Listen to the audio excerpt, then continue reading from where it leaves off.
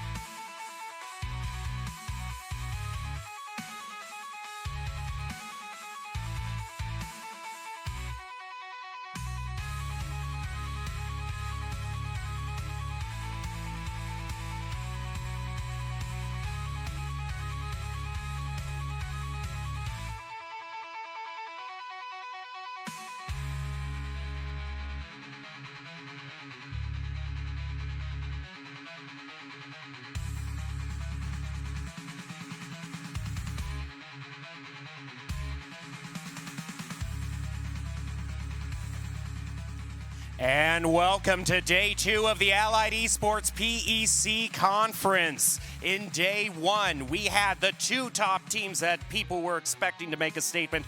Boise State and Michigan State claim championships in Rocket League and Smash Bros. Respectively. But in day 2, as we're ready to crown Overwatch and Valorant, there are rumors swirling about that there might be overconfidence in the leading teams. In fact, some are saying that these teams might be thinking of this not as a competition to be won, but as a due to be paid. Of course, Boise State and Michigan State should remember they've both been on the receiving ends of some severe punishment. They've tasted the bitterness of defeat, suffered the agony of a close loss, and there can be no excuses for a subpar performance in the entertainment capital of the world, Las Vegas. So as we get ready to see if Boise State and Michigan State will continue adding to their wins, or if an upstart Syracuse, Ohio State, and Kansas will take the crown away from them, let's head up to our 2 casters. We got Alex and Carson up in the casters booth to help us crown a Valorant championship. Take it away. Thank you very much, Jacob. Welcome back to the Sin City. We're here for day 2. Like Jacob just mentioned, I'm Carson Cass here in the booth with my co-caster today. I'm Alex Reimer from KU. Sorry yesterday on the hosting job. Amazing job yesterday. Thank you very much for that. But we are here with the Valorant Grand Finals. First off, Ohio State University taking on Michigan State, the 1 and 2 seed, expected to be this high. But these 2 teams, they've had a little bit of a struggle going on. Yeah, I mean, they're the top ones, but Michigan has just been in it, right? They're the ones with the bye round, right? Yeah, absolutely. And Michigan State only had to play 1 game yesterday. They went 2-0 against Boise State, who beat So they're not Syracuse fighting. They're not climbing. They're ready to defend their title of top seed, right? Yeah, absolutely. And as we get towards that, we're going to jump right in here to pick bands as soon as we can possibly.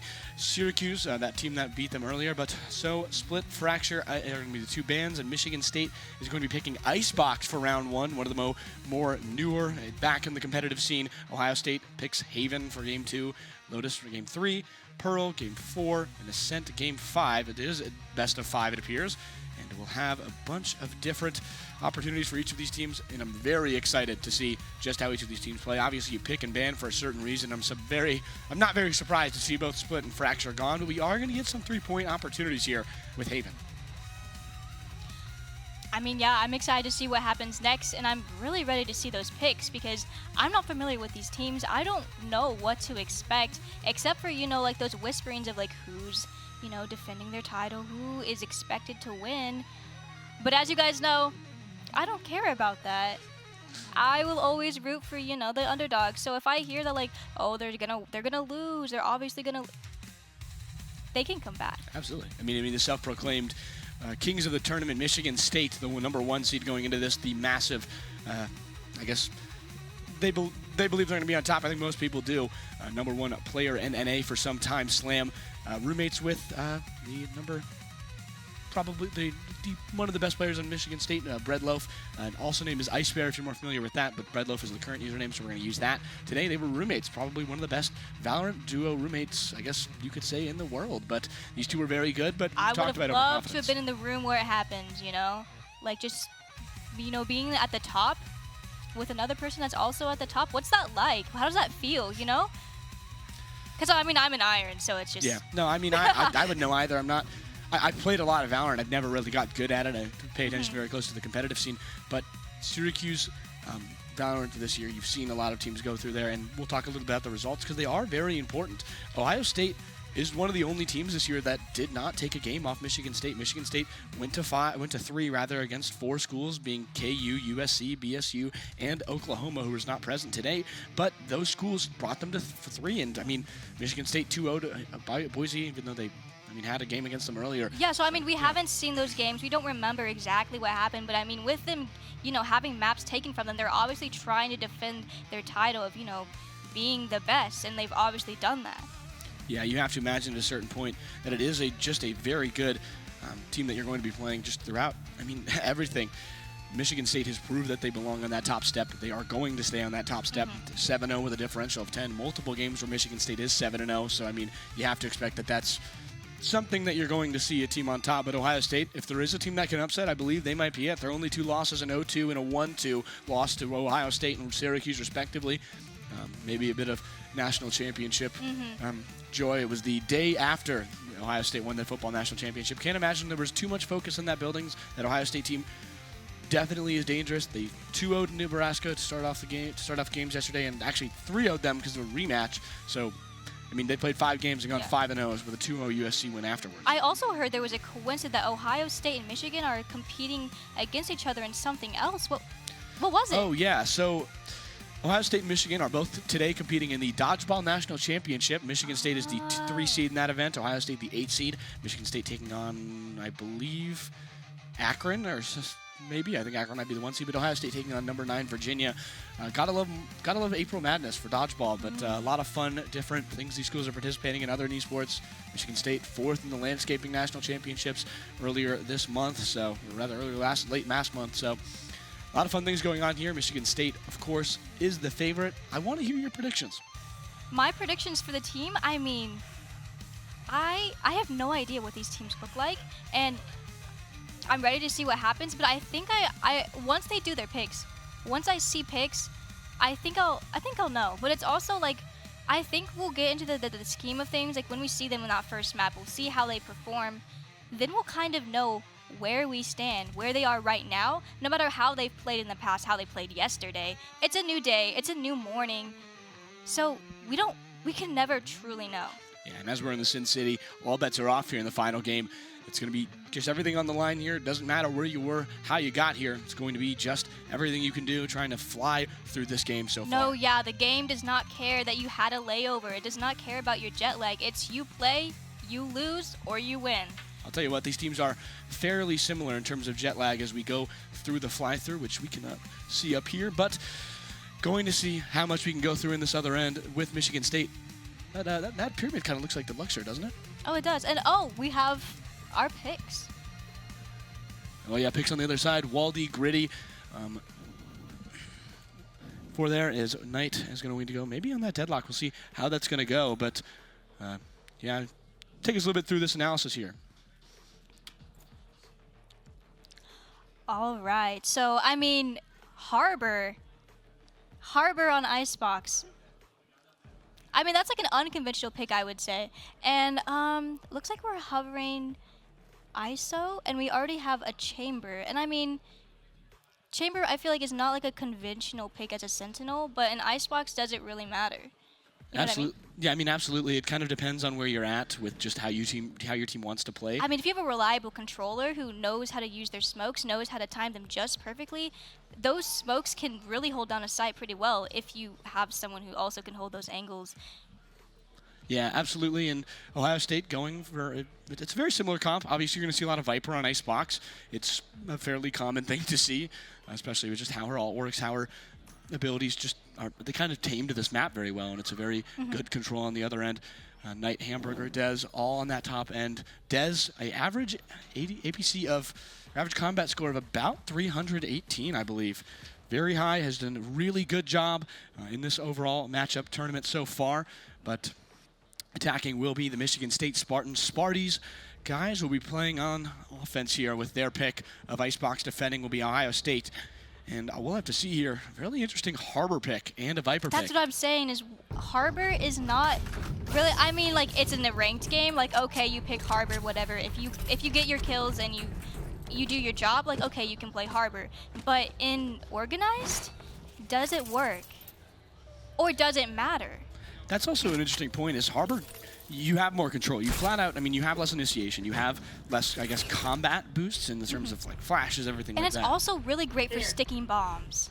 Yeah, Harbor's Cove is such a good thing for sticking a bomb. Or, I mean, just messing with people, because you just throw it and it, like, bounces and it's weird. And it can just, you know, distract the team or mess up their line of sight. Absolutely. I'm a huge Harbor player. It's my main, if you were Really, I curious. actually do like playing Harbor as well. Just not the best pick usually. Ohio State going to go to this left side. Moby going to help lead the charge with Viper as well. Waldy dropping back. Going away here as we see KO going to initiate on that other end. Not a lot of more initiators on the Ohio State side on that offense. I would be expected to see Michigan State maybe struggle a little bit with that struggle control on that shot right in front. moving down that left side. Firefight on B, back towards up. Moby gonna get some damage off. I mean, but it looks like they're just trying to play off. They're trying to like look for Flood. I mean, they're not trying to, take those initial frags. They're not trying to give Michigan anything here. They don't want to give them those picks. They're just trying to play as a team and do well. Absolutely. Slammed. One of the best players in the country on that offensive side is going to be Michigan State on the defense first, rather. I apologize. Or Ohio State on the defense first. 2 picks real early. 3 for Dez, who's been really good in combat early. Waldy, 1 more. And they lead defuse for Ohio State. They wreck the Spartans, but we're going to come back to Casters for a map restart. 1 round for Ohio State. They're going to lose that round. They've had a lot of rematches already. Did well that first time against Nebraska. 3-0 win for them.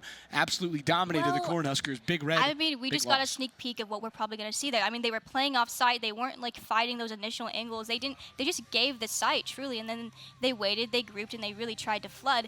But the thing is that you have to time those floods just perfectly, because if they have time to set up for that post plant, it is stall work. And they had all that util too, because they're not fighting these initial angles. They're not wasting that util. They're not, putting anything into like getting onto the site. So they have all of that to defend the site. So then it's like, it's gonna be tough. I mean, if you don't take those initial fights, if you just, play more passive, it gives them so much more space to be aggressive, and that's not something you want to see from Michigan. Absolutely. When you're in a best of 5 for Valorant, you have to imagine that this is going to be a slog. You're going to have, it's going to be a punching battle whether you like it or not, because coming down to it, neither of these teams are probably very experienced. This is a very, not weird format, it's a new format. I mean, you're talking 0-0 best of 5, first 1 to 3. That, at minimum, can be what, like, it's at minimum 60 rounds, and that is typically what you see in a best of 3. But in an overtime matchup with a sweep, it's going to be 6 rounds in a 3-game series normally. And you talk about the potential of Ohio State takes 1 game, they're bringing that up to a total of 80. And if Michigan State can't handle it, and Ohio State's, who's probably got less pressure on them, can maybe take a game, maybe take 2. And Ohio State has been fighting for this. They have been in it. They've been playing these matches, and it's like they've been working hard for this. They've been doing the work, and it's like Michigan hasn't been playing against these teams. Michigan doesn't quite know what to expect, but it's also like right now it seems like we're feeling it out as a defense player.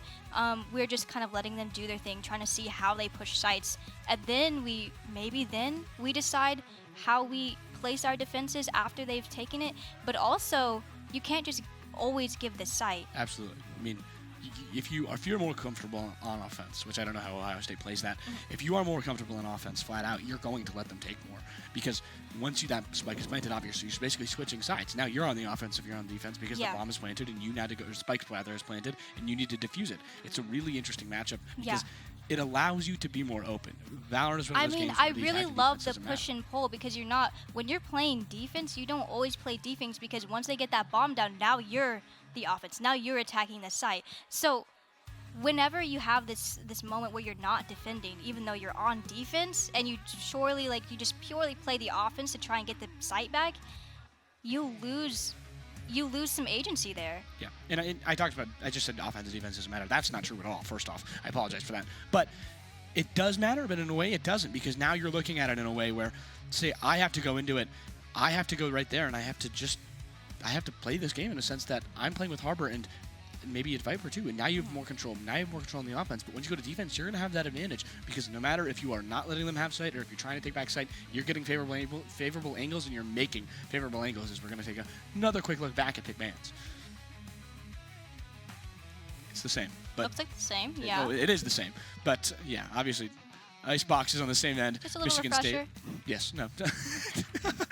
Split and Fracture, the first 2 banned. Icebox, Haven, Lotus, Pearl, and Ascent. Pearl and Ascent if needed. BO5, of course. So if Michigan State or Ohio State takes his first 3 games, Pearl and Ascent will not be needed. And I'm curious to see Ascent, obviously, that quintessential Valorant map. When you think of Valorant, you think of Ascent. Love to see Game 5 there. I mean, also Split. Split is such a Valorant. And that's why it's banned, is because it's so overplayed, and everybody has comps and plays for it, because that's the Valorant map. Yeah. So then taking that out of the game takes them under their feet a little bit. Yeah, this is a quintessential favorite for me. I love Icebox, so it's a very contested, very strange map with the angles are not as fluid maybe as other maps. Yeah. There's not a lot of room. and you get up The close and angles personal, are whether you so like it or not. odd. It's not like Haven or Ascent in the sense that like when you're pushing a site, you're looking across here and there's maybe someone here or there, and then it's so different with Icebox because there's those levels. Yeah. And it's so much harder to push a site when there's so many levels to figure, because like a lot of people say like aim is about crosshair placement, but where do you place your crosshair when they could be up top or down low? Yeah. As a former CS2 player, that's really interesting because CS2, yes, the angles matter, of course, vertically, but it's very rare you get a map where that's the big thing. That's a huge part of it. But Michigan State and Ohio State going to be playing with an up-down section earlier, and we are backing out. Looks like we're going to another tech pause, potentially, yes, another tech pause. So we'll have to see some claps for that one, but Michigan State's still up 1-0. I believe I kind of just a bit confused with Icebox. I'm kind of curious. I don't really understand the Harbor play because Harbor obviously has that limit on the height of his walls too. Yeah, no, but if you like pull it up, it goes over kind of like Viper. Yeah. So it's like, what if we just kind of like have the Viper wall and the Harbor wall, and you just can't see anything? You throw the cove, you throw the orb, and there's nothing. Like what? And then you just swing out of whatever because there's so much like here. You can't tell where they're gonna swing out because like you can't see anything. Absolutely. Certain points, it's like GTA free roam and Icebox where you're just kind of lost. There's not much you can do because I think you at get that locked point in you're between just so many playing walls. aim labs. You know what I mean? Because like you're just like you see the like the little balls and you click the balls wherever because like they could be from anywhere. You are like you don't have the angles of the lines of where they're gonna swing out from because it's just smokes everywhere. Yeah, of course. And the big thing there is it's kind of it's so strange. That double Harbor, that Harbor Viper pick is really interesting to me because you have so much control over Icebox because the angles are so tight, obviously, and we'll have to see just how Michigan And State. I'm excited to see how they apply that, or if they apply that, because sometimes I see some like the best players playing controller. It's like the pro player that's on their team, and like this is the guy that's the good one, and they play controller, and he plays Viper, and like he just puts the wall somewhere, and it's like not even like doing much for the team, but he gets his frags and he's doing stuff for the team, so it doesn't matter.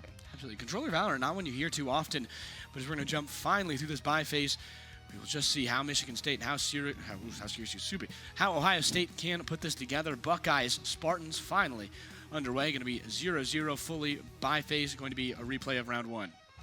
Well, replay of round one, replay of round two. We've got round one. It's going to just be right quickly here soon. So, looks like we're just on the screen right now. Hey, Yeah. guys. Oh, hi. Hello. Welcome back. So many more on this other side. Val has been a clear favorite just for about everything else here. They're just replaying round one. Oh, very okay. quickly. I think they're just going to get it corrected. Yeah, Michigan State going to get all the points that they need. Kills everywhere, right? That's what you're watching in the background right now. But Val was a really interesting thing because you had to...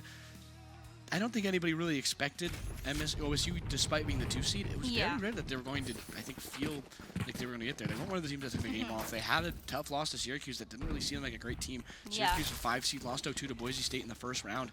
As much as I like my guys and I want them to do well, they didn't do very well in this game, this tournament. They had a very tough beginning and couldn't find a way out. And Ohio State losing there, they've improved a massive amount. Back towards the end of the bye phase. Michigan State going to look maybe for the defensive side on that left as they're going to push Bureau heavy towards A, out towards Ohio State 3 and 4 and 1 with a split push for Ohio State. Soba trying to make some noise over at B, but initial firefight really going well for neither side, honestly. Ohio State and Michigan State getting some damage off for both. KO going to be an instrumental piece here as well as Omen into leading this fight in, but Ohio State, again, very conservative lead into this. Knight with a big shot on the slant Val right instantly. You're going to see Knight vary with those long shots. He really likes playing deadlock. And Breadloaf goes down right in the other end. A good pick from Dez, who I believe we are switched. Michigan State is on the offense. Grifty, yes. Michigan State is on the offense. And Ohio State's on the defense. The names are switched. Moby's going to get Hamburger again. And Moby 2 more. That's going to even it down to 3 overall. A logical forward. Knife for KO put on that right side. And Michigan State's kind of in a tough opportunity here on the offense. A logical forward. Just trying to make some noise. or maybe just make a little, rather see something on that other end, pushing forward. Michigan State felt like they had no control down 5-3, but now they're pushing forward. Logical left. forward, left I mean, side, that's the Viper wall control up. it This is plays going to make a really interesting situation. You'll see this wall a lot on Icebox. Grifty forward. No aggressive push. Be surprised there. Oh, One there more he for goes. Grifty. They've been really aggressive all tournament. You're seeing that right Nice. there. Waldy with Oh. 2. Moby and Moonrow go down, and Ohio State up 2-0 early. I mean, what a flood there. I mean, like, the patience, and Grifty was there the entire time. And he was just, you know, waiting for the opportune time there, you know. And that's what it's about. It's like sometimes it's only about like staying alive for your team, waiting for your team to back you up, especially when they get those initial frags and you're all alone on site. It's just like, don't die. It gets kind of a competition of, especially pistol round is I refer to it as the having fun round and the having fun competition. Now you can get more into strategies. Everybody's got some more money, but Ohio State really big credit advantage off rip. Hamburger gonna get blinded immediately as the Harbor Cove comes out. A bit of a slow, and you see an aggressive pushback from Michigan State. Wrong angle, wrong time. That's what you just call poor timing for Man. Hamburger, who goes down to slammed. Moby gets one more. That's in the Viper trade, and that's going to be a huge loss of control for Ohio State, who's only got initiators fully as 2 go down immediately. Knight and Dez right off rip. Michigan State trying to get their comeback here, down 2-0. And I mean, those are the ones you just cannot lose there. And hello. Trying to use that Dump's handle. Oh. Gun advantage can't really help. What Grifty can you do gonna go there? down. I mean, you can't shoot them all at once. No, they just got unfortunately, they just got paved over. New road in Columbus. Michigan State, East Lansing team has come down, and I mean, they are the favorites for a lot of these games. They're favorites to compete in a lot of these games. The only one they really haven't, they were the 1 seed, 7-0 going into this for Rocket League, and of course, they fell to Boise State 4-1, and I mean, it was kind of really just all Boise State, and we'll see how that pans out later. No Michigan State, obviously, in Overwatch. No team competing here tonight. KU and Syracuse, if you missed that, we're competing right now in the losers finals to play Overwatch Grand Finals against Boise State later, but we are in the Grand Finals for Valorant. Dez on that top angle at A, seeing a bit of a split push from Michigan State, who's going to take it a lot slower than they have earlier. They like that push at A and B initially, very aggressive, but are backing off. Breadloaf going to get one for the side of Michigan State. You're just seeing a really tough situation on both sides. Dez drops down. Oof. Timing there, you know? Yeah, that's the fun part about some of these games is that timing. Sometimes you just look away and you just get annihilated, and it really sucks. There's not much you can do. I mean, Or they just barely miss each other. I think one of my best quotes is that you're all about the neurons firing in the sense of you're just trying to figure out and just trying to guess at certain points when somebody's going to do something. That Sova arrow going to give some intel for the Ohio State side. They're going to dodge it with the wall. Yes, forward. Not sure they know that they're there. We might see some less aggressive push from the A site. Now we're making some noise. We're like trying to maybe push the site here. That rotate's going to come over. Only 2 for Michigan State, or rather Ohio State on that defensive side. One go down. Breadloaf annihilates Dez on that right side. One of the best players on that Michigan team in Harbor. Great control, great wall. He's doing some great damage there. That spray. It's a little ambush from Hamburger back in that down site. Peeks right. Gets damage to 1, but Grifty goes down up top. Hamburger gets Breadloaf. Michigan State's first kill in 7 in a row for Michigan State. 2 for Hamburger, looking for one more, but the wrong timing. Did not know Up Sobo. the rope. The rope did not know KO was there and goes down. And that's just Knight versus the world here. Back forward, going left, right. Shot shoots the spike, get a little damage there. That's not how that works. Forward, hits the KO, rather the Killjoy block, and just really gonna maybe should try and save here if they can. Trademark goes out, but Knight gonna back up, gonna get headshot by Illogical. Top down, it's 2-2 all even as Illogical for the top rope gets another one from Michigan State. They are dominating right now. Man, I mean, you say they're dominating, but I mean, it's still even. They're still in it. They've gotten, if you can prove that you've gotten around, I mean, it sucks when you go 0-3 to someone, but the moment you get a map, or like you get a round, you know you can get around. And that's what they've done here. So like, it's not a landslide here. No, absolutely not. We've got plenty of game to go. And I really think the thing that they're using to advantage right now, Ohio State, is really playing with tempo. And they're playing with, you know, the timing of floods. We'll get a brief little tech pause right here. Ohio State and Michigan State. 2-2 all knotted up. Harbor and another ult from that other side. It'd be interesting to get that one-on-one ult. That is one of the most fun in the game. Really got to love how Valorant I guess makes those ults. And I mean, depending on how the cookie crumbles, that can be a game-winning ult. You know, like if there's 3 of you, you know, defending the site, and there's 1 person left, you just hit that ult. Whether they win or lose in the ult, they're dead. It brings you to a one-on-one situation where you're kind of just, you get a favorable chance. And it's one of the things now you talk about how important angles are, how important being there in the right time, being in the right place in the right time can be. And when you get to go one-on-one in an even situation, or rather a disadvantage partially, it's a really interesting I mean, it's disadvantage if he has that shield. I mean, that initial bullet does not matter. And then he gets that first bullet on you. Yeah. And then it's up to him whether he whips that or not. It's a big advantage, and it's a bit of a gimmick, but I like seeing Ohio State play it. If you're going to be the underdog, you're going to play some gimmicks. You should play some gimmicks, and that's what Ohio State's doing directly. Talk a little bit about the team. We didn't quite meet the rosters. OSU, Kame, the coach, founded OSU's first Valorant team when the game came out, and graduated in 2022. He's been coaching the team since that point. Gotta love dedication to the sport, to the game. Been a great coach to them to get them here in this 2 spot. Dez, their real offensive mastermind, it feels like, was really good. Average combat score of 318 in these last 5 games, has been dominating the competition. I mean, wow. So, like, they have these things under their belt here. They have the proof that they are good and they're in this. We just want them to show their true colors. And, I mean, they've gotten 2 rounds here. And if it stays even like this, it's going to be that push and pull of who wants it more. Someone with a shark hat on, I'm going to shout that out. I saw that for a moment. Love that shark hat. I don't know who that is on that downside there, bottom left of the bleachers. Huge shout out. That's an elite hat right there, and I can't lie. You got to love the audience participation yesterday. Today, it's awesome. But other for Ohio State, you have Hamburger, Sam, a CS major from Ohio State for the red and silver. Waldy, who squats 500 pounds. Oh, fun fact. Goodness, that's squats 500. Frightening. Powerful on and off. What does that do for Val? What do you think? Like, I mean, like, I know a lot of the aura. Yep, I think aura. It's aura. I think aura is an important part of Val, obviously. It's a big key to winning and losing is aura. And obviously, the last one, Grifty Griffin, has a presentation due tomorrow. We'll see if you can get on that after this.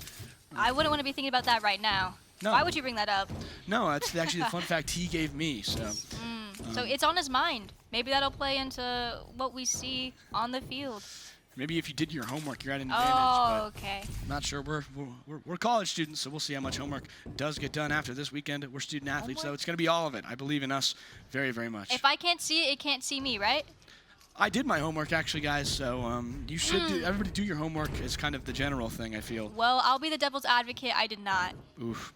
I did, like, some of it, though. Like, what I could see, you know, but then I pretended I didn't see the other things, you know what I mean? That's a reasonable thing to do. What you're seeing right there, that's Grifty and Waldy. Hey, guys. Or Elliott, rather. Those are the 2 on the end right there. But for Michigan State, we have John Masterini, I believe. Slam was #1 NA, ranked for a period of time. Maxine Moby has... I didn't write that properly. Logical, one of the best duelists in the country, at this facility. Yeah. They say Alex K, a duelist as well, and was a roommate with Slam, and says that they were the best roommate combo in the entire country. Did you like duo queue together, like I would as the assume they roommates? do. That's kind of low key a LAN, like a mini LAN together. Mini LAN? It's kind of cute. You're that's a way to sharing the phrase Wi-Fi. You're duo together. Absolutely. And you can't blame it on your Wi-Fi. You could be like, oh, I lagged, like, oh, my ping, because you have the same ping. Yeah, as Knight reconnects here, we'll get going underway soon, but last 2, Broad and Munro, who is a civil engineer. A lot of STEM majors here in esports, and you gotta love that. I'm not a STEM major, I'm a journalism major. You might be able to tell, my job is talking. Love communications. As we go closer and closer to getting underway, we are finally going to be back here. Michigan State, Ohio State, all knotted up at 2-2. Finally, round 5. Had some tech pauses to go here, but hopefully we'll put it back together and we'll get the pieces. But good things come to those who wait. That's true. That is true. That is very true. We're going to have an excellent game through here. Hamburger De Silva, very aggressive push from Ohio State on the defense. We're not done being content anymore. Slam going to get Grifty up top. See that gun fly down. What's left of Grifty? Rather, Des goes down as well. Munro, another pick for Killjoy, who is also a great controller for Michigan State. They have full just angles, can control so much. They're just so oppressive. I mean, and it's not always about the util. I mean, some of these fights, they were just gunfights and they won them, and then there's your sight because they're dead. Yeah, you've seen the, I guess, duelist erasure in Valorant. Not a lot of duelists being played anymore just because they don't provide as much that you would want. And I mean, you would see Phoenix in every matchup almost in the beginning of Valorant. Yeah, I mean, I remember it used to be double duelist every map. Absolutely, and now it's how much control, how much angle can you get? Is good kill. Knight up top, Illogical goes down. One more, ran out of bullets, unfortunately, and down it goes. Waldy, Breadloaf gets one. Hamburger, though, able to get one as well. TTV slam Val. Knight on that bottom end, and it's a 3-2 advantage for Michigan State as Ohio State back on the offense trying to get the retake. Ooh, that's a crazy wall. This is a very interesting wall there from Cove, who just knocked Hamburger out of the game, essentially. Forced him to walk right into a harbor wall. Knight forward, goes down. Breadloaf's third kill of the match, and it's 3-2 Ohio, rather it's 3-2 Michigan State. Sparty is rolling already. I mean, we just saw what that harbor wall can do there. It was like a paper in his face because you couldn't really stick it and watch the angle without it being there.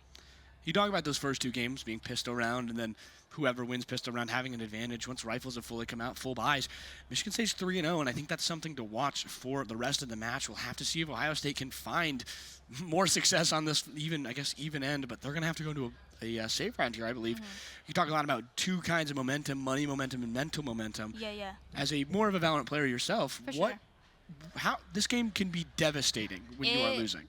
Yes, for sure. It's literally always about the money. It's about the economy. It's like, what can we afford to lose as we are broke? So, like, you can't afford anything. You can never afford to lose. But then it's like, okay, do we lose this round and we have to win the next? Or do we just force it and every time it's a fight to win? Absolutely, and you saw that aggressive push from Ohio State go very poorly.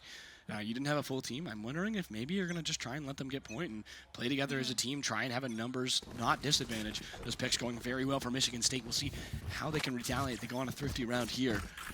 We'll just see. I mean, it's a really tough situation. I mean, you go through this Maui format, you play 2 games. Michigan State might go through this, win a grand finals by only playing 4-5 games rather than Valorant. And I mean, wow, that would be a crazy feat for the first PEC championship. Feels good in the Maui format to do that. Just dominate your opponents. Michigan State has so far. Hamburger peaks, has to deal with 2, backs up, trying to get a more favorable angle. Gets almost one as Logical goes and gets Hamburger. Very low on health though. Dez gonna get a trade. TTV slams out, goes down. Really Dez damage. gets 2. We've talked about how good they are at combat. Crew. I mean, absolutely. Spike is down. Dez on the custodian job, does not know KO is right down there. Pushing in that right side, gonna have to back up here. More angles now is Ohio State still not fully rotating. They're expecting another maybe rotate from Michigan State, and they have called it very well. I love this from OSU. I love this. Every time you're keeping them on their feet, they have to take a site. So then it's like you take the space that they don't take. You know what I mean? Maybe too much noise made there as Moonrow gets Knight right in that back end towards spawn. Waldy kind of stuck in that back end here. They're going to have an ambush, though, as Killjoy goes down. Spike down for Ohio State and Michigan State at their first disadvantage since rifles came out. Elims have been very uneven as Dez going to get the 3. As Illogical goes down. Good advantage for Ohio State. 3-on-1 odd advantage. Now it's kind of stuck for Viper. Moby all alone. Gets one. Oh! What a job from Dez as Waldy goes down to Moby on a beautiful shot. But I swear, I was just talking about the 4K, and it's the last person. It's always the last person, and then that's the round. I have a feeling Dez is going to be a name we're going to be calling all game. Very, very good round. That's the 4K. Gets them the ult. 3 ults for Michigan State, 2 for Ohio State. The Buckeyes going to be playing from a disadvantage, it feels like, the entire night, just because how impressed that Michigan State team has been. For sure. I mean, and the thing is that, like, they're switching it up, which I really like. I mean, you can just, like, hard push every site, but Michigan State is switching it up. They're not always hard pushing. Sometimes they poke and prod and look for that space. Here's an interesting look, much more aggressive from that Michigan State side. We're not really splitting. You have Viper towards mid. Wall from there, which is one of the more unique abilities from that top side. You're seeing a fiesta of Spartans up top there. As a slam, going to lead the charge there, so maybe going to try and get some utility. It's also interesting to see these rotations, because how long do you sit on a site until you rotate? It's going to be pretty long, pretty short for Ohio State, who I think is going to rotate some over, but they've been pretty conservative about bringing players over. Grifty with that judge, one shot, 1 kill. Breadloaf goes down. There's a logical one more, and Grifty, here comes the ult, gets that shield, and Moonrow still gets Dez. That's really tough for Dez. Down goes Illogical. A consolation pick, but What it's a still spam. tied. Trades everywhere. Waldy gets Moonrow, but here's the Viper ult. Control now for Michigan State as Spike goes down. This is a sticky situation to be in. I never want to walk into a Viper roll here. Back on that forward, and Knight One alone enemy remaining. gets one in Last Thermomobi. player Now it's a standing. one-on-one for the rest of this round. 5 bullets for Knight. Not enough. Slim gets Knight in another win for Michigan State, who is 4-1 in rifle rounds. And I mean, this is what I love about LANs. I mean, you can hear the crowd cheering. You can hear the teams pumping each other up. You know, like, it's just the energy is so different. And it affects the game, too. There's so many other factors that happen when you are in a LAN. Yeah, Ohio State, it feels like maybe not that great on the defensive side personally. They seem a very aggressive offensive team. We'll have to see just how they play.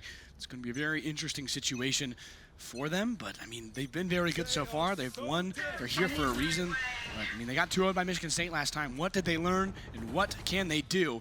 They got oh boy, here we go. We got that op coming down here. Free op from Valorant there for Ohio State. I mean, they've just been swinging these initial angles that people could be holding. And it's like the reliance on the control, the timing. And Breadloaf is going down. Knight just absolutely clotheslined Breadloaf. That is a sandwich cut in half, it appears. That feels horrible to be the first one to go down to a chamber. Yeah, that chamber ult is deadly, and it just sucks at a certain point when you have to deal with that because it's a free kill for Chamber. He gets a free gun any point he wants. Moby gets Hamburger, and that other How's the end, timing? real good. down. Grifty But gets he one, but goes doesn't down, know. but Dez gets one more in the consolation. 2-2, 3-2 advantage for Ohio State It's a as shield Dez down. gets one more. The shield knocked out. Like you mentioned, Moonrow. Oh. We are playing Scooby-Doo Ring Around the Rosie. Oh no. Oh no! Dez looked the Valorant wrong timing. way. Valorant timing. Oh my Moonrow goodness. gets Dez, and that other end forward is Moonrow pushing into that 30 other end. seconds They left. planted here earlier in that first round and went down You should very run. early. It's But now they need that even though spike. Killjoy ult. That's huge for Michigan State. We're Just locking it down. Ugh, We're that's investing it. I mean, this is Killjoy going to come out. Michigan Last State player standing. going to go fully 10 out as seconds Ohio left. State Spike down planted. 1-2. What can Waldy brew up here? As the attacker Killjoy got one, and that was not good enough. Pushing forward, forward. Too much what? presence detected for Waldy, who just walked into it, unfortunately, at a wrong time. Waldy forward. Looking for an angle, looking for a Spartan. Right and left. Shots down at Spike. Oh. Push right, push left, and they're stuck between two. what a Rock a hard crossfire place here. for Waldy. Crossfire and goes down to I Moonrow on the mean, other end. It's like, what's the lesser of two evils there? Where do you go? 3 shots down, and that is rough. Moonrow, another 3K there. Killjoy has been dominant shooting. Of course, the spike there has not put it there yet, so it's kind of just made Ohio State sell themselves out. Yeah. Killjoy not putting those traps there really For sure. anywhere on. I mean, this is one of those things where it's like, even if you give the site and you like lost your fight or whatever, if you get out, if you are 5 HP, that is so much better and is so much less stress for that person who has to 1v3 to get the spike. If there's 2 people, you can Yoru clone your way in or whatever. Probably our first flash we've seen all day, it feels like, because Waldy gets blinded. Moonrow and Hamburger trade each other. Breadloaf goes down in that crossfire. Logical with that nade out. Slammed goes and gets Knight. One more. Ohio State at the disadvantage already. Aggressive play from the Spartans. We're talking already 5-1 in rifle rounds. Just annihilating Ohio State. It feels like the Buckeyes can't do much of anything at even strength. 1 minute and 14 seconds already remaining in this round. Excuse me. Man, I mean, Michigan that's State what I hate recuperates. about this, is that they are just able to run around wherever they want right now, and because they can just shoot them. Dez goes down to slam Val up top. Knows that there's one more down low. Not able to get him. Waldy, 2K, Nice. but goes down to A Moonrow little on the bit of other a end. deagle there. Okay. Gotta love the Sheriff. It's a thrifty right now for Ohio State, who does not have the money to go out. Nice shot in chat. You've seen by Oh, Slam. picks up Good the gun. compliment. Gets that Vandal. Peeks Oh. one, peeks right. Oh, hello. Can't do anything in the crossfire as Grifty goes down to Moby in Ohio State. Reeling at this point, 6-1 in rifle rounds. I mean, imagine that 1v2 there. Your heart's pumping. You're like, I need that gun. I need to pick up that gun. And then boom, they're there. And all you've been thinking about is picking up that gun, and suddenly the people that you're supposed to shoot are right there, and it's... Yeah, that's really rough. I mean, you're looking at the stats right here. I don't think they really do justice for Ohio State and Michigan State, and you're kind of seeing just why. Munro's been in control as well as Moby.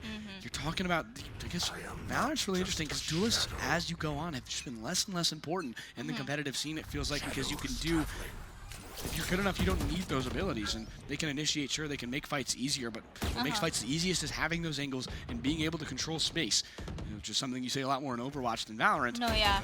I mean, honestly, I think that, like, Valorant is truly all about space here. Like, every time we're pushing a site, we're trying to take space. When we go mid, we're taking space.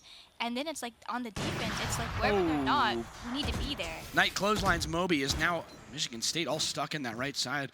Really good chamber shot from Ohio State, who the last time they went around had that chamber op. KO. Only one with ult on Michigan State's side could really change it. Breadloaf gonna put a wall up with Harbor and another quick right turn, basically the same wall you've been seeing for both sides on Viper and Harbor. Control of that site, cutting off Michigan State's entrances, cutting off where Michigan State can go from the back. Grifty. Spike not yet down. Breadloaf gonna plant it, and here's an ambush angle from Grifty as they wait for Harbor wall to go down. Dez pushing forward with double tap. See what they can do. Right side up top. A little bit of info. Good info from the teammate. Doesn't know there's one behind. Illogical gonna get Grifty.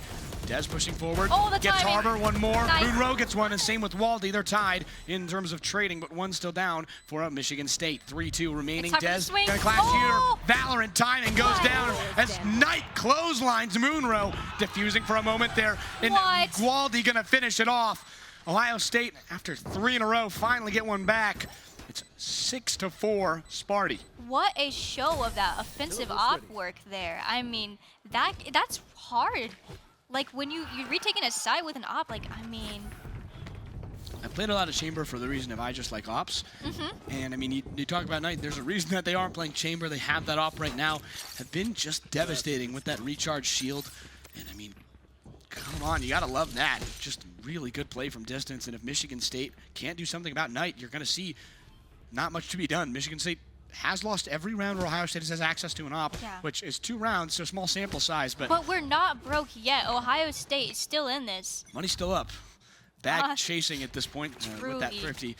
Really good job. TTP Slim Val What? immediately just nails With some Dez. shocks? Okay. That's an interesting situation. I don't know how that one happened.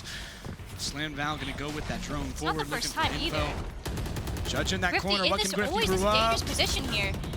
Forward up, Grifty. Oh, Can't even no. get one. That's 3 in a row for Michigan State, who just steamrolled Ohio State. The Buckeyes have been Oh, poor Waldy here, all alone. discarded. It feels as if Michigan State, the I mean, Spartans, they stayed true to their site. They were holding it. They anchored. But there was no time to rotate there. It was just boom, you're dead. Boom, you're dead. That's a And consolation at the what do very you least do? that they can't win this round. Slammed goes down. Back up top. Waldy, good angle, gets I one mean, more. they're playing with their food here, but Waldy's holding it up pretty well. Breadloaf sliced in half there, back on that other end. Waldy just going to save. Very smart decision. Should save. But Michigan State still pressing, like getting playing aggressive, and that's a I mean, this is 3K for deathmatch. Waldy, who was just knocking out Michigan State in every sense of the word. Point-and-click adventure game. You'd think you're watching RuneScape right now. Do you guys really want your guns, or like, is it worth? They've got the money, but that's going to be 2 rounds in a row where you die for Michigan State, which sucks. But 7-4, they get their first round off the end. 7-2 on rifle rounds. Rather, it'd be 7 of their last 9 for Michigan State, who've kind of taken control of this game. But Ohio State, with that early lead, with that early round, not too far out of it. 4-7, trying to get around here. Maybe not down 3, maybe down 2 instead at half. Rather down, could be down 4 if they lose here. And we're seeing a different strat here, which I love. It's like you don't want to be predictable. You don't want to fall into this like predictable behavior. And I mean, they do switch it up so well. They're always keeping Ohio State on their toes. Moby watching now, charging forward, who put down that wall initially. New walls for that Viper on the Michigan State side. Here's the one-on-one as Dez 0-2 at these ults. Moby gets one more. Hamburger gets a consolation, but it goes down in the fight. Slammed Val pushing forward with the rest of the team, and Michigan State's going to get a quite the easy plant off and up 2-4 with an odd advantage. As Ohio State. I mean, that ult there, I mean, like the Harbor ult there is kind of low-key an initiator move there because you get some info there. You can figure out if they're pushing from mid, if they're standing in that ult. That, and there's huge space to be gained. You know that somebody's going to get yeah, stunned, you push concussed. them off from being able to push you or get that timing to flood. Absolutely, combining that with Harbor's other moves is Waldy trying to avoid Getting turned into a dart on the dartboard there with the Sova ult. 4 for Michigan State still. Breadloaf gonna get one more. Waldy goes down, can't make any heroics there. Knight gonna get one with the Guardian. Gonna get 2, gonna get 3. Needs one more. Can't go down. Knight forward. Just goes down. Needed to defuse and had to make a choice there. And what a round for Michigan State, and what a round for Knight, who couldn't get much of anything, unfortunately. I mean, come on with the Guardian. I mean, I'm a Guardian believer. It's a one-shot headshot. Anything that's a one-shot headshot is a good gun. Ooh, beautiful sword. And you look at the scoreboard, you see 4 and 8, and you're like, it looks like they're losing pretty bad. But then you see these rounds where it's like they're so close, and it's just truly about how you close out those rounds, and it's the timing, and that is what Michigan State has really been playing with here. Is like they take those initial fights, they win it, and then they don't have to commit to anything. They can go to another side if they want. They play with their food, and they just really take that space. If you're just tuning in, we're at halftime of the Valorant Power Esports Conference Valorant Grand Final Championships.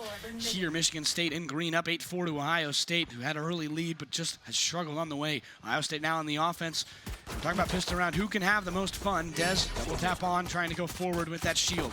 Griffey gonna get one. Moby goes down right side, trying to move forward as Wally gets one more, and another early advantage for Ohio State on this pistol round. They've dominated. When, wow. I mean, don't have any rifles. I mean, it feels so good to be good with a classic. You know, I mean, the free gun of the game, if you can kill people with that, you can do anything. It's definitely a power trip. It does make you feel... Every pistol round feels great, and it sets you up for success. Randomly shooting through the smoke. Knight gets one as Grifty gets another. The spamming, is that allowed? Is that allowed? Sources are saying it's allowed. Munro up top, has to deal with 2, goes down, and Ohio State 4-0 on that game.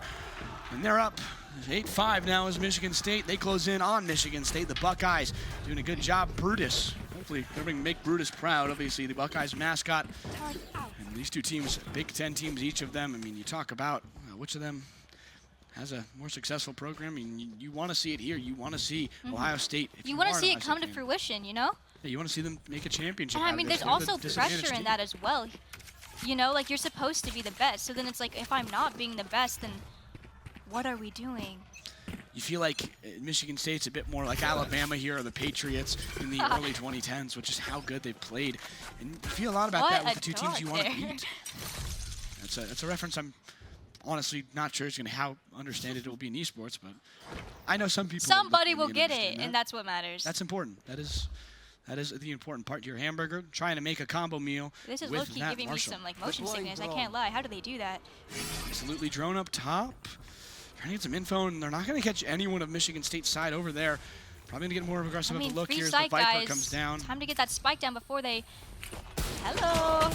Ooh, money can't be made. Hamburger goes down to the classic with that Marshall Munro down low.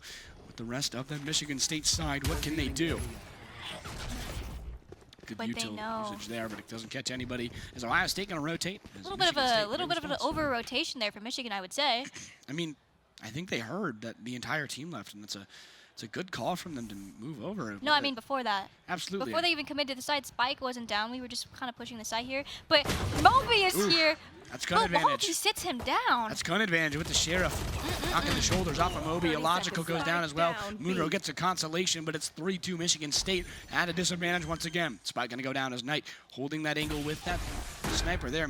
Ohio State really liking that long range. There's 2 long range guns so far that I've seen, or 2 players that are making it in those early rounds. 5-8. Ohio State trying to bring it within 2. Munro going to place that turret down. As now you're at a 2-2. As Slam goes down, now you're at a 2-2. Rather, was 2-2. Waldy gets them. Dez gets their 3rd kill of the round, has the Vandal round 2. It's going to result in a lot of good opportunities. Shot missed. Standing ahead. Knight as they go on that other end. Spike needs to be diffused. Slam going to have to go forward and just make a choice right now. Touches it, but there's 2 waiting for them behind the end. Val goes down. I mean, wow. I mean, that was a save round for them, and that they mean to lose that. And it feels good to get those frags with a classic. And every time you kill one of them, when you're on that save, is more money. Yeah, you have to talk about. I mean, as a Valorant player, you're down 4-8 in the half. What do you, if you're the coach of Ohio State, if you are Cameo right now, what are you saying to the rest of that team? I mean, like, it's like you keep in it. Like, you know you can get these rounds. It's all about, you know, that timing. And sometimes it's it's rough because of Valorant timing. It's just like sometimes it's out of your control, but it's finding your control. If you, how frustrating is that? Do you think for a player? Like when you get hit like that, do you think I mean, most of the time it's like, oh, whatever, it's not my fault, or is it really just one that kind of dislodges you? I mean, that's the love of the game. Is nothing is truly ever predictable. And if you're a predictable player, you're not playing it right. It's a really good point. And Michigan State trying to not be predictable. Nice. Knight nails one, but Breadloaf catches them traded. in the other end, turns them into a sandwich there. Chamber right in the middle between two slices, 1 minute remaining as Ohio State still deciding where they're going to go. Has to back off from A initially, has to maybe backing off again as Grifty goes down that end. Breadloaf dominating that A site. Harbor has just... He's holding it down. That's what I'm talking about. It's like as a controller, sometimes a controller is just as good as a Sentinel. Yeah, you're talking about just how good you can be, but Hamburger catches the wrong way and gets Breadloaf. A lot of food names in this game. Well, there's 2, but I mean, that's a lot more than I think you're normally used to. Food is a hot commodity. I mean, gotta love those usernames. Personally, my favorites is Dez, who had that 3K earlier. Really good initially, but has struggled. I think some of those 1v1s pushing forward. Saw Moby goes down. Moby can't see Dez, as that's the wrong angle, wrong time for Michigan State. Going up top, that's a great Viper wall for Ohio State, who's going to set that wall up. Now another 3-2 advantage at the same site, same spike place. What can they make out of it? And I love we're replacing our pawns here. I mean, Dez is low. And it's like, I mean, just like taking those initial fights here, it's like, I mean, it's Waldy, that's low. My bad. Wall pushing forward, sees the Sova ult, but gets, Dez gets caught. Really good shot from Slam to correct. Back on that right side, Munro takes damage, Slam gets one more, and Ohio State quickly at a disadvantage. Just putting that pressure on Hamburger. Through the wall, Slam goes down. Hamburger pushing left. Not even halved. Goodness me, still defusing, and Munro gets Hamburger. Okay. You have to, I mean, that's a heartbreaker if you're Ohio State. Exactly. Very quick round so far. They made this one pretty quick. Aggressive play initially, and it's 9-6. Ohio State still in the rearview mirror, but the Buckeyes cannot keep Michigan State from pulling ahead. I mean, we see Hamburger take that initial fight there, and he wins it, and it's crazy. And then immediately the next fight is just not the same. So if you would say, right now, again, we talk about that coaching aspect, how connected you are with this game. You've casted a lot of Valorant.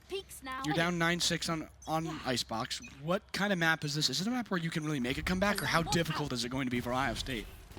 I mean, it's definitely going to be a climb back up for sure, especially with the more rounds you lose, the less money you have. And it really becomes, what are we willing to give up? It's like chess. You have to give up some pawns to get to the queen. One big game for Ohio State. Can they come back at this point? Dez has been really good, but you see some angles that they just have not caught. You want them to get those elims. Focusing at the wrong time. Goes down, but they're right Braber there to get the trade. Dez lost initially. Spike pushing forward. Knight gets one more. You're talking about Ohio State in that long-range distance. They've been great there. They're trying to keep as much space as you want. And Ohio State, not a great pick for them.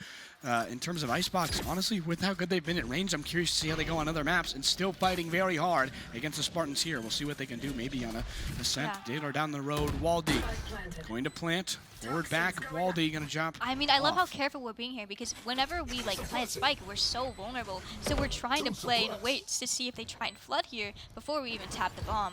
Wouldn't be surprised to see Ohio State play a lot more conservative after what happened last time.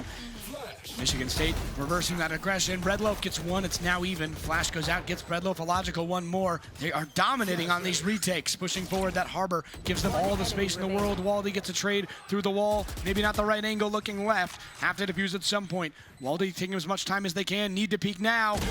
Waldy gets one, and the defuse still able to go as Munro again defusing. Picks it up and shoots Waldy in the head again. 2 rounds in a row as Ohio State.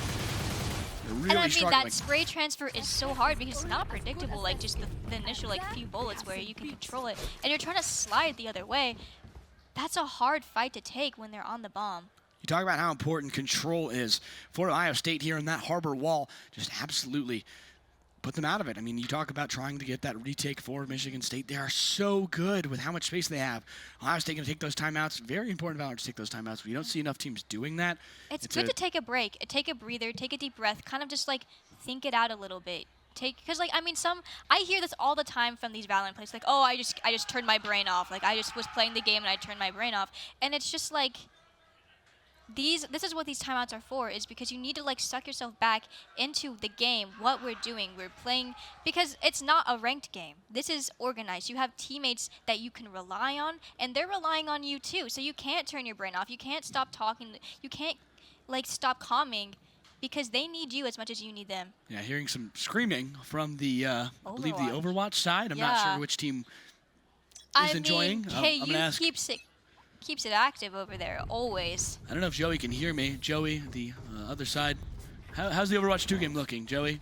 Kansas or Syracuse or Kansas? Do you know? Says maybe Syracuse. So back down on stage, we've got Syracuse potentially. I don't love to hear that, but. No, I understand. Roll orange, I fear. On the other side, Michigan State up 10-6.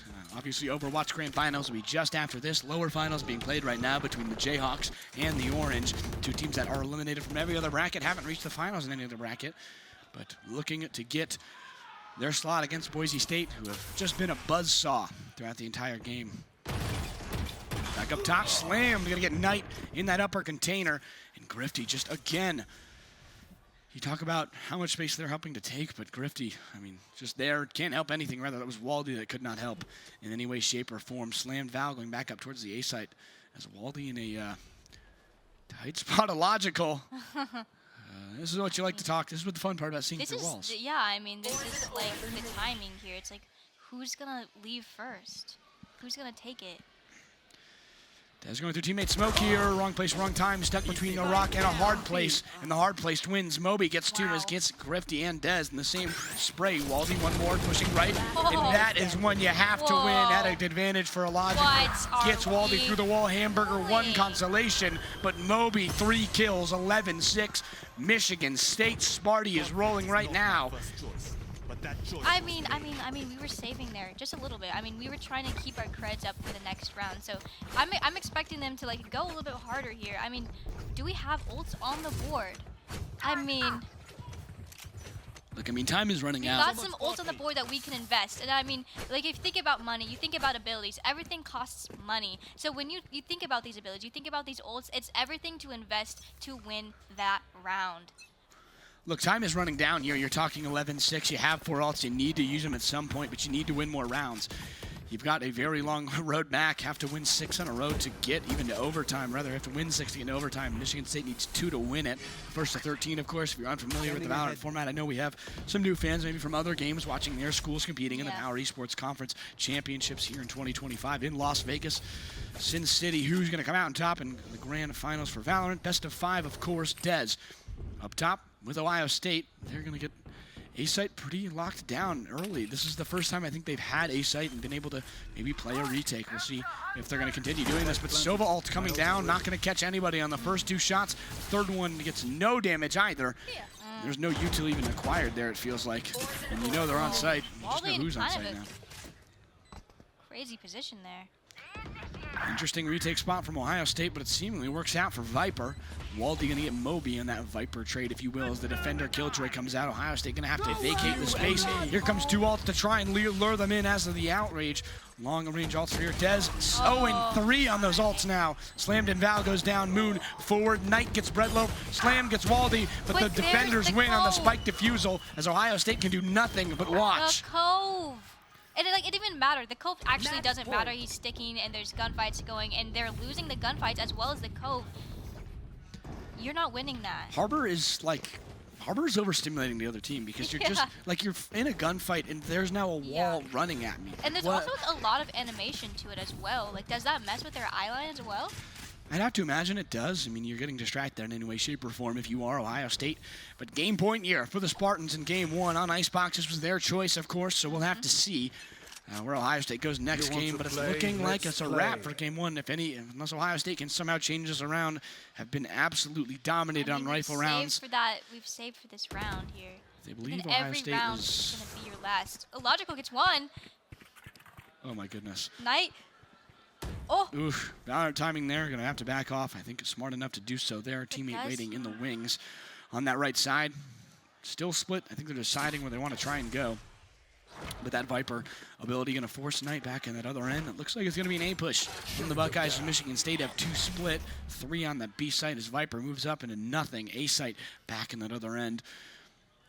So I mean, Michigan is really just holding it down here. And, like, one of the things is it's tempting to, like, go and try and take that space. Like, it's obvious they're not pushing the site right now, so it's like, maybe we can catch them or, like, do a flank, but you don't know if they're actually there. Ambush for Logical got caught by Knight up top. Breadloaf gets Dez up in the top side. One more, shot misses for one. Knight able to get one, not before Moonra gets one, though. Really tough situation as Waldy goes down. Grifty, though, able to get slammed, try and even this one up a little bit. Here comes Cove. Grifty gets Breadloaf, and that's finally even. Ohio State fighting back. You're down 6. Grifty gonna push together with Knight, who has that alt, that chamber op, obviously. The 3-gun from Valorant, from Riot Games. Back on that left side, Moonra pushing forward. Invest those ults. Knight has that right angle. Checking everything they can. Doesn't know there's one down there. Trademark triggers. Grifty gonna put down bomb. Doesn't get Killjoy. Munro has dominated all night and dominates here. Michigan State gonna take this one here. 3 in a row for Munro there as Ohio State falls 13-6. Wow. Really good game for Michigan State, who are now 1-0 in this grand final in the overall game. Best of 5, of course. If you're just tuning in, you've got plenty more Valorant action to go, but give me a little analysis there. What did you see from Michigan State that you really liked on that defensive side? I mean, they were really great. I like just winning those gunfights, those initial gunfights, because like even when you're like pushing main and you're just kind of peeking to figure out if people are on site, you're still at a disadvantage there because they're there already holding the angle. So every time you're like, hey, I'm gonna maybe push this site, it's dangerous. But they're doing dangerous things that they should not be allowed to do, but they can do it.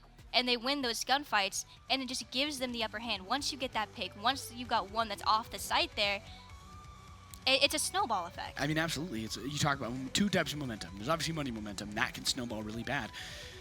But Ohio State had the right foot forward in both of the start of those halves. They were 4-0 on pistol rounds and 13-2 on rifle rounds. That is not a stat for success if you are reading at home and watching at home. I'm still holding out hope here because here's the thing, it's the morning, maybe we've played like 1 or 2 games, maybe our aim just hasn't warmed up yet. So maybe these fights that Michigan's winning and Ohio State has just been losing because they're like not winning them, like they're whiffing or it's just the timing. Maybe they're gonna warm up here and maybe they can turn the tide. Yeah, we talk, good harbor pun, we talk a lot about how just good Michigan State is, but I mean, you talk about early mornings, Michigan State may be more ready. They've played more lands than Ohio State, obviously has a team that is more, I guess, global, more national, if you will, as they never seem to leave any of these games like this Wire that has been plaguing me all weekend. If you've been watching, this Wire has actually been my #1 enemy, so we have to shout them out, I guess. But some other shout-outs of what we'd like to do here. Obviously, esports integration right here in Daktronics, very big sponsors, as well, of course, as Allied Gaming. I mean, we couldn't do it without them, truly, and we're so appreciative. Absolutely. We're only in the Sin City because of them. A lot of fun going on here down on the stage. They're going to recuperate, talk a little bit more to each other. But what can Michigan State do against Ohio State? One more in their own pick. Ohio State going to have the home field advantage, if you will, back in the shoe. It's obviously one of those maps that they're confident in. So it's like a new map, new me. I mean, that's how I feel like. It's like every map is another chance to turn the tide here. And it's like every map is a different strat. It's a different comp. It's always different. And then it's like, are we warming up? Are we ready to like truly like show our...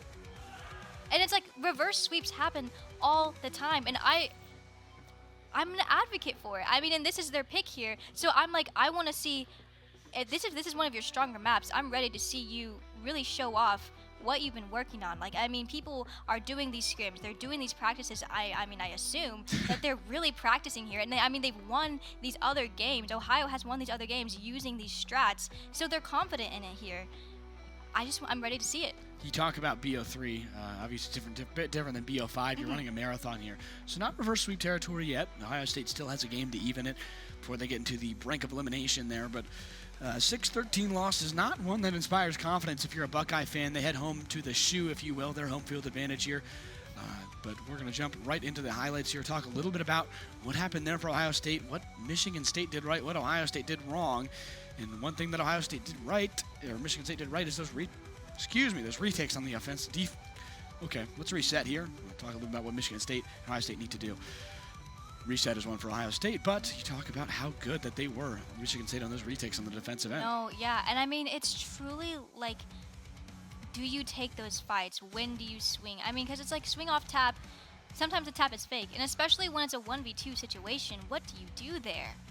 Absolutely, and you're seeing and it's all about like trying to right find there. those advantages. You're trying to do damage. Even if you lose those fights, the damage matters. Yeah, and it's about must-win fights, like right there, Waldy. That's a kill you have to get, and that kind of just it's a domino effect where it's a butterfly effect more. For As sure. if those quick fights that you lose, you go down in credits, you lose more and more.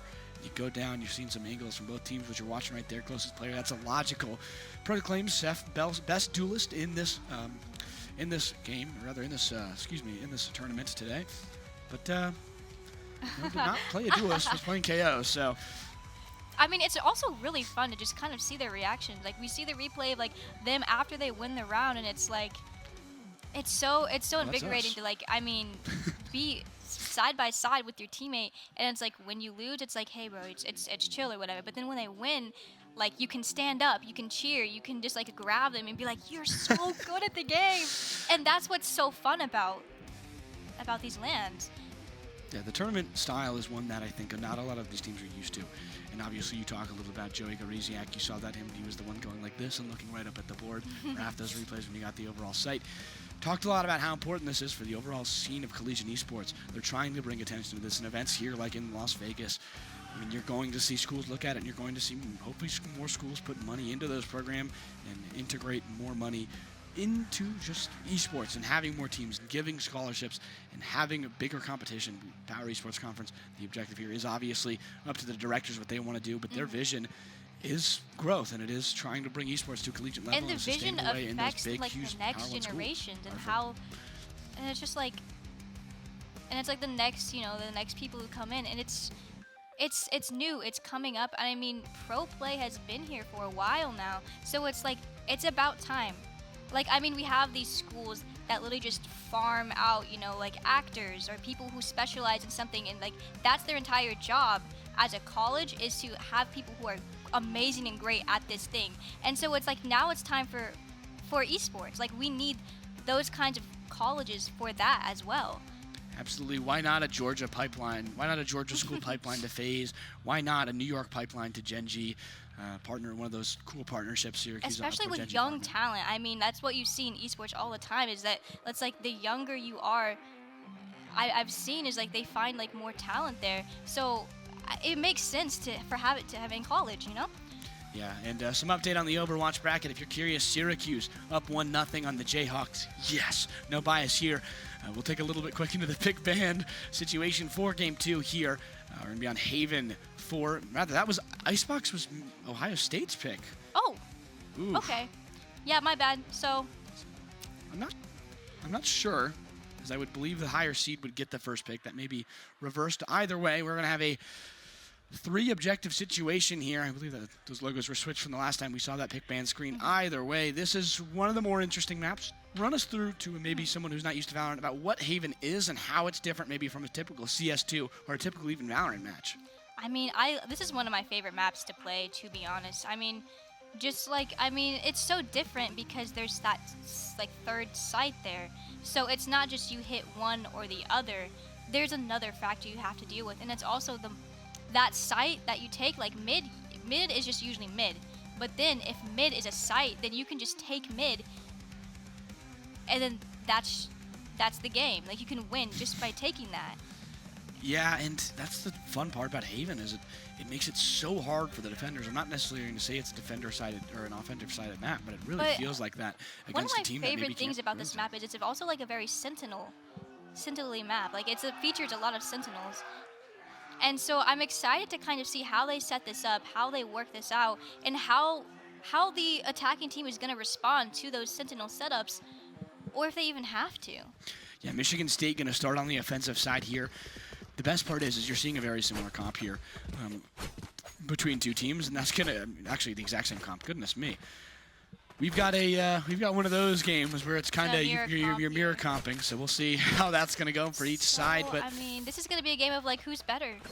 Let's see who can play Sova better. Let's see who can like really drop the Omen Smokes at the right times and like the right places. For Ohio State, I think I'd like being on defense first because then you know what you have to deal with at the end. And you have to make some daring plays on Haven, and that's what you're seeing right at mid for Ohio State. But Michigan State's gone a different angle. Tell me a little about these mirror comps rather in a moment after this game. We'll see on the right side. Very aggressive push from Michigan State. They are on site, and they are here. Have an opportunity to put down plant as Waldy gets TV slammed V on the other end. What? Ohio State up 5-4. They've yet to lose a pistol round or the round after pistol round as Dez nails Moby. We'd like to see this confidence, like to see things are heating this up. in They're other in games. danger here. They're taking that space. That is the most advantageous intel I've ever seen in my life. Try and get. I don't know if Hamburger knew they were there. everywhere. Hamburger headshot in the back of the It other teammate doesn't gets Red Lopez Knight and matter. Dez get 2. It's not enough. Michigan State go down in that first round again. 5-0 on those pistol rounds and the rounds after. Can Michigan State come back after this? But can Ohio State translate this into a rifle round? Can they keep themselves ahead? They went 2-0 at the start of each round. They have to do more here. They have to get better. Yeah, I mean, I don't know if you noticed, but I mean, with all those people alive, I mean, sight felt squishy. Like, it was like, where do we watch? Like, where are we going to be placed here? And then when they're coming from so many different angles, I mean, they did such a good job about, like, keeping them on their toes, taking all these different fights, because there's a way to find that timing. If you're fighting here and there's someone coming out from this other angle, it's a lot harder to cover that. So it's really just, it's keeping them on their toes here, because Standing ahead. to them, it's predictable, you know? Hamburger really aggressive, going to go down, but Dez aggressive as Spike well. down A. Gets 1 as a consolation. Breach goes down, but Jet able to get the Ohio State Jet. It's a 4-3 advantage, maybe 4-2 if unless Ohio State's going to be able to get out Damage here. there. Yeah, that's a really tough, another really tough start for Ohio State. But this is Michigan State.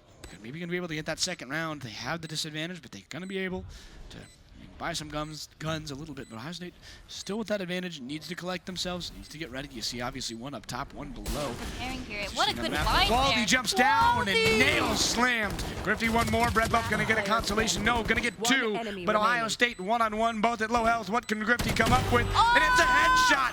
3 kills for Grifty in that second round as Ohio State Grifty! keeps that trend going in a defusal. Ohio State, you gotta love it if you're a Buckeye fan. Oh my gosh, I hello, mean, Omen. for me there, I mean, in my opinion, Grifty is the MVP there. I mean, did you see that blind? It was so great. And then the jump from Moby, I mean, wow. Absolutely. Run me through these comps a little bit because we talked a little about mirror comps at the beginning. Yeah. What does a mirror comp for those in the uninitiated in Valorant? Because we obviously have a lot of fans who are watching Valorant maybe for the first time, maybe just aren't familiar. What is a mirror comp? What does it kind of imply between two teams? So a mirror comp is, you know, when they all are playing they all have the same characters. And then it's like, these are the traditional characters for this map that are the most opportune, like they're the best for this map, they're conditioned. And then it's all about like just winning those rounds. Obviously they fit the best, and so each map is a puzzle piece, and Haven's a tough one. You have 3 points, obviously. You don't typically say Site C in any of these games here, but a lot of the time I'd refer to this game as basketball with a bomb. You have a bit more dangerous than regular basketball.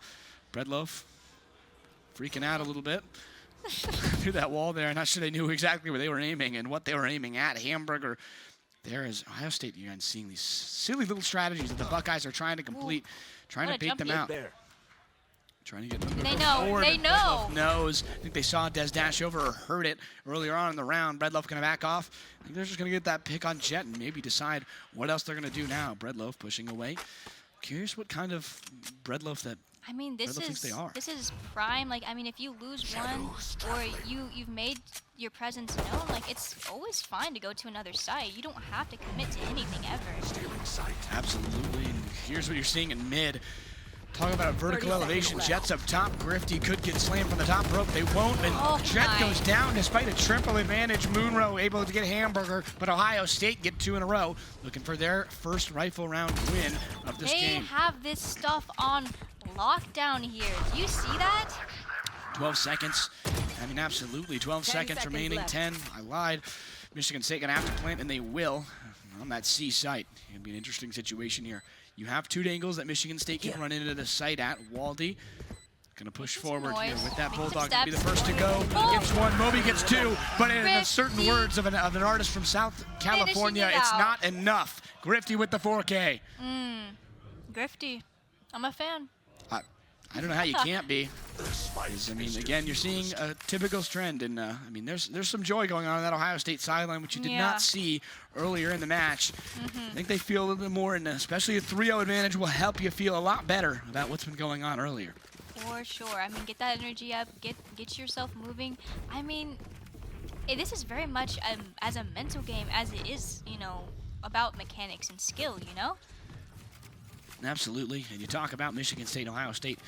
The paths they had to get here, Ohio State was obviously much more difficult. You're the 2 seed. You get a bye, you don't get a triple bye or a double bye, which Michigan State got. You only had to play 2 rounds of Valorant to get to this point. If you're Michigan State, 10-0 in the entire year, or rather 8-0 in the entire year with a differential of 12 positive rounds, have only lost 4 since the beginning of the spring season at that other end. But you got to imagine those Michigan State teams, they're always great, and you feel like you're playing the Patriots. Just look how good Grifty is. Nice. Des and Hamburger. What a spam. Ohio State in complete control here. They are driving this car in every way, shape, or the form. Michigan State, 3 players now, and a 5-3 advantage for Ohio State. I mean, wow, they're just like really holding those sights down. I mean, they're winning their gunfights. This is what I'm talking about. It's like that's what I want to see from Ohio State. It's just, you know, really locking in when you're really needed. This like taking those fights at the right time. And I mean, you saw on B-side earlier, Grifty saw someone that he could have shot, but he smoked instead and he waited for his team. And like that's the thing is like he could have taken that fight and he would have had being instantly traded, but he waited. Ohio State got really unlucky and also really just did not shoot well.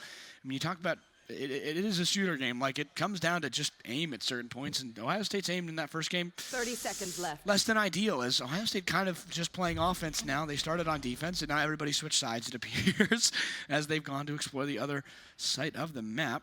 Michigan State like in a that little back end now. adventure. They're going to get on A, and this is sometimes what happens when nobody sees each other. You start walking, and then it just goes wrong. Beautiful presentation in this arena. The entire arena goes red when that spike gets planted, and you got to love it. Spike is down. Forward, Nobi. It gets your blood pumping too. It's a lot of fun here in the HyperX Arena. So what another a- big thank you for hosting us. But Breadlow, Stun. that back end, Moby top down. That's a wrestling still move. in it, He's taking though. one, but 3 in a row for Ohio State and Michigan State. Pulverized in that re-end. Goodness me, they just could do nothing there. I mean, wow, what a great post-plant situation that they held down. And they're winning, and they're playing off of each other. I mean, you have to calm exactly what you want to do there. You can't just not talk about it and just watch an angle. You have to be specific. What are you doing? Where do you think they're going to be? Or, like, and then the util use. I mean, and we're going to time out now. We're going to take, like, a second. We're going to take a breather. Yeah, Michigan State needs to put it together here. Grifty dominating that Michigan State side. No kills last round, but 7-1 right now. We get that timeout active. Michigan State really needs to collect themselves at this point. You're down 4-0, and Ohio State, goodness me, Brutus would be proud. Boys, as they are rolling right now, and you see that Ohio State on that left side, coach walking around. That is Matt, or Kame, on the username. Founded this program, or founded this team when Valorant came out. We talked about that earlier. He's been that coach since they graduated in 2022. You gotta love dedication. Gotta love the people in this arena. A lot of STEM majors and a lot of great people who have been in this space for a long time, and you simply love to see that. No, yeah, and it's such like a comfortable space because everybody here loves the games. They love being here. And you don't have to hide it. Like, you can cheer for the team. You can really just intently watch the game, and everybody's watching it with you. And the bleachers got brought out today, so we have some individuals I'm seeing doing homework, which is completely reasonable. But just a lot of people in the bleachers. We have like a full stand of people, a full bleacher. What am I thinking? The stands, yes, it's like a stands. But a lot of people in there, a lot of support for either side. Get a shot of that later. That'd be beautiful to the broad team. who I do Michigan know how to at a talk back to. disadvantage here, but they're still working as a team. What a push here. Desmond about to be in a very sticky situation if they peek at the wrong time. Grifty Hello. knows there's 5. Not going to get aggressive there, but Des will. With the They'll get deagle. punished for it. Slam there. That's a great deagle shot. Sova, Wow. ooh, they got two, Oh. but Knight able to bring it back. What? One more, Grifty, one more in the What? ambush. Stays on. What a great wait from Grifty. Standing in the other end, waiting for them to walk by, and Michigan State never turned around as Moby goes Oh down. my Michigan State, 4 gosh. attack defenders left, 5-0 Buckeyes.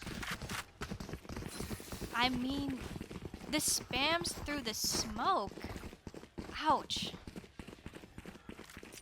I mean, That you sucks. can't even. That sucks. The Michigan State team is rolling right now. We talk about those 2 times of momentum.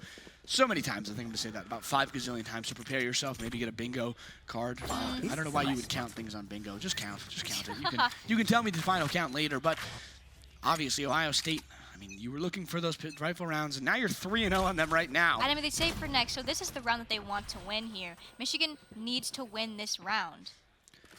Not sure what their buy situation is Hamburger. Shock dart down low. I believe Michigan State would have to jump into not a thrifty here. Oh, hello. Right? Hamburger On off the the side, we wall. know. And that's the wrong place, wrong time. Figured very right.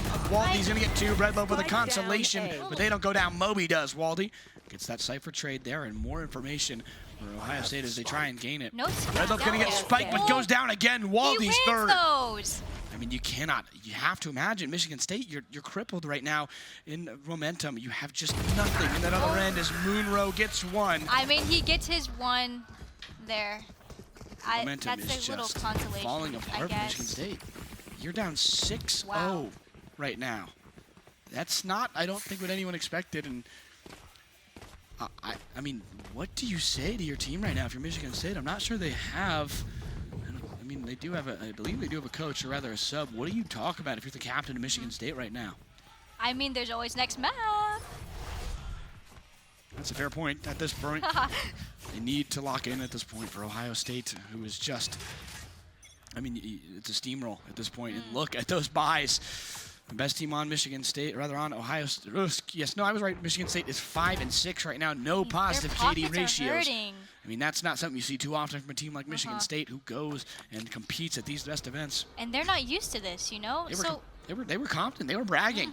They were bragging earlier about this, and Easy dubs, what? the team game, and Okay. you all had to participate. 5 Looks HP like nobody there though. for- Hello? Oh, Oof. still alive. Yeah, Ohio State, that's exactly what you don't want to see on a thrifty round. Very good start for Michigan State. And I mean, we talk about this being a team game. Michigan State has not showed up for each other. And so far this point, that's the first time I've seen it. Here comes an ult. They've been holding out for this. They need just 1. Only going to take just 1 to really get them back into this with rifles. Gonna get some revealed, some intel. Moby. Oh, waiting for man. Cypher Trap. It's time. More cheering for Overwatch that you're hearing. Waldy forward through a bunch of traps. Gonna get 1 with the help. They had no Waldy. help. Moby and slammed. Oh. Gonna get 2. There's 1 left for Ohio State. Can they pull it together? Knight with 16 HP. Maybe should just save here as Michigan State looks for their first round win. Yeah. Knight coming down low, looking to the right side. Who can they get? Oh. Nobody. As Sova knocks him down, and a thrifty win for Michigan State for their first round of the game. And that is what they needed. That's the one they needed there. I mean, and this is the thing, is that like as many rounds that you lose, you can always bring it back, and you just need the proof, and you need the money that you can get those rounds.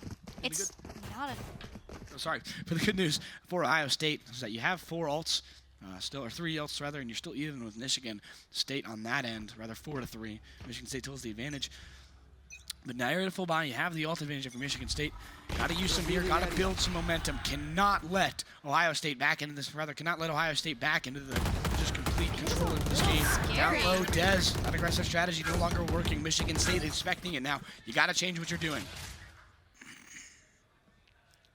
I mean, yeah, I mean, the defense is becoming a little bit predictable here. And now it's, how do we switch it up?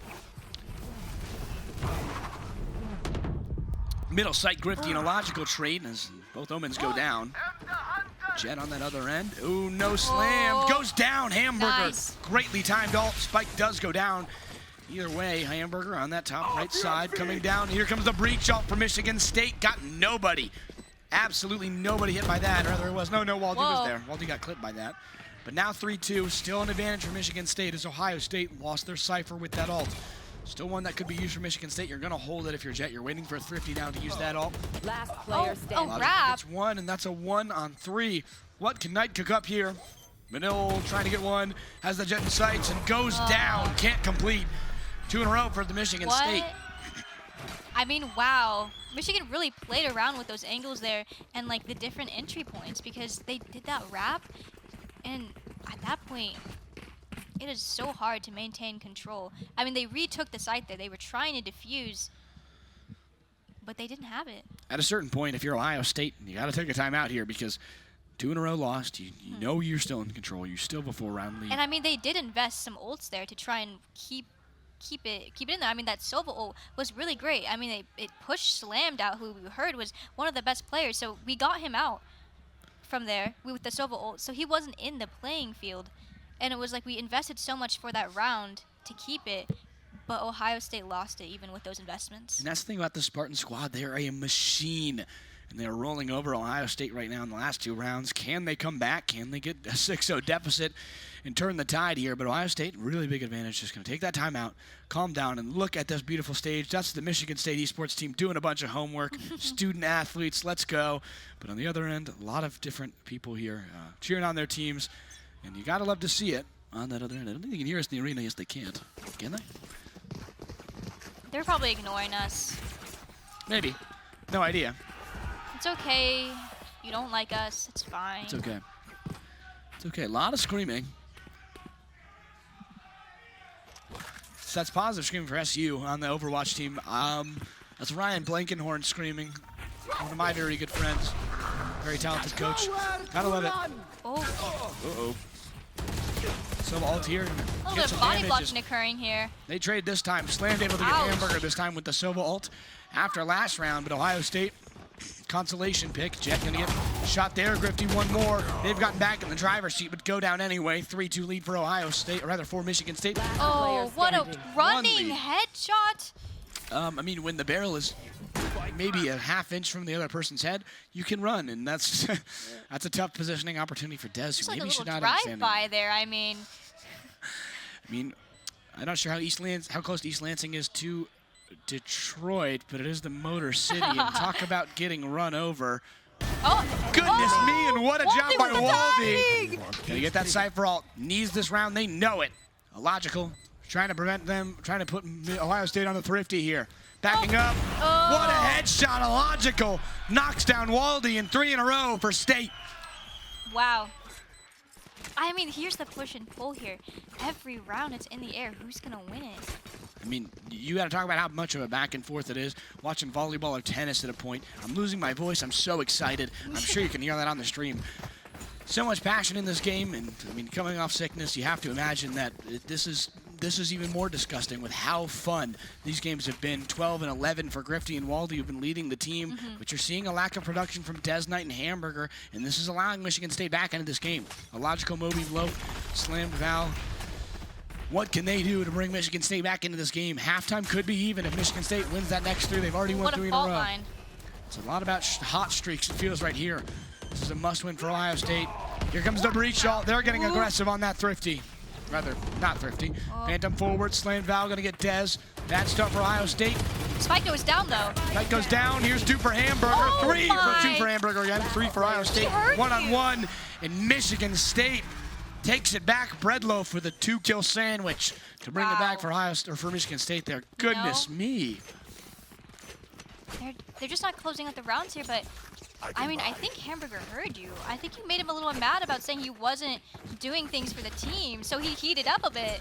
Hamburger producing, obviously, finally. Now, I think if you're a Michigan State fan, a computer science major, so, you know, spends a lot of that time around computers, have to imagine.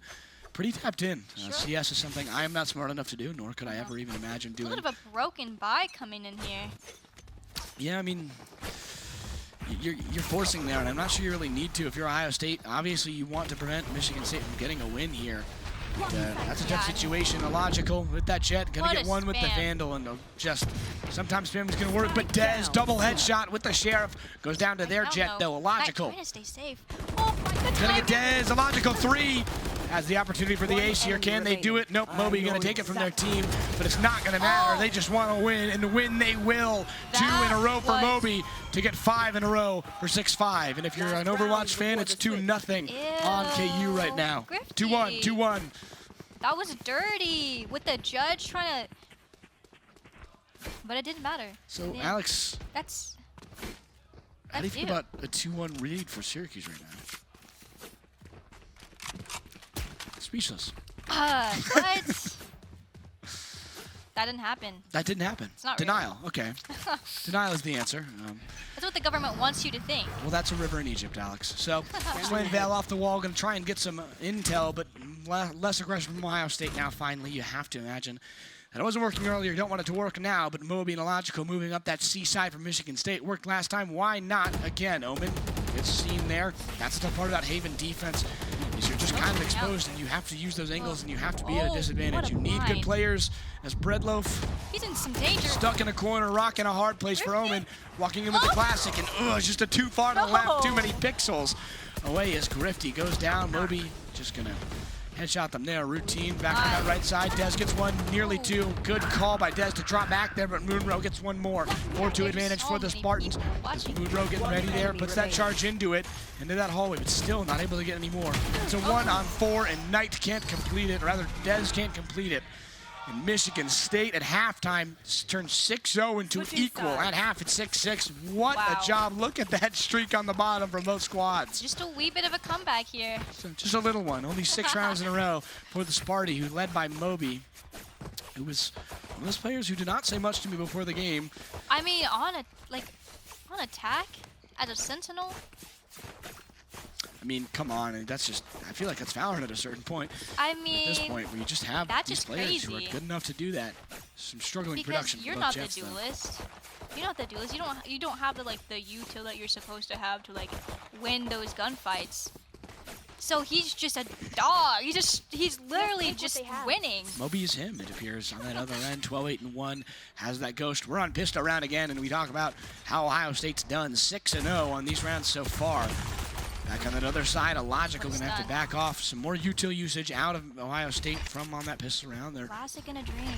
They know that is true. There's a lot of dreams for Ohio State. When you're down 1-0, you want to get even on this. Down 2-0, it puts you in a way worse situation because they only win 3 in a row, and you do not want to do that. What do we do now? Caught by that shock arrow, nearly killed it. They were a little too close to it there. Nearly a direct shot. Breadloaf spamming through the smoke. Can't even hit anyone. That's unlucky. Goes down. Illogical with that share. Been good all night, but goes down again. Moby gets to Knight one more. Slammed one more, and it's a 1-on-1 to end it. What can they do? Knight goes down as Slam with the headshot. 7 in a row for the Spartans. They think they're the cheers are here and right there, by the way. Our Spartans cheers, green and white. Green and white. It's been all green and white this game. What a comeback. How do you even facilitate that? What is the mental that needs to go into that, Alex? I mean, here's the thing is, we know Michigan State has a really great offense. So we wanted to hold off as many rounds as possible here. And it's a bad start for Ohio State, obviously, because you're 6-0 on pistol rounds. You walk into that, you should be at the advantage, and you just can't do it. You cannot pull out a win, unfortunately. And with a sentinel like Michigan has here that was already fragging, and now he's in his, comfortable role, is he going to be oppressive here? He's going to do a split push here. They're all going to run up through mid. Haven here. Here we go. Don't see this too often. The Ares. God of War namesake pushing left. A bit of a Radiant Buddy Flex. They're okay. Here we go. Oh! Whoa, that's 2 for the Ares. Don't hear that too often. That's 3. Going through the wall with 15 shots. And that's 4 for a Michigan State in a row. Breadloaf gets 3 with Moonrow helping there at the end. Are you kidding? That was a buzzsaw. Ohio State just got put on the chopping block and put into a million pieces. With an Ares. Wow. Goodness, we're watching a replay here. Breadloaf just turned them into mush. That's applesauce from Ohio State. Not sure if you can turn a Buckeye into any sort of sauce, like a fruit, but 5 seconds left, and Ohio State, what do you do now? What are you telling your players if you're the coach of Ohio State when you're down 8-6 after being up 6-0? No, yeah. I mean, I'm the kind of person that's like, oh, I mean, there's always next round. It doesn't matter. I mean, that same mentality that's gone in for Michigan State has slammed nails Dez. Oh, and we've got an op in the hands of Illogical who does win a lot of good fights here. On round 3, goodness. Oh. Aggressive defense for Michigan State, working well. That Guardian in the hands of Slammed again, doing very well. Knight evens it, though. Very 2 quick kills. Yeah, Knight clean up Ohio crew. State. He just took out the mop a little bit. We're even, 3-3. Cleaning up for Columbus there, back forward. Knight going to rotate with the rest of the squad. Michigan State, I mean, dominance. You're still at equal teams, same characters left on both sides, but I mean, obviously some skill level differentiating there as you talk about just how good this cipher for Michigan State has been. Waldy dominating, but we'll have to see Michigan State pushing forward into B site here. What can they do at mid? And they're so quiet about it too. But do they commit here, or do they surprise someone on another site? Someone heard, Cypher should have heard smoke there, but he's currently on camera waiting. They're going to walk off B. Should have planted there, I think. That would have been a really good opportunity. I love that. But Ooh. it's not going to matter. A little bit of timing. Was he just sitting on cam there? We didn't see that fight. I don't know. I mean, maybe that too much timing. of a screenager. Stuck on the phone right there. Mom was right. It is that dang phone. Breadloaf going to get one more. More Omen domination. Or Aaron domination, excuse me. I mean, you're expecting an Odin with how good Breadloaf's been playing with it. Full shield. What can Breadloaf make out of this one? Waldy tosses forward, trying to keep keep Michigan State off of it. Stunned there, still waiting. Waldy against the wall. Can do nothing but watch. The Aries. Not enough. Waldy gets one. Moonrow gets 2, though, and that's 9 in a row. Triple Yahtzee, 3 of a kind for Michigan State. Wow. Goodness me. I mean, what do you even do at Ohio State? At this point, we're telling the crackhead Aries guy to go in and just spray the bullets, and then Moonrow cleans up the mess. Yeah. Just go in, do damage, and then I can pick it up from there, you know?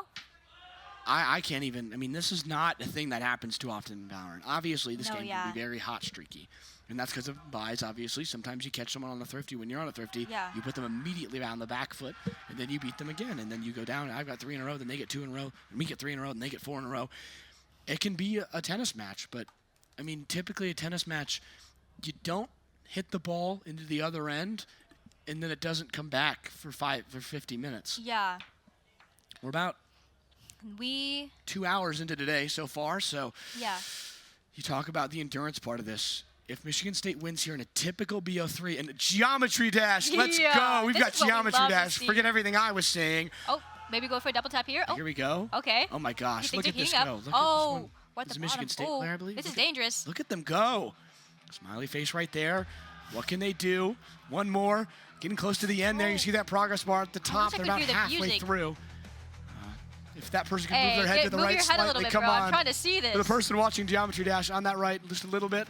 Hey, just look at the screen, bro. Oh, no. Oh, no. Cracked under pressure, unfortunately, as we jump back into this one. Ohio State and Michigan State obviously still tied, and that's the fun part of Outlands, I tell you what. Concussion. Double fault line. Whoa. Moonrow. Goodness me. That was an interesting util usage to do. Oh no, Waldy.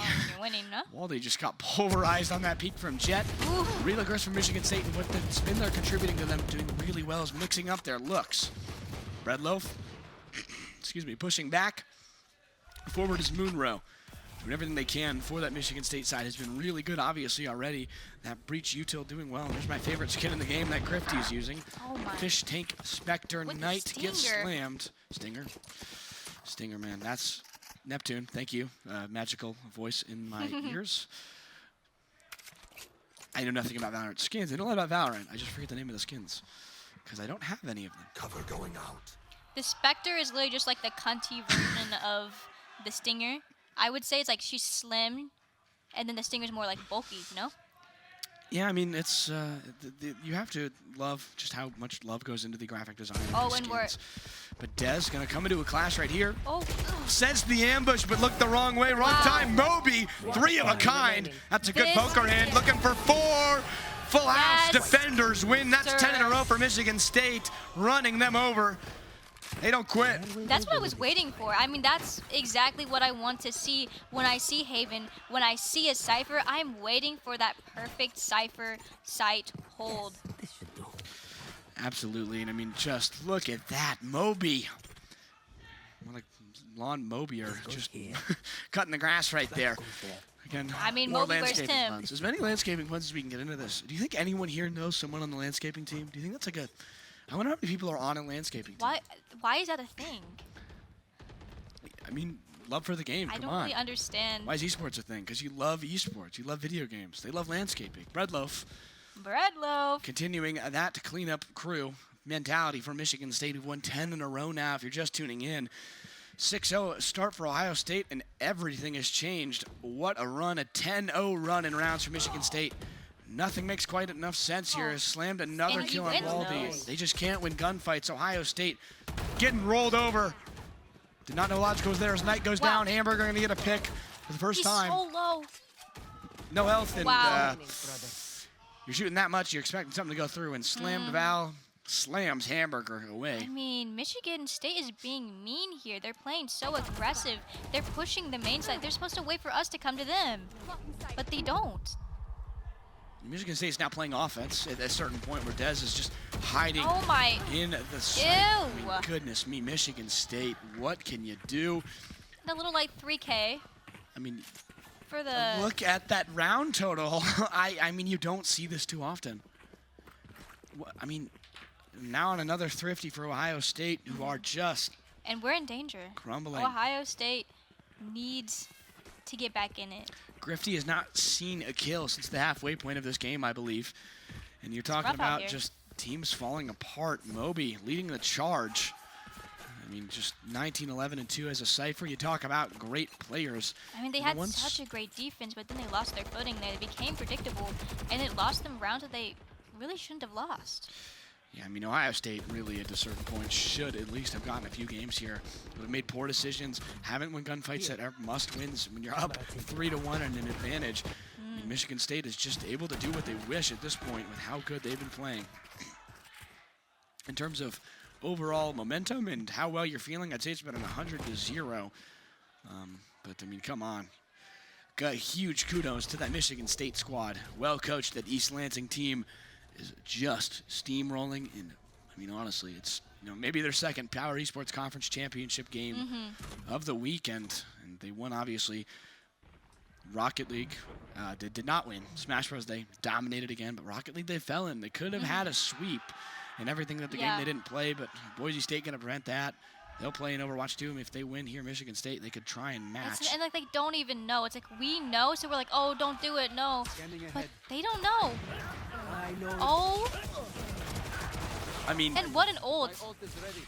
just put into, just put through the 6 ringer there. HP That's in a dream. 3 in a row for Michigan State, or for Ohio State, who have finally found maybe some good luck here. Should have We grabbed found the we found a Vandal. gun. That's not a deagle. I mean, that's big ups. That's a That's an upgrade. big Bulldog moment here, and we'll see And- this interesting strategy. We talked about how good Ohio State was at range, and they have yet to plant on. See, they finally have. This should be an advantage for them. I mean, yeah, Michigan does not have their smokes player. This is gonna be rough for them to be able to stick this spike.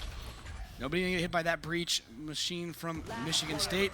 Knight goes down to the Knight gets one with the op. Oh, Fighting his Moon Road, Almost. trying to get rid of the A op. lot of damage Has to coming out. defuse, peeking, goes down to Hamburger. Okay. And just like In and Out last night that I had for the first time, a delicious yeah. cook-up from Ohio State to finally bring themselves back.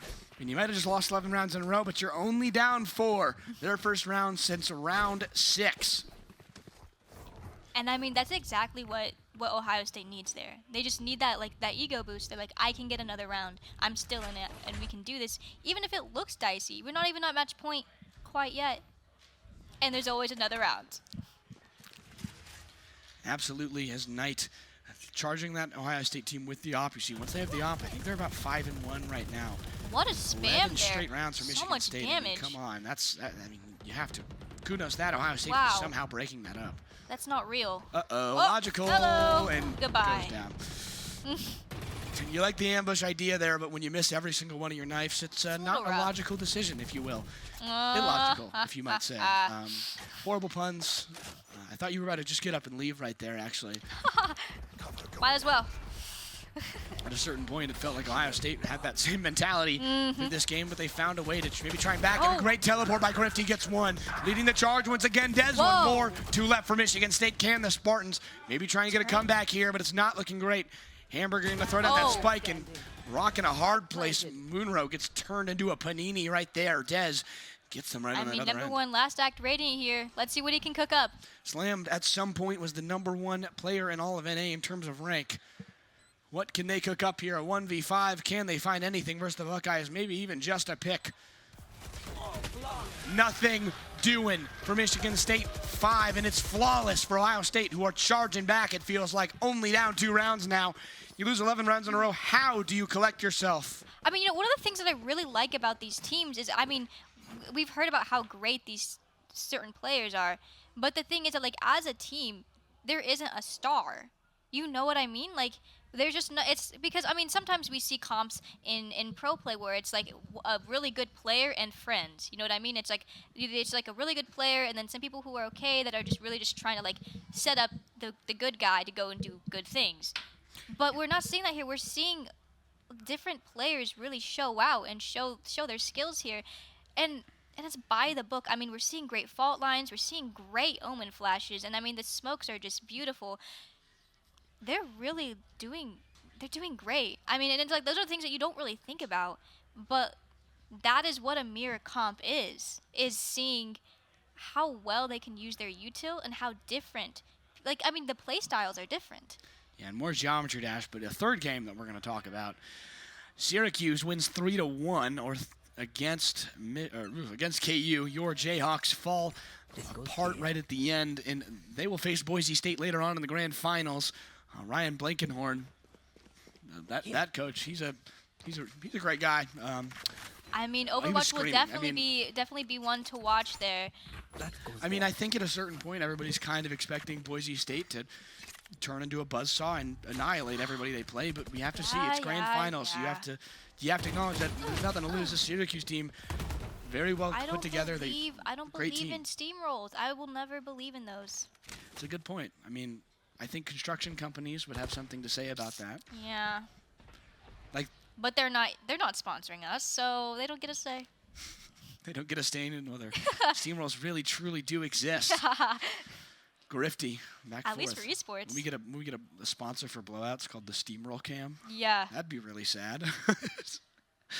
Michigan State still up 3 another round there. It's like we're poking and prodding, we're finding,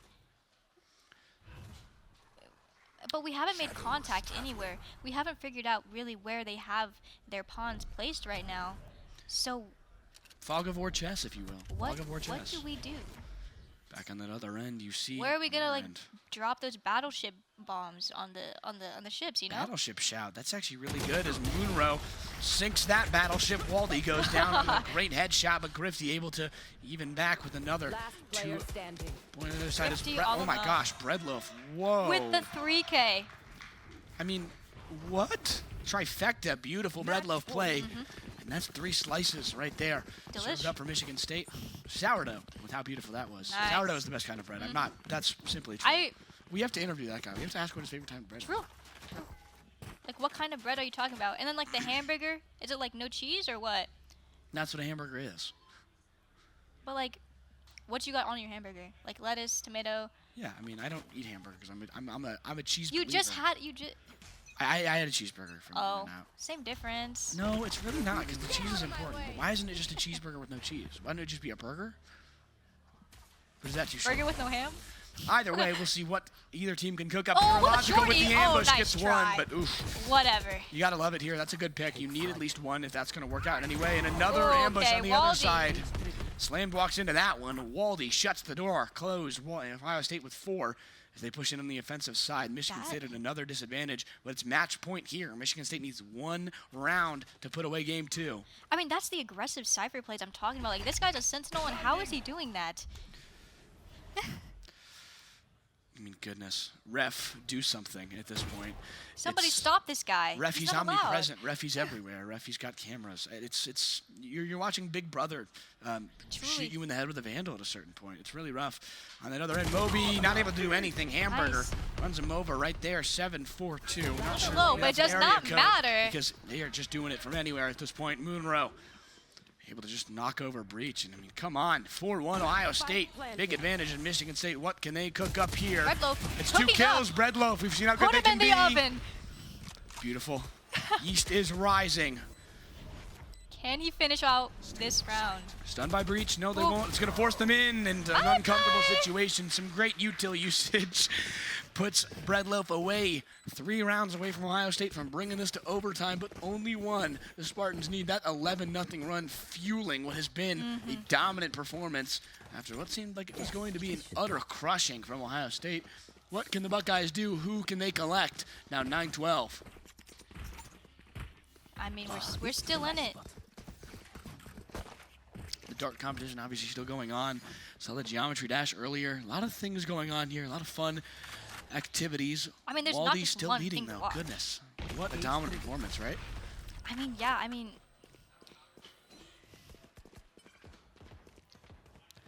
on board with them pushing. That's a sim racing phrase. I hear people say that like playing Sentinel is boring, but I mean, seeing from Waldy here, he's keeping it interesting here. Wow, a lot of util coming out.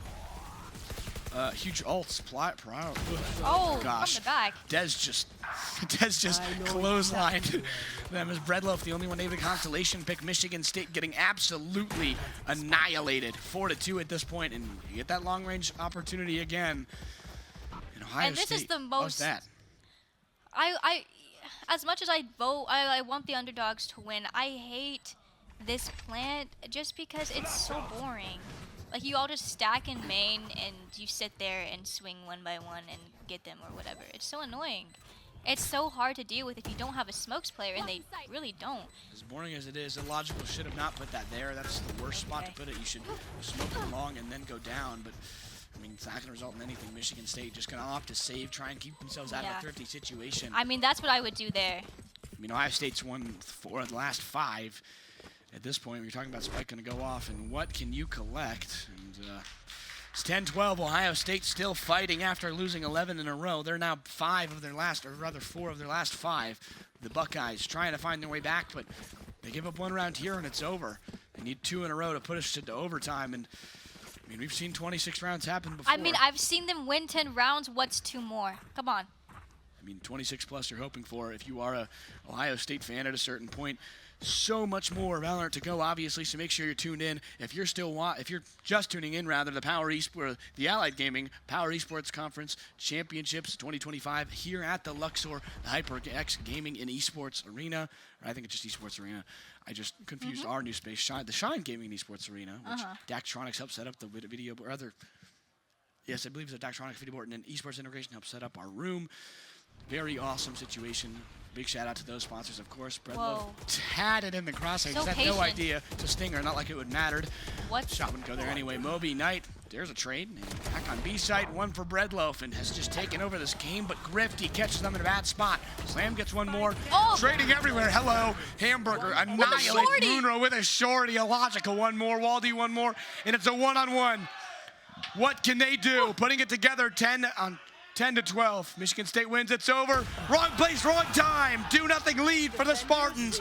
What a shot. No what a way. kill. And Michigan State are up 2-0. Wow. What a finisher there. I mean, that is rough in every sense of the word. Obviously, I believe it's a best of 5 still, so still more round to go. Need 13 more rounds if you're Michigan State to try and put it together there. But this is very, very rough for Ohio State. You're down 2-0. What can you put together? Really good job, though, from 23-17. I mean, we saw some great stuff from Ohio State, though. Like, this is not a team that's just not able to play the game. They're in it. They're doing great stuff. They're getting frags. They're working together. They're using util to the best of their ability. And some confirmation on it being BO5, because I've heard 2 different things today. The entire Michigan State team is off the podium. I'm not sure if they're huddling. Oh, they are huddling. Never mind, it is BO5. Worry not, folks. We have more Valorant in store for you. It's 12 8:44 p.m. here. And my tummy is rumbling because it's noon time. I'm starving for more Valorant, I have to tell you that. Oh, okay. 2-0 lead for Michigan State. They're doing excellent, of course. Ohio State, a 6-0 run led to an 11-0 Michigan State run that finally turned down to 5-2. And really tough, really, really tough. Yeah, I mean, I can't imagine how Ohio State feels because they're working hard and they're getting good rounds in there. But that doesn't win the match, does it? No, you talk about that 11-0 run was just the fuel there. 5 of their last 2 rounds for Ohio State, but I mean, you lost that last 1v1, and that's Valorant timing for you. I mean, you lost just on luck at a certain point. It's gross. It's not fair. You're praying for the other person's neurons to fire in a way that does not result in them looking at you when you are not looking. No, exactly. It's like which angle are you watching? And there's so many different angles. You just hope that they're not watching the angle that you're on. Yeah, and you talk about just how these teams have played all year. Ohio State found their way back into that 2 seed. Such a good out program, such a good team. Have 2-0 and 2-1. So many teams found the way in overtime sections. But we're going to take a quick break here. I've got more Valorant action coming to you in the Allied Gaming Power Esports Conference Championships 2025 here in Las Vegas. More Valorant action coming your way soon. We'll be right back.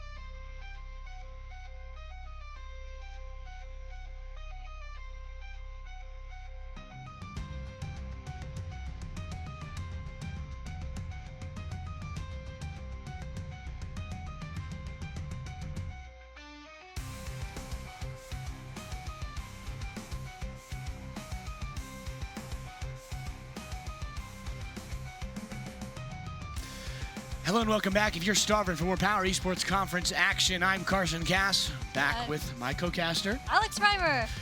We've got hopefully a lot more Power Esports Conference Valorant action for you. We're in the grand finals, of course. If you're just tuning in, it's 2-0 Michigan State over Ohio State. But it's not over till it's over. It's fair. Underdog rooter here. KU just fell 3-1 to Syracuse. Let that one sink in. Rub the salt in the wound. Yeah. Salt City, of course. They'll move on to play Boise State in the grand finals later after, I believe, awards. Don't quote me on that. If you do, post it on Twitter and make fun of me. Either way, my Twitter's Carson_.Cass, so make sure you follow me there for more broadcasting action, I suppose. But a lot of fun.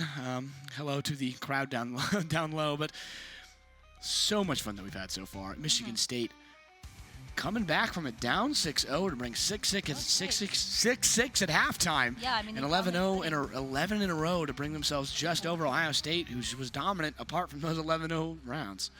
I mean, wow. I mean, that's like, that also shows like really great mental there. If you're down 6 rounds, and it feels so bad because every time you look at your economy, you can't buy a gun, and every time that you don't have like a good gun or you can't buy util, it feels like it's just like so much harder to get those rounds. And if you don't get the rounds, it's rough. But they brought it back, and I commend them for that. Like, absolutely, it's really great to see. With the way Ohio State has aimed, to put it in the words of a certain musician from South California, it's just not enough. And it's really rough at a certain point with Michigan State is dominating them in every sense of the word, because Ohio State sometimes just can't hit those shots. They have the right angles. They have advantages. They're honestly playing like the smarter team right here. And then there comes the debate, is this a gunplay game? Is it At its very core, Is it tactical FPS or? At its very core, Valorant is aiming. It's all it is. It's all aiming. As you see me in the back. Hello, camera. Valorant is all an aiming game, and you have to hit your headshots. You're not going to ever win a game if you are not hitting your shots, and this is a very good example of it. Ohio State. I mean, especially like in competitive, like the higher tier you get. I mean, in like VCT, I mean, if you whiff, I mean, it's not about whiffing anymore, is it? So that is, I mean, I think that's the difference between collegiate and pro play. It's just the guns, I mean, being able to hit those shots. You get to a certain point, it's no longer a gunplay game, and you talk about, boy, something smells delicious. They're cooking something down there, and we'll see if Ohio State can cook something else up to try and bring themselves down from 2-0. You talk about reverse sweep territory.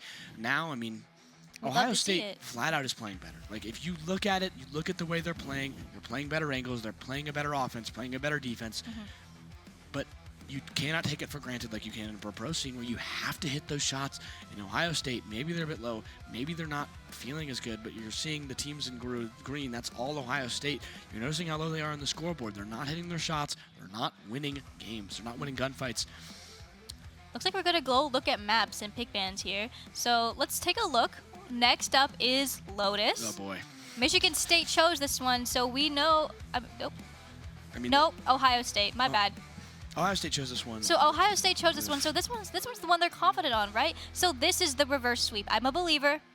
And I mean, they chose this map. They're on defense. They know how Michigan likes to attack now.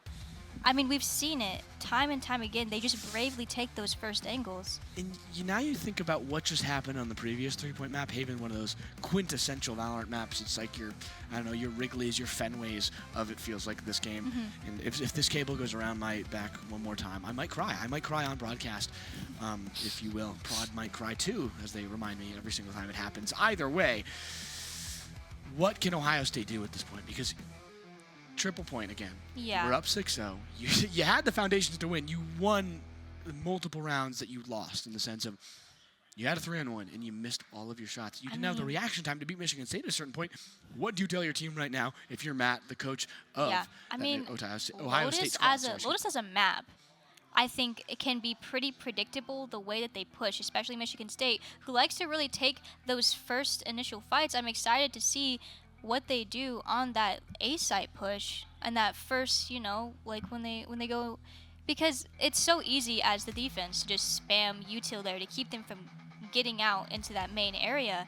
And I know that Michigan would love to fight for that. I know that they could just take that if they play Jet, which I assume they will play Jet, just to like really dash in there and get active.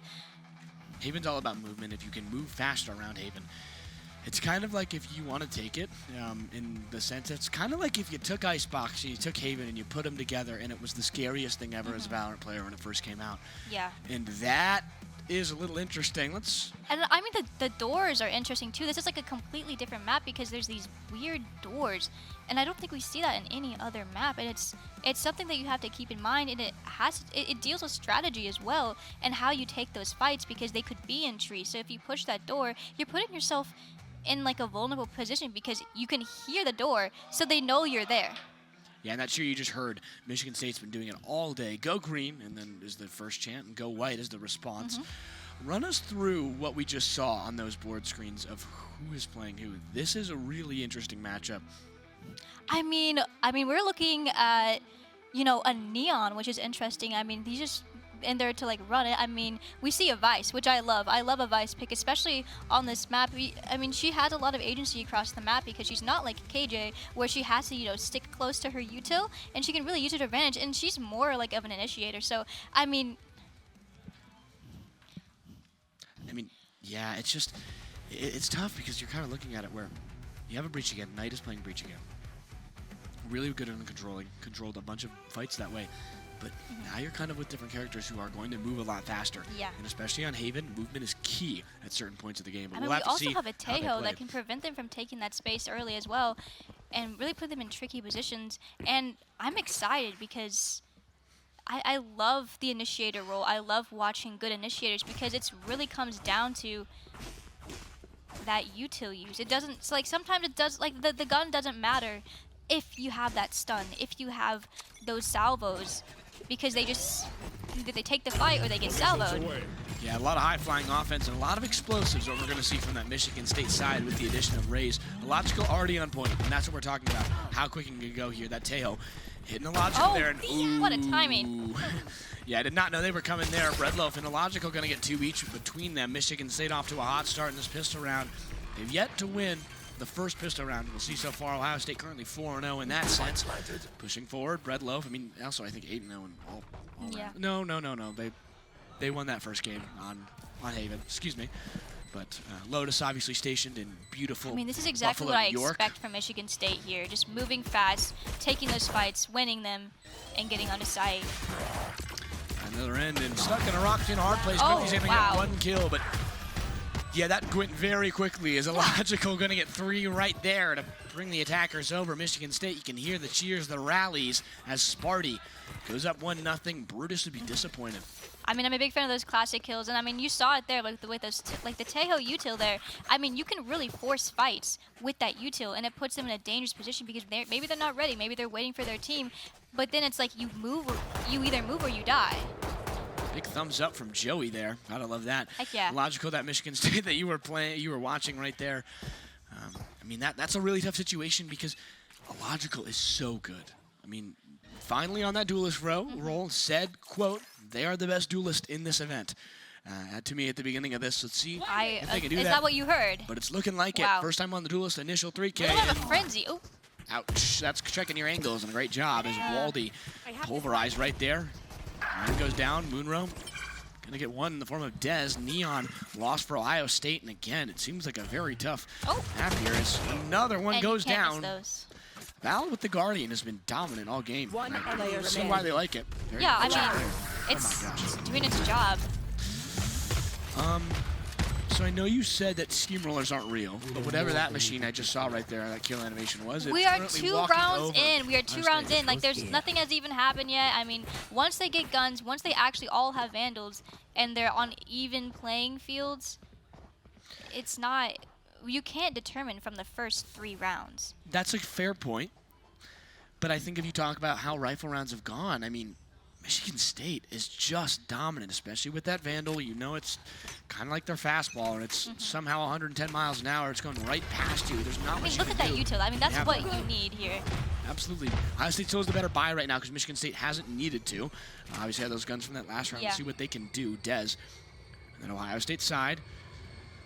Good defense initially, prevented a very aggressive Michigan State push, which has Poking been and working all prodding. game. But those guns could help them out in a major way. Val pushing onto sight with that Guardian. I mean, I think pushing is actually a loose word there. Standing, waiting. Poking, prodding, kind of trying to find gaps, and Moonrow just annihilates Knight right there. Another walking bad in. start for Ohio State. First pick, first Upgrade. blood. Again, there on that other side. Here for Michigan State. We're still on the lower vibe. That's 2 for Michigan State again. Neon on the hunt. What? Oh my gosh. Just Is the stun clotheslined. real? Just clotheslined. Moonrow just, I mean, that was like a melee. I mean, jeez. Just ran right into it there, unfortunately. That was a bit too quick and a bit too advantageous for the Ohio State side. 4-on-1 Ohio State. What can they put together here? You see that red spike presentation. I mean, you have to highlight how fun that is and how nice this facility is. Absolute blessing to be here. I mean, if I'm Grifty, I'm saving my gun, you know? And that's what you're seeing right now. If you look in the top left of your screen, in that radar, not a Michigan State player I mean, they're technically bordering states, but you'd have to imagine right now, one's in Michigan, the other one's all the way in Hawaii at a certain point with how far they are. And, I mean, that's what a save is at a certain point, right? I mean, and like every gun costs money, so if you can save it, and I mean, they're bonusing. Every gun that you can keep and use for the next round means more money for later and more resources for later. Yeah, and maybe this is the 8th time I'm saying it, but money momentum obviously super important. Things can snowball out of control really quickly because if we take a look at Ohio State's buys right now, I mean, that's not going to sustain itself very quickly. They pulled out last time. I believe they're going to have to be on thrifty here. If it's not this round, if they lose the next one, they will. But it's just tough. Moonrow not able to do much of anything there. And you see just, I mean, Moonrow doing much of everything. I apologize is what I meant to say there. and I mean, just already has 2 ults on the side of Michigan State on round 3. It tells you a lot about how this is going as Ohio State needs to put it together here on that defensive end. It's hard on a 3-point map, but they're going to need to find a way. They move to that C site, and if you take a quick look at C site, you're going to notice there's literally no one there on the Ohio State side. I mean, what a gamble there. And now, I mean, we're working as a team, which I love here. It's Vegas. Backside Moonrow pushing forward with the rest of the Michigan State squad. They're all going to have to move into the same 2 doors. Dez, ooh. That was very close, Teo, rather.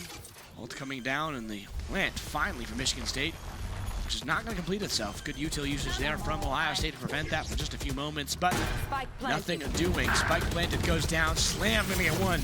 Neon falls, pushing forward. Illogical watching that angle, can't do much of anything down at Seawater. No. Shots out, and Illogical, bang! That's 2, a double, a triple. As 1 more goes down. Waldy is still alive. That's a double kill. What can they pull out here? Shot comes up as they try and pick up the gun. Moby. That's bad timing. Oh. Like, Waldy is low-key tough with it. The way he shoots that dig is so tough. Aura farming, if you will, as Moonrow. Big provider right there. Thank you in chat from Waldy, who can, I think, hear part of it on the other side. Not watching the stream because that would be cheating. Moonrow on the other end, down low, has just been excellent. Gotta love those knife skins too. I mean, Yeah. beautiful glaive right we there. we have this Vise ult here, and that's a really great way to take a site because they can't. I mean, unless they're crazy with the classic, which we have seen.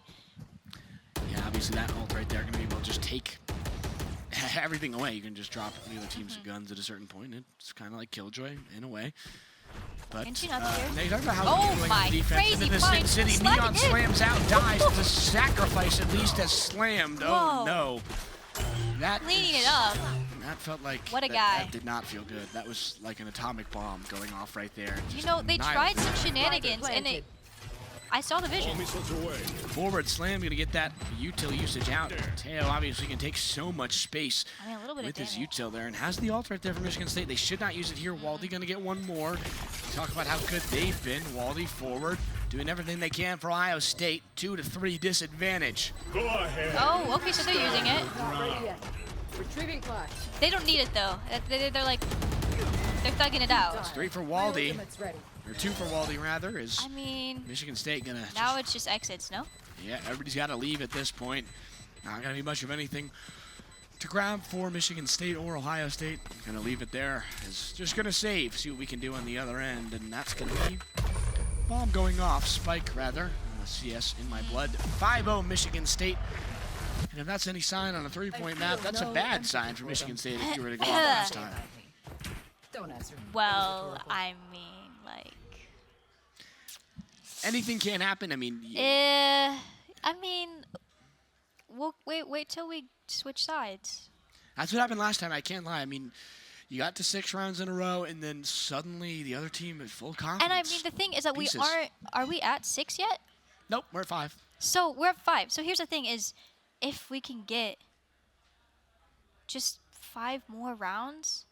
It does sound a little bit like Cope at this point, I'm going to be honest. No, like we're still in it, though. Like, because if you get it's like every round counts. So, as many rounds as you can take from them, you switch the sides, we switch it up, and then it's like, then it's the climb. Then it's like, okay, as many rounds have I taken here, even if I'm down, then it's like, okay, this is how far I need to climb up here. And now we've got 2 people playing Geometry Dash. I know, Absolutely legendary. yeah. I believe that's Dice from Oh, he the looked up. side. So much Geometry Dash going on being played. Gotta love it. Is Valorant boring you? Now we wait. Geometry Dash certainly Whatever. is slowly pushing forward, doing a little setup as they move out towards that other side. Ohio State again. Gotta put it together. Really gotta put it together as this round starts here. What do you say to your players, Coach Alex? Lock in. That's 2 words is maybe enough. There's Ohio State. I'm not sure what you can say at this point. You went down 6-0. You can go, I'm going to do what they did last time. Win 11 in a row. Good pick from Knight to get slammed, but Breadloaf going to get Dez on that other side right there. No kills from Dez. That was a really good start. Average combat score of 318 and has not showed it right here. The defensive prowess from Ohio State, or from Michigan State, just shining as Dez can't get much of anything. I mean, I wrote for this Ohio State team that their ceiling was 2nd place. I wasn't sure that this team could put it together, but, I mean, they've done it here. I mean, they're still in this one, and down 2-0. What can the Buckeyes cook up here? But don't want to meet expectations is what they're at right now.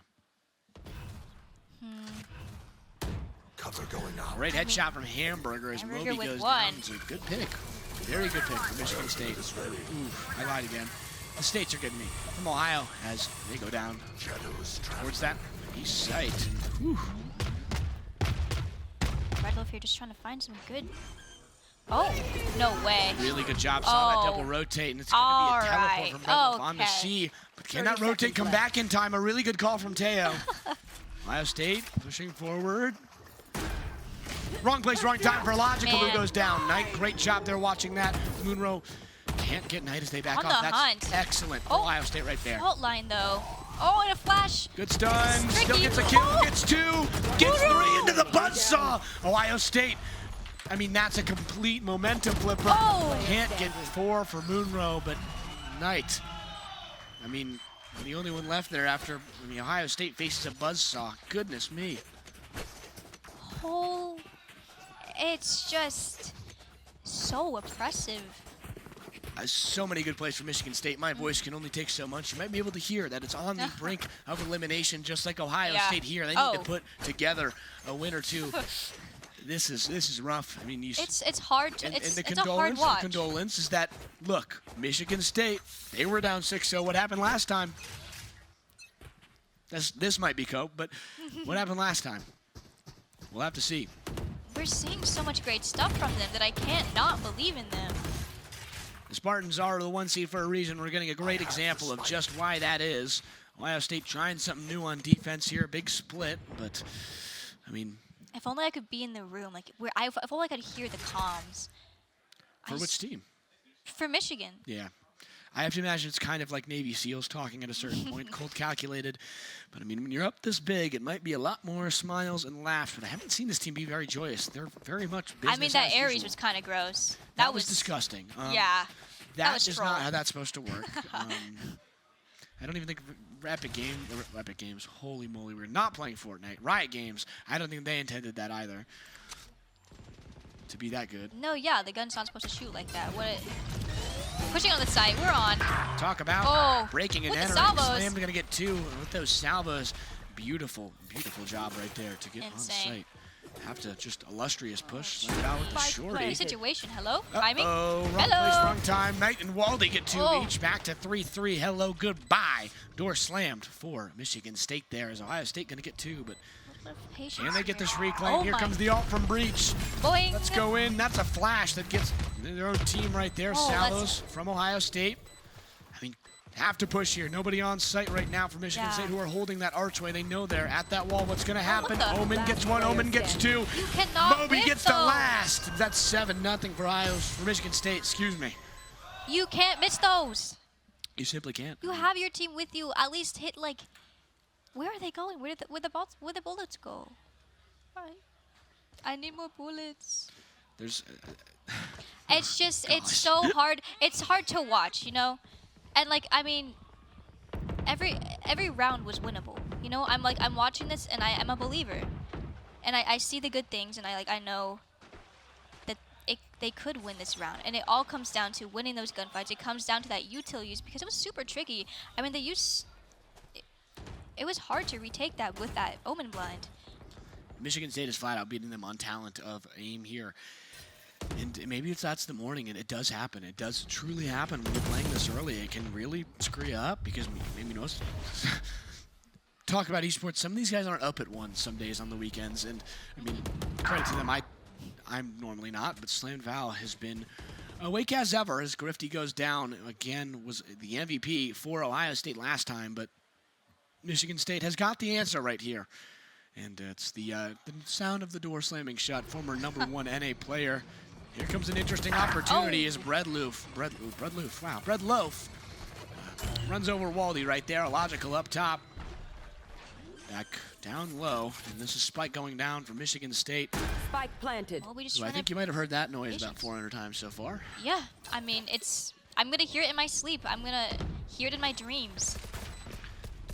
Back up top, Breadloaf What a- gonna headshot Hamburger, takes that top bun off. Knight, Moby, Go in and kill people, Neon. they get Oh. each. Breadloaf, 3. Moonrow seals the deal. Michigan State up 8. Oh, I mean, we're talking about a flawless game here. Moonrow's looking real good. Mental has to be crushed on the Buckeye side here. That really is disappointing if you are an Ohio State fan. Michigan State potentially with their second Grand Finals win in a row right here. The most recent one, of course, being Super Smash Bros. Ultimate. If Ohio State has no one to cheer for them, I'm dead. That's a fair point, but they still have plenty of fans right here. And if I could, I'm not sure if I'm going over the speakers in the stadium right now, if the Super Smash Bros. Team for Michigan State could wave, they can't hear me. Well, they don't care, which I don't blame them for. 8-0. And they're picking up this tempo again. Logical slowed right there on the Thorns, pushing. They're being told to slow down. Oh. I mean, that util usage, that doesn't matter at a certain point where if you're not going to capitalize on those, why are those there, right? Yeah, I mean, that's what I love about Sentinel plays. Spike It's planted. util, but I mean, it's not being used properly. Still Waldy for Ohio State doing a Oh. great job nevertheless. Des with that ult. Doesn't even find one with that ult. It's maybe 50 damage, I think, in total. Knight goes. All right. That got logical to half. Back So down, many Knight people watching forward. everywhere. On It's first wrong time is impossible. Moonrow Breadloaf. Way. 1-2 punch, and that's a knockout, 9-0. Ohio State can do nothing but watch as Michigan State just runs them over. Goodness. Ouch. That was ouch. Absolutely speechless, but this Michigan State squad, the Spartans, running through a wall at this point. I think the Kool-Aid man would be just proud at how fast the Spartans team is going into the objective. And they're saving some time for the Grand Finals later. Obviously stay tuned in. This game may be coming to a close. Could be a 3-0 sweep for Michigan State. But stay tuned. We've got plenty more action for you today. Overwatch 2 on the horizon. The Grand Finals, of course. Exciting. Plenty more action for the Power Esports Conference to come. Really great event here in Las Vegas, We're Nevada. not really- Michigan State seeking their second championship of a game in the Sin City. Loving Here, the Ohio pace it a State little looking for their first finals appearance. Logical up top. Good smokes from Michigan State. Logical somehow lives 400 bullets to the wall. That's a bit unfortunate that Ohio State couldn't find one on the other side of that wall. Red Loaf and Knight, that's a trade. Moonrow gets one more, who's just been a buzzsaw. Spike gonna go down for Michigan State. As Ohio State tries to get this reclaim now. Hamburger, aggressive right now, right off. Rip, not gonna wait, no time wasted. Grenade out for Raise and a stun for Hamburger, who is just stuck. You could say between two puns in a bad spot. And I mean, there's that util forcing him off that angle, and he goes down to Moby. Moby nails Hamburger. Grifty gonna get one. Grifty gets two, but goes down. Waldy gonna get it 1v1. down to 1v1. What can you do? Same character. What do you got? Oh. Some tap shots there, trying to go through a wall. Needs to go forward. Moonrow backing off. Knows that they can keep this in space anywhere. Wasting as much time as they can. Here comes the defuse. Goes half. Swings. Gotta drop it. Forward. Shot and killed. Michigan State finally goes down. Ohio State gets around. Oh. And there's the proof. There's the proof. And Ohio State, that's a breath of air. I mean, it's not a breath of air that 8 rounds I mean, it down will be a would climb. Be great with, but it will be a climb. If you're but a big we're rock still fan, in it. Big rock climbing fan, there could be a big opportunity for you here. And of course, a lot going on here still. I mean, Michigan State still has that ult advantage. Ohio State barely able to keep themselves in that game right there. Michigan State with probably their best push of the round of the week. And I mean, you see how good that is. And here comes a Logical with that rocket launcher. Talking about that ult advantage, a Logical trying to use it, but nobody there. A bit too aggressive, advantageous. That's a waste of an ult. Some util, sure, maybe some intel, but see what they can do as they head towards Alpha Site. They're just running around the map at this point. Did you see that? Like GTA free roam, if you will, right now. This isn't like this isn't real. Like, where is everyone? Hello? Are you guys like playing the game? Logical, pushing just forward with that running judge around. into the wall, and that's 4 Ohio State defenders. They meet. Knight takes the top off of them. Headphones left, the only thing for Logical. Knight trying to bust open this game for Ohio State. Waldy, that's a great job. Good opportunity there with some util using there to keep them off away. Waldy knows that they're now in a bit of a dangerous location. Knight gets Moonrow. Moby, though. The salvos. Michigan State. What can we do? Knight, that's a 3K. Gonna go with 1 health. That's good math. Surely Slam not. forward. Stays down. Plant hasn't come yet. What can they do? And that's enough. Michigan State. They lose their second in a row. Ohio State, what are they going to do? Can they come back at this rate? I'm smelling a timeout. No sense in I'm smelling a timeout because, I mean, they've been up this entire time, and now they've lost 2 in a row. I mean, that doesn't feel great. It doesn't feel great, but it's not a 4-round differential that we saw earlier. And I mean, you saw them invest those ults. I mean, like, the tail usually is like a round finisher. I think most teams would see that timeout right there. I think Michigan State's one of the more confident teams in this and believes that those 2 rounds are a bit of a fluke. I think they don't have to go even thrifty yet. They still have so much money. I mean, you're talking 1%ers with how many rounds they've been winning as a Logical up top. But we're buzzing with the energy. We know we have the adrenaline, like, that we can do this. I appreciate the underdog rooting, but if Michigan State fans, I mean, are watching this, and that's a trade between 2 Teos. Dez, oh my goodness, just an absolute massacre in the middle. Ohio State with new plays out of the playbook, and it's working very well. Spike in a horrible spot for Michigan State. Could find their 3rd round in a row here. It's looking good for the Buckeyes. I mean, they're moving like a pack. Did you see that swing with 3? I mean, that's exactly what you want to see. You want to see team play from the Buckeyes. Losing my voice in Ohio State. Watching as Michigan State loses their edge. Moby gets 1 more. It's now equal. Can Michigan State find their way to double digits, or will Ohio State bring it to 3 in a row? Back towards that right side. Spike down at A. They were able to get it with a teleport. And a really good job from Michigan State to keep that ball in their court. Ohio State now on the offense. They got to reclaim. Yeah. And it's always predictable to play from this angle here, this default angle. And it's just like, do you play that or do you try a different angle? You know what I mean? I mean, predictable can be perfect. We'll see. Red Loaf peeking right. No, they won't. They're going to get peeked. 2-on-1 for Michigan State. They got 1 to beat. It's a 1-on-1. Moby gonna seal the deal that round. 10-2. Michigan State. Sparty is rolling once again. Can they find their way here? Rifle rounds have been everything for Michigan State, and we finally have reached halftime of this game. Halftime that may have been, halftime may have been at round 7, but it'd be round 7. It's an odd number, whatever. You really can't exactly do it. 7.5, halfway through round 7. Either way, you're seeing that scoreboard. What you're going to notice is Monroe absolutely carrying this Michigan State team on their back. We talk about team play. Illogical and Moby were the top of the board earlier, and I mean, one of them is almost under 500 in terms of KD ratio. KD ratio is not like a sports team ratio. So, but whoops. Either way, still plenty of game to go for Ohio State. 2 defusals right there, but Michigan State takes one back.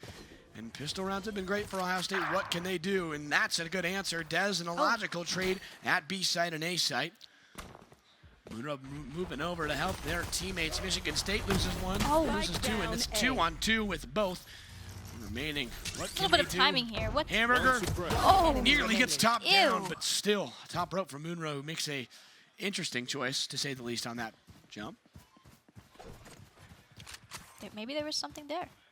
Just wasn't ready to see one right there, and Michigan State can do nothing as Hamburger gets that 3K. More pistol round domination for the Buckeyes.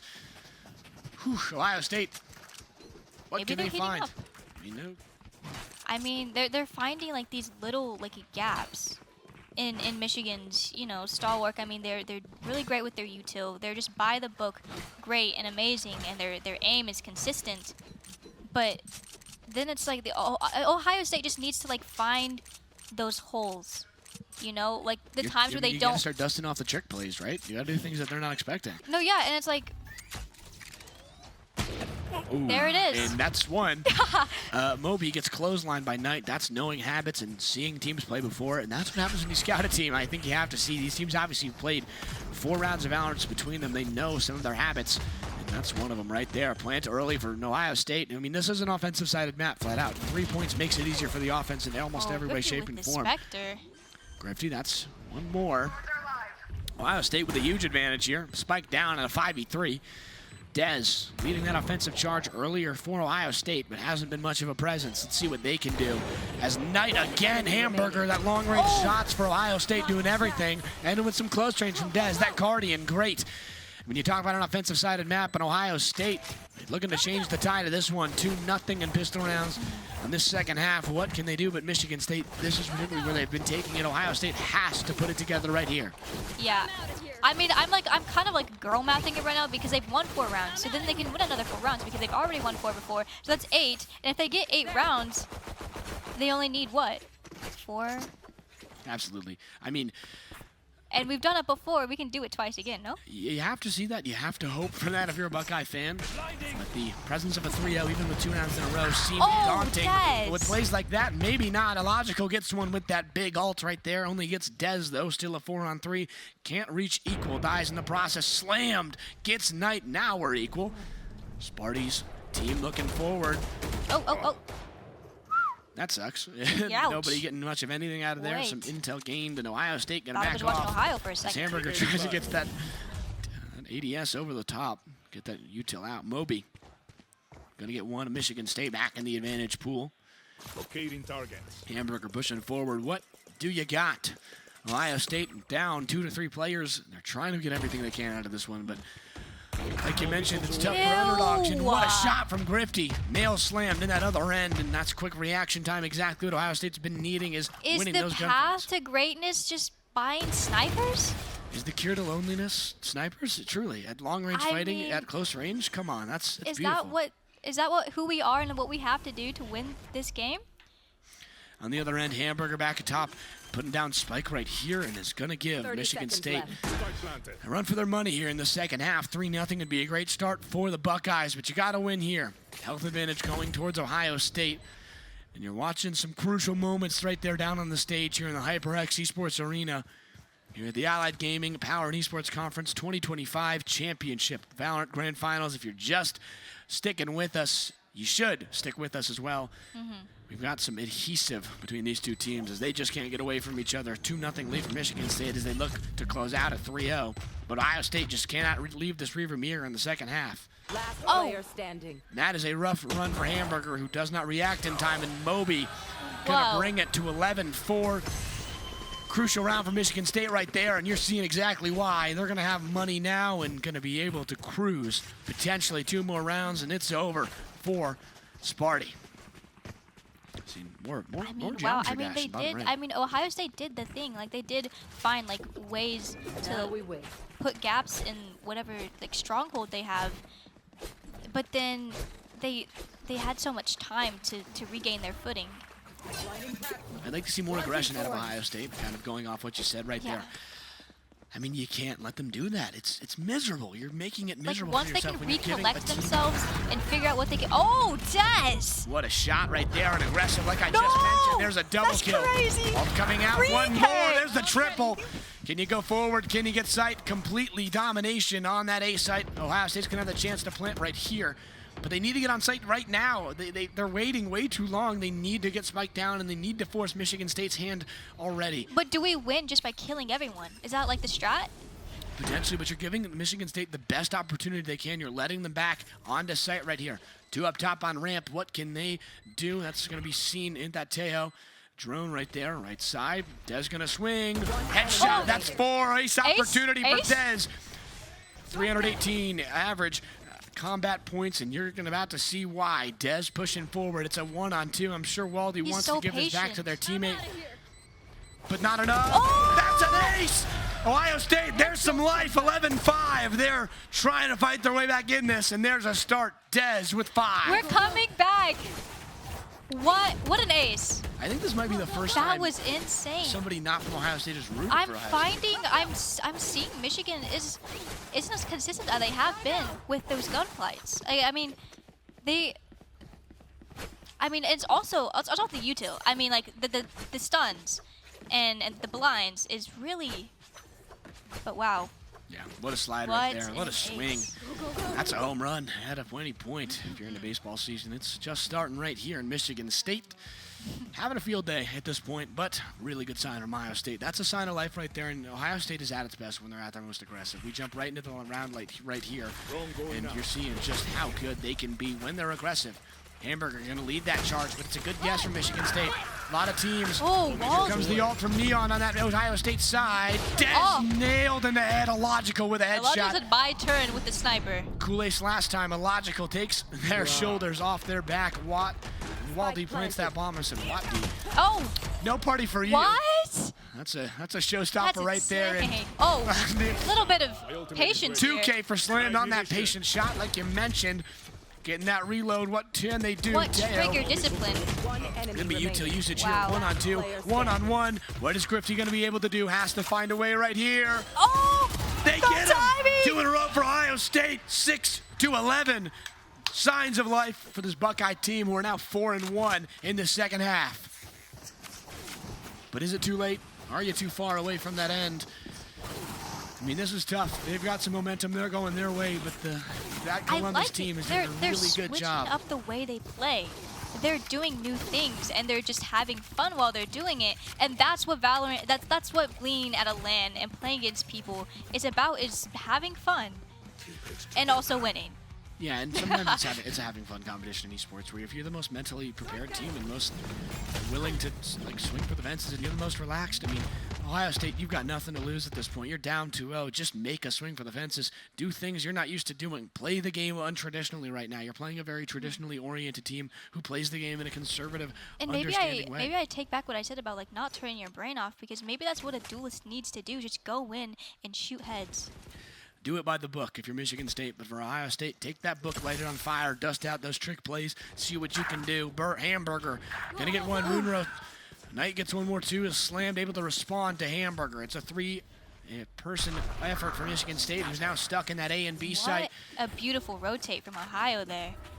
Really good aggression here towards A as Grifty gets one more, goes Oh, they're down though to catching the timing. Breadloaf. In the Omen Oof. battle of the century, Grifty goes down, Breadloaf Oh forward, my. clothesline by Dez, Oh, shooting the what- body, goodness me. Okay. Knight forward, as this is getting chippy if you go down the stretch. 6-11 as we head just towards the final end of this matchup here. What does Ohio State have? Can they finally put it together? I mean, we've Logical. got people everywhere. We've got it's going to take some work for Illogical to really get everyone off the site and be able to defuse the bomb. I think it's impossible, to be honest. Clearing the corner, trying to mind jump. Illogical forward clothesline. And Ohio State 7-11 within 4. They are climbing back into this one. Michigan State on a huge run, but I mean, you got to talk about the second half. This is an offensive-sided map. Can Ohio State find something? And like you mentioned, I mentioned earlier, and you mentioned earlier, it's going to take a while for Michigan State to take a timeout, and that'll be there first. And I think that kind of feels good as well. It's like you're putting that pressure on them. Like, we came back, we had 0 rounds. And you have to not psych yourself out if you're Ohio State at this point, because you're very good right now, and you are doing an excellent job. It's just patting yourself on the back where we have pressure on them. Let's continue to, like, be great and do crazy things, because, I mean, that's what they were doing, too. Like, the Aries and the op, I mean, like, things... The attack op, it's like it's just finding ways to catch them off guard because we're playing like organized, and maybe the strat is to be a little bit disorganized. Yeah, and you need to have some relaxation if you're the Buckeyes here. You don't want this timeout to ice you here. You don't want to be suddenly in your own head. You want to keep that momentum that you just had. I mean, you're 5-1 in your last few games. I mean, to be honest, Michigan State was just cruising past them. East Lansing, it's obviously close to Detroit and comparatively to other schools here. And I mean, Motor City of the world, you're watching Michigan State just automobile roll over them at a certain point. Very good opportunity, but right in the end here, 5-1 in their last few games. What can Ohio State put together? Still technically could win without overtime, but one round for Michigan State puts them on match point. I mean, Michigan State has so many ults right now, and that's terrifying. Dez forward, right side, had that ace earlier, but gonna back off here. No damage taken, but Illogical gonna get Knight on that sacrifice. Headshot for Dez, looking forward, really good player, obviously for Ohio State, who's been part of that offense. 30 HP, back on the right side. Through the box. Deagle in a dream, and everything's crumbling right now for Ohio State. That timeout has put them the right way. His primary is unfortunately jammed for Waldy with that ult from Michigan State. And what a shot as the cage goes down. Illogical. Deep headshot with that Sheriff. I mean, what a fast round there. It was so scary. I mean, you're talking about playing by the book. We were talking about earlier how well Michigan State has done in those situations where they have to just play how the game goes. And suddenly when they turn that off and they play very aggressive, they take you and they put you in the kitchen and they cook into a dish right there. And it's Buckeye soup right now for Michigan State, who are going down. And just, I mean, it feels like down the stretch, almost impossible to beat if you're Ohio State, but we saw those 5-2 still in that half. Red Loaf going to get one. Dez, Illogical going to get a second right there for Michigan State. 3 in a row, and on the brink is Ohio State. Illogical now just camping there right down on that A site, pushing forward. What can Ohio State do? Back against the wall. You just got to swing at this point. With the Cypher ult. Everything against you. Teo Util, it's going to kill one potentially. No, it's the stun. Can't get two. Slam falls to the ground. 50? Moonrow looking for one more, and that's the golden pick from Illogical. 13-7. Down go the Buckeyes. 3-0 for Michigan State. Expected to win, and they take care of business. Your 2025 Power Esports Conference Valorant champions are from East Lansing. Wow. What a game. Just a stellar performance from Michigan State, and you have to love what you saw as a Valorant fan. Great offense, great defense. Everything went well for the Spartans here. And look, you really had to be here. I mean, on paper, it looks like a sweep. They were 3-0. Wow. They were so good, and, like, they just got swept. But no, like, if you're in the stream, you saw there were rounds where they did amazing. Like, it was truly, it just came down to the cards being played and really being able to play as a team. Yeah, and it comes down to a certain point of, we talk about this all the time. We have these notes right in front of us, but you don't play this game on paper. And it takes a lot of pressure. What do you do under pressure? Do you turn to diamond or do you falter? And do you crack apart? In Michigan State, they're looking pretty high in bling so far, as they are the second championship for Michigan State here tonight, or rather this weekend, I apologize. And just a beautiful, beautiful job. Let's take a look right back at those replays to see just how Michigan State did that. Starting here off on that first triple point map is Waldy from the top rope. You gotta love all of that right there. Waldy, again, a big piece of that puzzle right now. Grifty, again, also a big player for Ohio State. One of the only reasons that they fought for so long in Haven. But you talk about that 11-0 run, very hot streak heavy during that last 2 games. Slam down the other side. I mean, just come on. Ohio State really did fight, and you talk about how you don't play this game on paper and how it looks on paper like a sweep. Ohio State did fight. They fought very hard, but I mean, Michigan State. And I mean, it's like they took those maps. I mean, there are times where you play against people and you don't get a single round in, and it's like 13-0. But it's like, if you take rounds from them, that in itself feels like an accomplishment for a team like this, for Michigan. Which, like, I mean, now that it's over and done, I can be honest. Like, they're a great team, and they have great players. So, being able to take rounds from them feels great, and that is an accomplishment in itself. And you saw things like that, like Moby, who was just as good as this individual is at Geometry Dash right there. But that replay, I mean, come on, just how good Michigan State was playing down the stretch. Ace obviously had that, Des obviously had that ace, but couldn't put it together right at the end, and just a piece of machinery. No cog in the wheel for Ohio State as they took it all out of Logical with that beautiful 2-kill right there, Knight. And Logical just, I mean, you saw how good this Michigan State team played. And to be honest, they looked like the hammer, and Ohio State, they got nailed. And I mean, you go down through it, it's just a beautiful performance from the Spartans. Munro, obviously, another big piece of that offense. That was electric. Yeah, I mean, that sucks, and you're seeing a lot of Ohio State reactions right there. That's what it felt a lot of the time.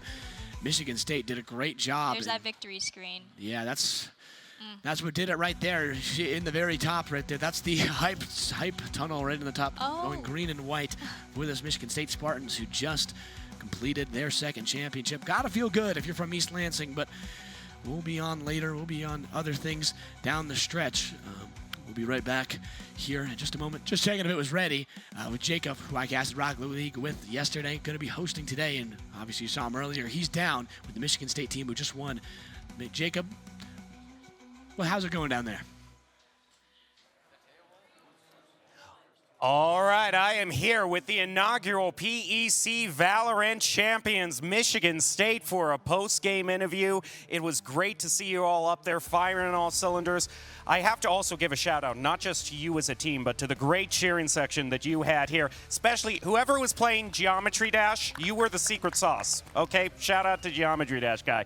But anyway, just overall, how do you feel about the community? How's the team been coming out here to Vegas, the overall experience? Anyone want to speak to that? Yeah, so the team's been great. I mean, we all mesh really well together. We have a great time playing together. And, you know, it doesn't get much better than being in Vegas, so we're really happy to be here. Yeah. One thing I want to ask about just a little bit more specifically was the 2nd round in Haven. It was an amazing comeback, one of the longest win streaks I've ever seen. Even more impressive due to the fact you played those first 6 rounds like a $3 violin. But what was the turnaround point for you as a team that got you back in the groove? Well, it really just comes to us. Like, we were making some small mistakes at the start, and we just had to lock in, you know, get it together. We were being a little sloppy. But, you know, we've practiced this stuff before. We've been there before. We've been down rounds. We're used to all kinds of situations, so we're able to bounce back there. All right, I got just one more question for you. I have to ask about the big fiasco you had on that last map, Lotus, because, I mean, yes, you won 13-7, but there were 20 rounds plays. That means you lost 7. That must have hurt. How are you going to live with that? You know, we were up like 10-0, 9-0 maybe, and we kind of fell apart. We got a little cocky, losing a couple rounds, but, you know, nothing like having a little fun when you're up, so. Definitely. Well, congratulations to all of you. You're great sports and great Valorant players as well. Congratulations, your PEC Valorant champions, inaugural Michigan State Spartans. All right, and that is just the first part of the 2 championships we have here today. We've got a great match for you in Overwatch. It's going to be Boise State versus Syracuse. That's right. Joey Gariziak is either going to have his best day ever upsetting Boise State or his worst nightmare, Boise State and Michigan State winning all the championships. That'll be so heartbreaking I couldn't bear to watch. maybe just a little. We will be right back with Overwatch coming up soon. Don't go away. Final champion to be crowned.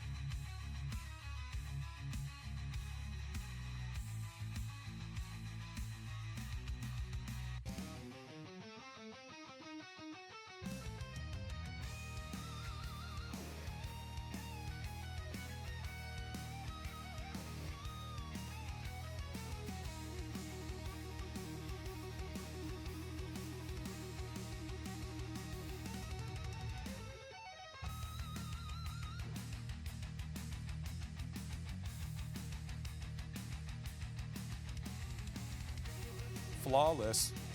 Okay, now we're good. Now that everybody can hear me now, so even better. Get to our award ceremony here. Before we get to our last grand finals, our Overwatch grand finals, was Syracuse against another team.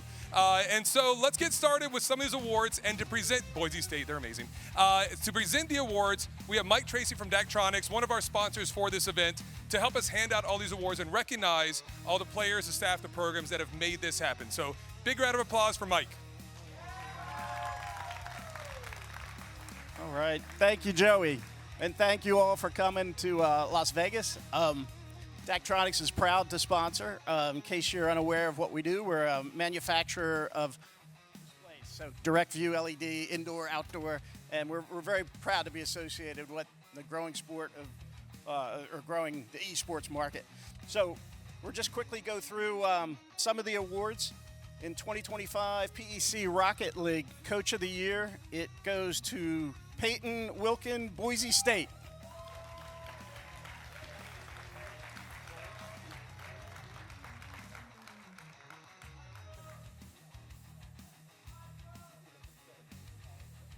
Give him a quick yell and do a quick word. There you go. Congrats, Peyton. Thank you so much. I just want to thank, obviously the staff, Doc. Everyone's just always so supportive. And again, just thank you all for coming out, from the parents to the folks putting on this event. Just everything has to come together for these. And, it's great to see it all come together like this. So appreciate all of you. Thanks so much. That was my daughter calling. She always has a sense of great timing. All right, and the next one for the 2025 PEC Valorant Coach of the Year, the winner is Alexander Xander Mills from Michigan State. Also take note of all the finalists. We're not going to name them, but they're up on the screen, okay?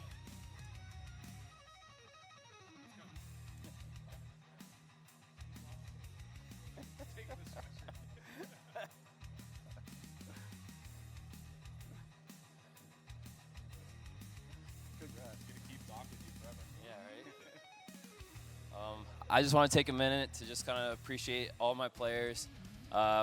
We play all the time. They play all the time on their own.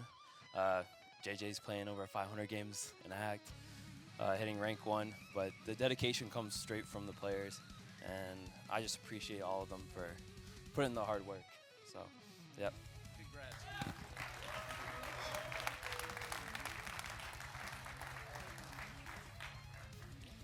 All right, and next category, it's the Overwatch Coach of the Year for 2025. The winner is Boise State's Doc Haskell. Congrats. I'll be honest, I've always wanted one of these. But I can't accept this. I appreciate the voting of the committee, but I wouldn't be here without Joey Gariziak. And so I want to give this to Coach Joey. Can we hear it for Joey? Yay. Number 3, Haskell. Technically 4, but thank you. Thanks, Doc. All right, the next category is the PEC SSBU Coach of the Year. And that goes to Grayson Lunges Harding, Michigan State University.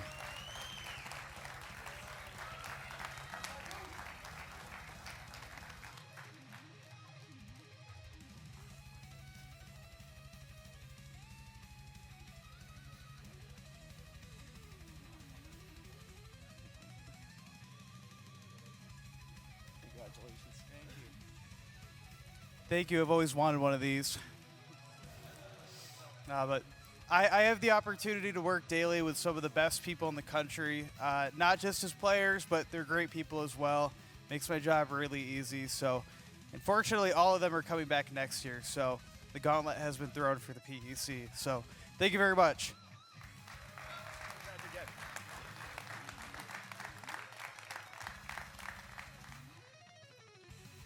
All right, in the next category for 2025 PEC Director of the Year, the winner goes to Joey Gorziak. Syracuse.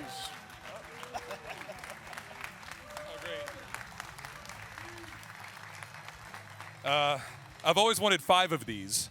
So, actually, the first silver one I've ever had, though. So this is a unique one. This award actually goes to me. So I see the name on there. I'm going to keep this one.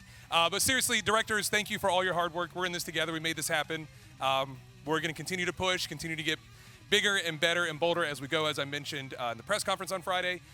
Players, awesome job. Seriously, thank you for bearing with us. You all made this happen. And this is why we do it. We do it for you all. So players from every single institution, especially Syracuse, thank you for all that you do. Thank you for being here. Really proud of what's happened here. Good job.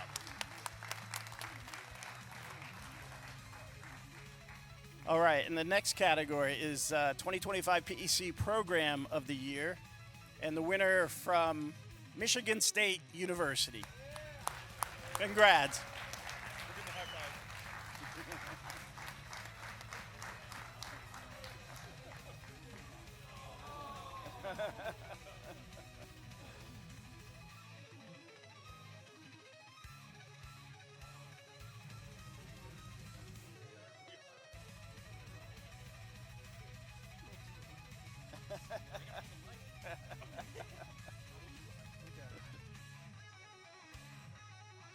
Well, first, I will say this was completely unexpected. I look at the programs that we have here in the PEC, and when we decided to build the Power Esports Conference, I really said, what is the best group of programs with the best group of directors that I can think of? Let's get them all together to build something special. And so Standing Side programs, Boise State, Syracuse, all the others that are out here, right? You programs, you're really what make the Power Esports Conference special. And like, I can't say thank you enough for honoring our program. We had a phenomenal year. That goes to my staff, the players, everybody involved with the program. You know, I'm up here talking about this award, but you're the ones that earned it. And so thank you for everything that you do on a daily basis. This is just the beginning. You know, this is year 1 of the Power Esports Conference. We as directors have already talked. We have some upgrades. We have some new things, next steps coming forward. So really looking forward to where this program goes in the future. But thank you to everybody who voted for us. Thank you, directors, for recognizing us. Anytime you're recognized by your peers, it really is a special thing. So I appreciate all of you so much. Go Green. Thank you very much. All right, in the next category, 2025 All PEC Valorant. The MVP goes to Maxwell Mobywitt. I may have butchered that. Humes, MSU.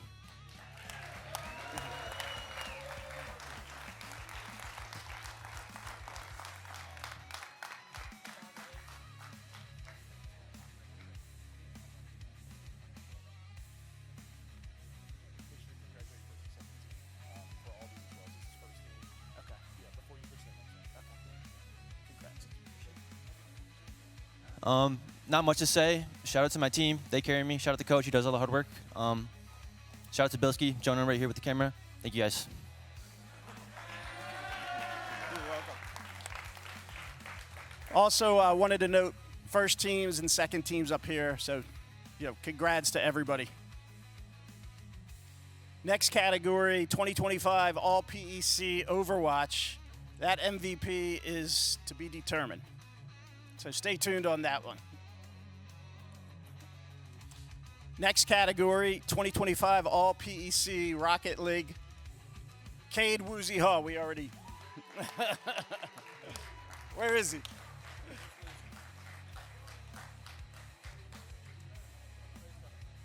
Ah, great.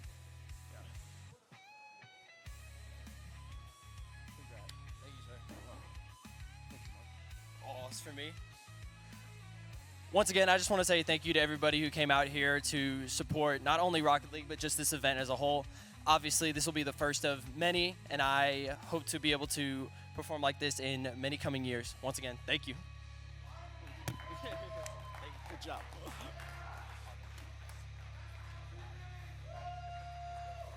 Also, please take note of the MVPs, first team, second team, above. Next category, 2025 All PEC SSBU MVP goes to Adam Suspect Ismaili Alawi, MSU.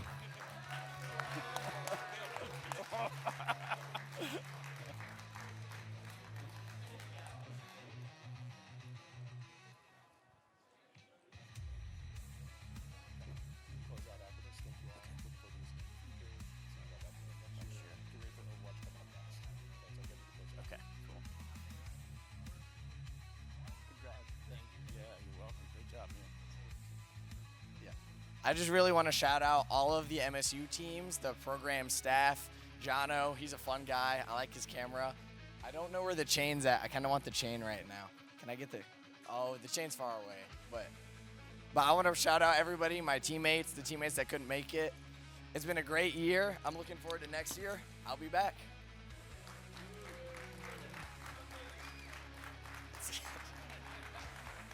You're welcome. I love the bling. Great job. All right, and next, we're just going to thank everybody. We're looking forward to everyone coming back next year as well, and get ready for the Overwatch final. Oh, most importantly, all conference academic. We didn't mention that, and that is why we're all going to college. So congrats to everybody up here. Keep up the great work.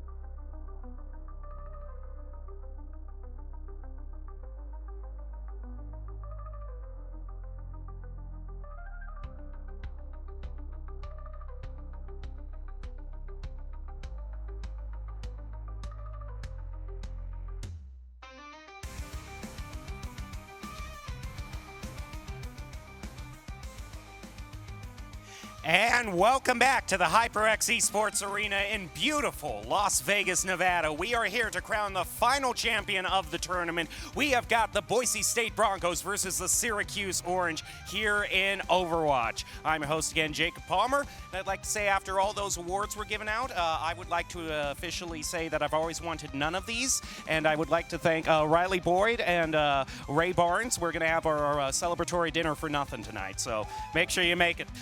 Here we go, though. In terms of true celebration, I think Michigan State said it beautifully during their acceptance speech for their awards. The gauntlet has been thrown down. The Spartans have 2 championships under their belt in the PEC. Boise State has 1. The question is, will the Broncos match the Spartans, or will upstart Syracuse dethrone the Broncos in Overwatch? Either way, both universities have great cheering sections for each other, so let's get ready and wild to cheer these 2 teams on. I'm going to take it away to our 2 great casters up in the booth. Take it away, fellas. My name is Bryce Jensen. I'm joined by my co-host. I'm joined by my co-host Nathan. And honestly, looking at these 2 teams, we have what is honestly a clash of David versus Goliath. You have Boise State. They have been in this position so many times before. This is almost like a natural feeling to them. And then you have Syracuse, the upstarts, the underdogs. And who doesn't want to root for an underdog in the end? And I understand that we've seen both of these teams play. So what are the different play styles that we really should be looking for, and the key differences between these 2 teams? Yeah, so Boise State, the clear favorite coming into this tournament. They are sort of a more dive composition style team. They're going to look for hard engages and make use of their mobility to really find openings in team fights and get those early picks that will snowball into team fight wins. On the other hand, though, Syracuse, they love their tank player, Lunar, who is an Orisa I wouldn't say one trick, but they love to play them quite a lot. The Syracuse is going to focus a lot around that Orisa as their tank. They're going to play fast. They're going to play with that Lucio, maybe some Juno in there, and really get going into the backline in this brawl style sort of comp. So 2 strong teams obviously have made it to this point, but they're a little bit different in terms of play style, and I think we might see that expressed today. Yeah, but relying so much on one character might cause a detriment as we move into the picks and bans for this first map of Overwatch. So from the looks of things, Lijiang Tower will be the first stop on this finals destination, a personal favorite of mine, and honestly, the second best control map. Nothing can beat Ilios in my opinion. I mean, the well, just too iconic, but Lijiang Tower, especially Gardens, more than makes up for it with those 2 bridges. Yeah, Lijiang is going to be a strong start for both these teams. Relatively neutral in terms of playing that dive versus that brawl style comp. Keep in mind that this is a best of 7, so these teams are going to be facing off quite a bit. It needs 4 games to win this series, and coming from the winner side of bracket is Boise, so they're going to be given a 1 game advantage in this best of 7. So something to keep in mind as we continue through our picks and bans. And that might just be the upper hand that Boise State needs to take another PEC victory under their belt. And considering that the map band was Ilios, it'll be interesting to see what they decided to pick character-wise. Boise State kind of is known to play those off-meta picks. I mean, heck, they've been playing Wrecking Ball for almost a whole year now. Yeah. And I think he was meta about a few months ago during one of the last mid-season patches, but other than that, it's been a lot of Malga, a lot of the Ramatra, Zarya for a portion of time there. Yep. If you ban those niche picks, they can fall back onto those characters, and it's sort of like a catch-22. Do you ban the obscure character, or do you ban the in-meta character who may be stronger? Yeah, it's a tough question to answer.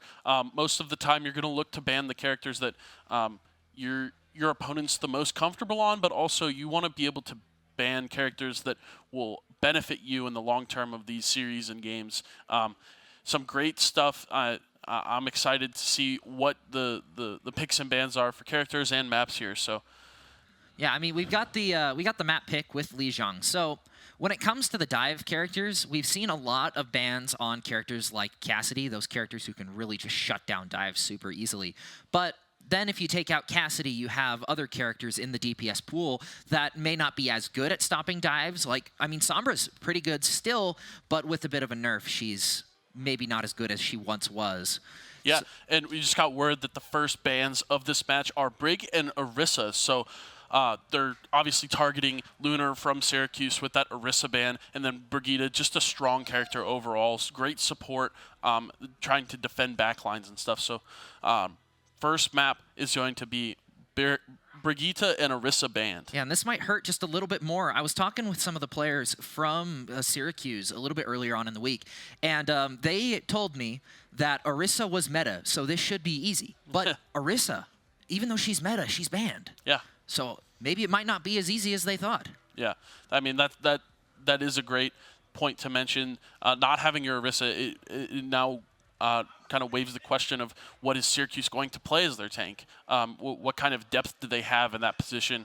I'm sure Lunar will be able to pull something out, but we'll see how this first map goes, and they may have to adjust from there. Yeah, especially in a game like Overwatch 2. I mean, you only have one tank to work with. It's not like you have two tanks and, okay, I may not be great on Orisa, but I can fall back on my other tank to play better, even if I'm struggling on, like, a Reinhardt, for instance. Yeah. But it's pretty much it's you by yourself in that tank role. I mean, you have your team behind you, but nobody else can really step up. And banning Brig as well, who's the closest thing to a tank that you have outside of the tank role, it makes it even more, it puts even more pressure on these tanks, especially if it's someone that you're not comfortable with.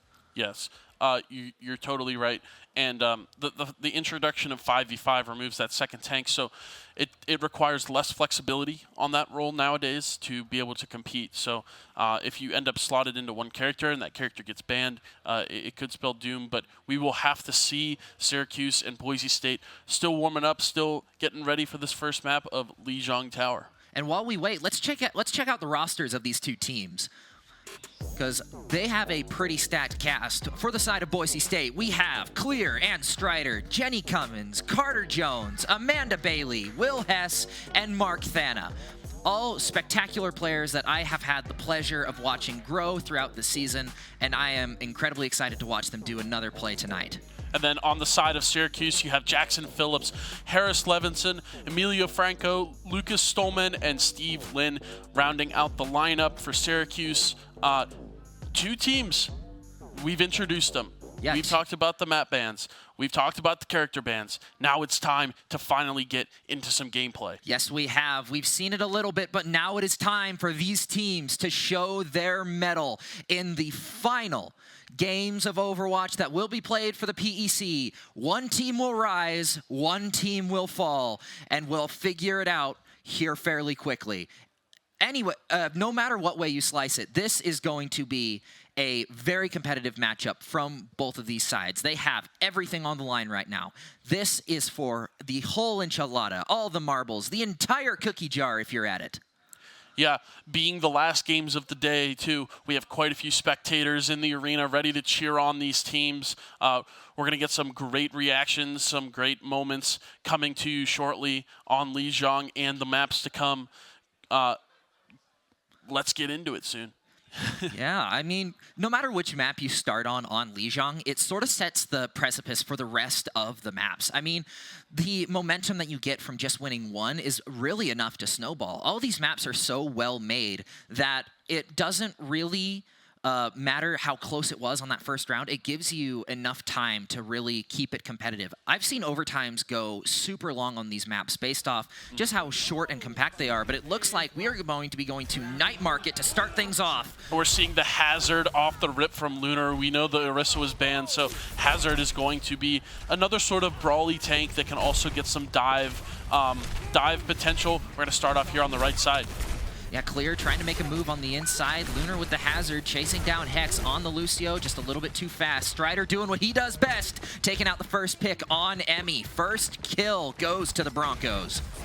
And get the ground slam here. Forces some getaway abilities, and we're just going to trace this Strider, Strider, keeping it going. And Lunar's stuck in a corner, so there's the tank down for Syracuse. I believe Boise State's going to be able to cap this point here now. Yeah, winning that first fight is incredibly crucial to Night Market. It's such a enclosed area. You win that first one, especially on a dive composition, and you can just shove your opponent right back where they started.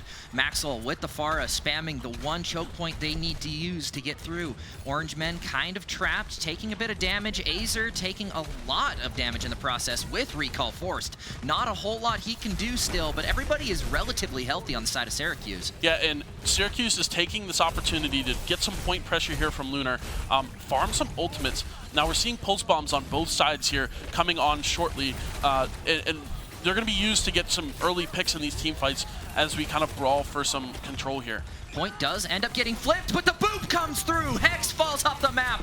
Emmy also falling in the process, but Maxwell and Clear quick to be cleaned up. M3 going crazy with the Lucio, taking out Strider. Lyric the final to fall, and we are going to be paused as Syracuse comes off their first team fight win.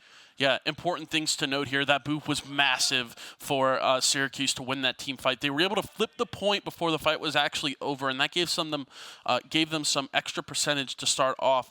There's also some ultimates online already. You have the barrage from Syracuse and the pulse bomb from Boise. I might have flipped that, but ultimates online early from these DPS heroes, and we're going to get into this next fight as soon as we're done with our short pause. Yeah, characters like Pharah on Night Market specifically, where everybody is pretty much forced into one of two lanes, you get so much value from the splash damage. And Maxwell has been playing Pharah so well in a lot of these games that he's fairly used to just sitting in a spot where nobody can get to him, spamming rockets down a corridor and just building that barrage. And now with perks able to be gained for these characters, barrage is no longer a death sentence. You can actually move while doing it. It's kind of crazy. You're not going to die as soon as you use it. Yeah, that's another important thing that we may have forgotten to mention at the beginning of the game.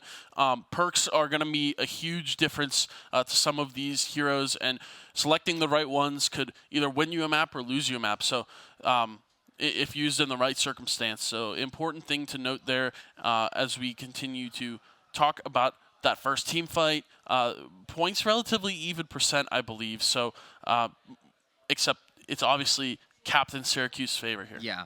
I mean, I feel like I heard it said the best from one person. Perks are not going to make a character worse, but they are going to supplement play styles to make individual players a lot better. I'm going to use Strider for a little bit of an instance. As we've seen a few times this week, his Wrecking Ball can deal a ton of damage to squishier characters in the blink of an eye using that upgraded Pile Driver perk.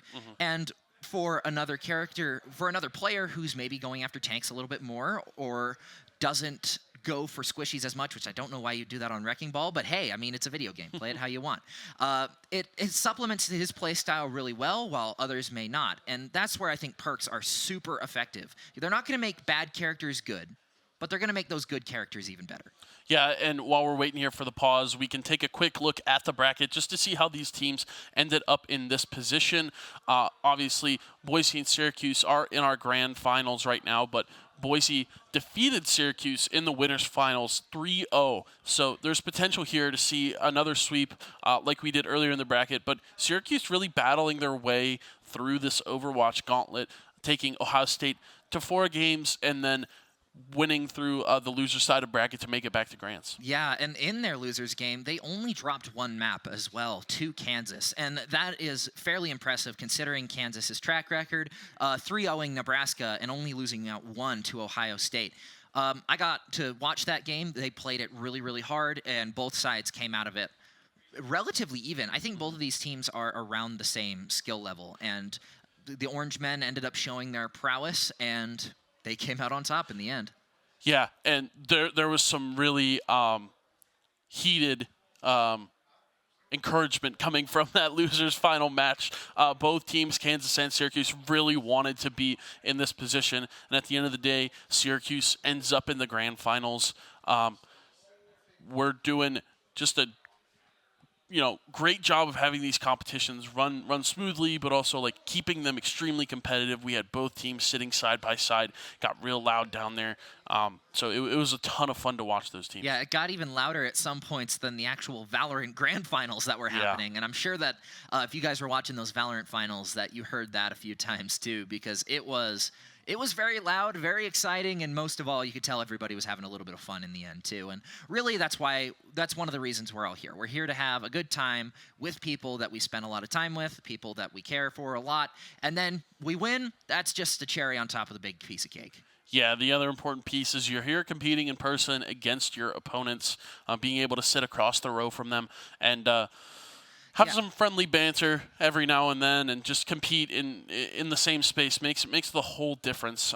So we're extremely thankful to be here in this space, and we're almost at the end of the day, but it feels like this could last for a whole week if we wanted it to. Yeah, and honestly, going back to the match at hand, we have Boise State and Syracuse. I mean, Syracuse just came off of that with a fight win. They have Pulse Bomb in their pocket, but also Boise almost has Pulse Bomb. They're getting fairly close to it, and a barrage.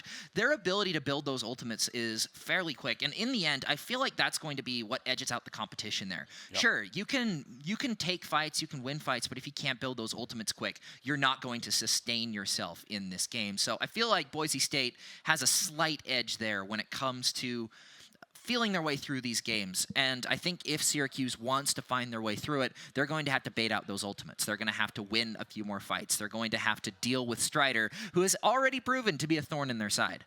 Yeah, and I mean, ball players can be slippery and slimy sometimes, so really having to deal with that ball. I believe Syracuse even brought out the Sombra to start. I mean, not as hard of a counter anymore, but can still really be a thorn in ball's side. So keeping kind of the ball discussion going, talking about the other tank is Lunar, and we're seeing the Hazard come out. Not a tank we've seen much from them, but I'm excited to see what Hazard can do, because it really makes a big difference having extra depth in your tank's pocket. Play has been resumed. Strider and Clear both making moves towards the point. Clear and Azer both having recall forced. Azer manages to get Clear to back off. Strider still camping out in the back line. Maxwell with the barrage onto Lunar. That's one tank down, and a lot of pressure away from Syracuse and the Orange Men. Anti comes through, hits M3. Azer uses Pulse Bomb, but to no avail. Maxwell taken down low, finally taken out, but not before taking two with him. Strider with a melee is going to flip this point back to Boise State. Yeah, important here for Boise State to flip this point back, or else they might have found themselves in a first point final fight, because 53% is nothing to scoff at. Boise State's going to get somewhere near that, and we have Nano Boost and Kitsune Rush online for both support backlines, and now we have the B coming up for M3B. Strider once again sneaking around that back line, gets brought low, but recoups back up. Hex also chunked down quite a bit. Lunar put to sleep and manages to take out Clear to start this fight. Strider forced back to his team, and it looks like they got to run away, but the downpour to the Nano Guevara. No, Maxwell's alive. They're keeping him up. Beat and Nano Boost both spent on both sides. Kitsune Rush coming out as well. Clear and Strider have their ultimates back up, and Emmy's off the map. Whoa, two off the map with Strider. Saint going down as well. Two members from Syracuse down, and that is a fight win for Boise State. Mines on the point to prevent the capture. Clear might go down, but Boise State keeps their point.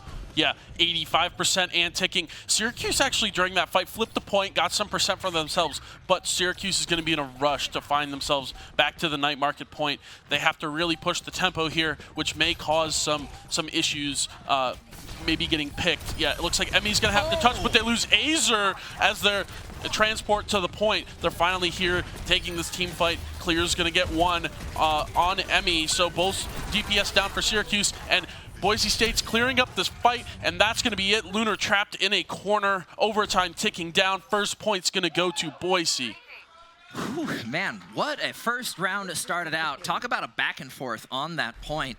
Just so many kills being traded, and not to mention Syracuse getting that point flipped several times throughout those past two fights, getting themselves close enough to Boise State to remain a threat. Yeah, and a fast start from Boise State on the first point means that they have not just the first point, but also the first map under their belt. Keep in mind they have the 1-0 advantage coming into this best of 7. So if they're able to win this map, they go up 2-0 in the series.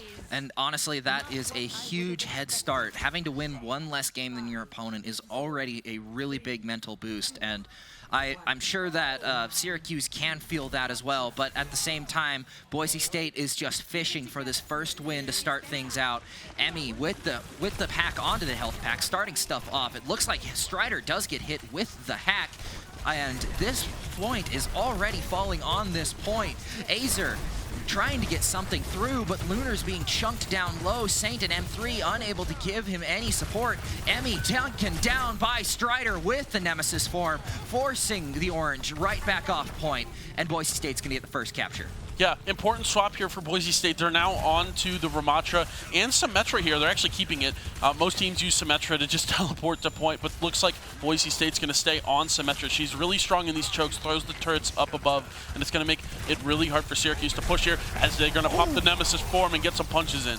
Oh, Strider already at 50% ult charge. Looks like Clear's trying to teleport in. Nothing really comes through with it. Oh, teleports back to point, actually, not in. Probably a better choice than trying to go all the way into your opponent. Does look like M3 trying to take that off angle with the Lucio. Lyric trying to keep Strider up, but Lunar being forced right back into his own backline, and Strider's just gonna roll right off of him. Can't forget about Azer though, taking out Maxwell in the process. Strider goes down to a joint effort from Saint and M3, and I feel like the rest of Boise State is just going to crumble to the Syracuse tidal wave.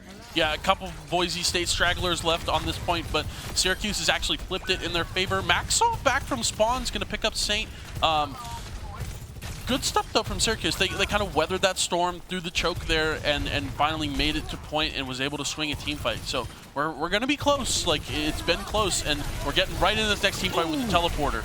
Oh, Azer goes down early. Clear also falls to Saint. Saint goes, gets Clear, Lyric 2. Hex falls soon after. The Maxwell with 2 with the barrage, but Lunar finds him and ends him as well. Emmy now hunting down Strider. So many ults used, both DPS ults from Boise State, but Syracuse has nothing to defend what's coming at them. Strider trying to challenge Lunar. Both Nemesis forms come out. Ravenous Vortex is on both sides, but Strider's is better. Emmy falls to him. Swift Step comes out, Beat gets cast, and nobody survives that encounter. Actually, M3 managed to escape. He's going to get out, but Boise State using the teleporter to immediately get back into that fight. Syracuse had no support ults left, and Boise State knew that. They really took the advantage to them with the annihilation coming out from both sides, except there was no support ults left for Syracuse. And now we're going to see another team fight coalesce towards this center choke. It just goes to show how important that movement that gets brought is, especially when Lyric and Strider are finding 2. Hex with a boop kill on Emmy. I wonder if he fell off the stage. And that is yet another team kill for Boise State, and that one was pretty quick. And we're at that point where Syracuse is going to have to rush their way. We're going to teleport behind, but the Cleanse comes through in time to save M3P, but not quite. Now it's Boise State pushing the tempo and getting these kills to pick up more percentage. Poor Clear gets stranded in the stranded by his own teleporter, but the percentage for Boise's way too high. It's left for Azer to try to touch with the Tracer. He gets the kill onto Maxwell, so there's some life left in Syracuse. Yeah, Beat got thrown out by Hex, meaning they don't have a support ultimate. Strider going up against his main, the Wrecking Ball with the Ramatra. And, you know, it's not a terrible matchup. Lunar can just spin around this point, keep contesting it, trying to get some damage in. Strider taking quite a bit of damage, but it's instantly healed. Emmy and Saint falling to Clear and Hex. Lunar with no support goes down, and this overtime ticks off. Boise State goes up 2-0. Yeah, quick 2-0 to start off this match. Of course, they were given that first game because they are from the winner side of bracket, but now winning that first game in such, honestly, it was quick. I wouldn't say it was dominant or dominate, whatever you want to call it. Like, Syracuse really gave some effort here. They had high percentage on both these points to start off. So, I mean, I think we're going to have a close one, even though this map was quick. Yeah, especially with the amount of times that the point did get flipped during that exchange. Almost every fight, the point was flipped. And it might not have been flipped for as long every single time, but we did see a lot of fight left in Syracuse, and that last fight went to show it. I mean, they got back to the point super quick. Lunar was able to stay in for a really long time. It's just unfortunate that Boise State was able to single out the Kiriko, keeping him up, and then quickly put an end to her and taking out the Genji along the way as well. And that's really where Wrecking Ball sort of falls a little bit short. He can sustain himself in those long fights for a pretty long time. But the issue is you do still need a team to back you up. You're pretty much a big punching bag if you're just by yourself. Yeah, you need those DPS to come in and support when you're on Wrecking Ball. But a player I want to point out from Syracuse on that first map was Clear on the Kiriko, landing tons of headshots. I mean, we saw certain team fights swung back into Syracuse favor because Clear was able to get picks with those daggers. So an important person to note as they keep playing. Can we see more impact from them moving on? You know, I want to point out the Lucio players on both sides, Hex and M3. I mean, both of them had really good sound barriers that helped them win fights. I mean, we saw how many boop kills off the map with the Sonic Impact from Lucio. I mean, there's just so much fun stuff that you can do with Lucio. It's almost impossible not to take him on some of these maps. And if I see this correctly, speaking of maps, we're going to be going to an old classic for this. Typically, we go to hybrids after Control Point, and this time, just like many times before it, we are going straight to King's Row.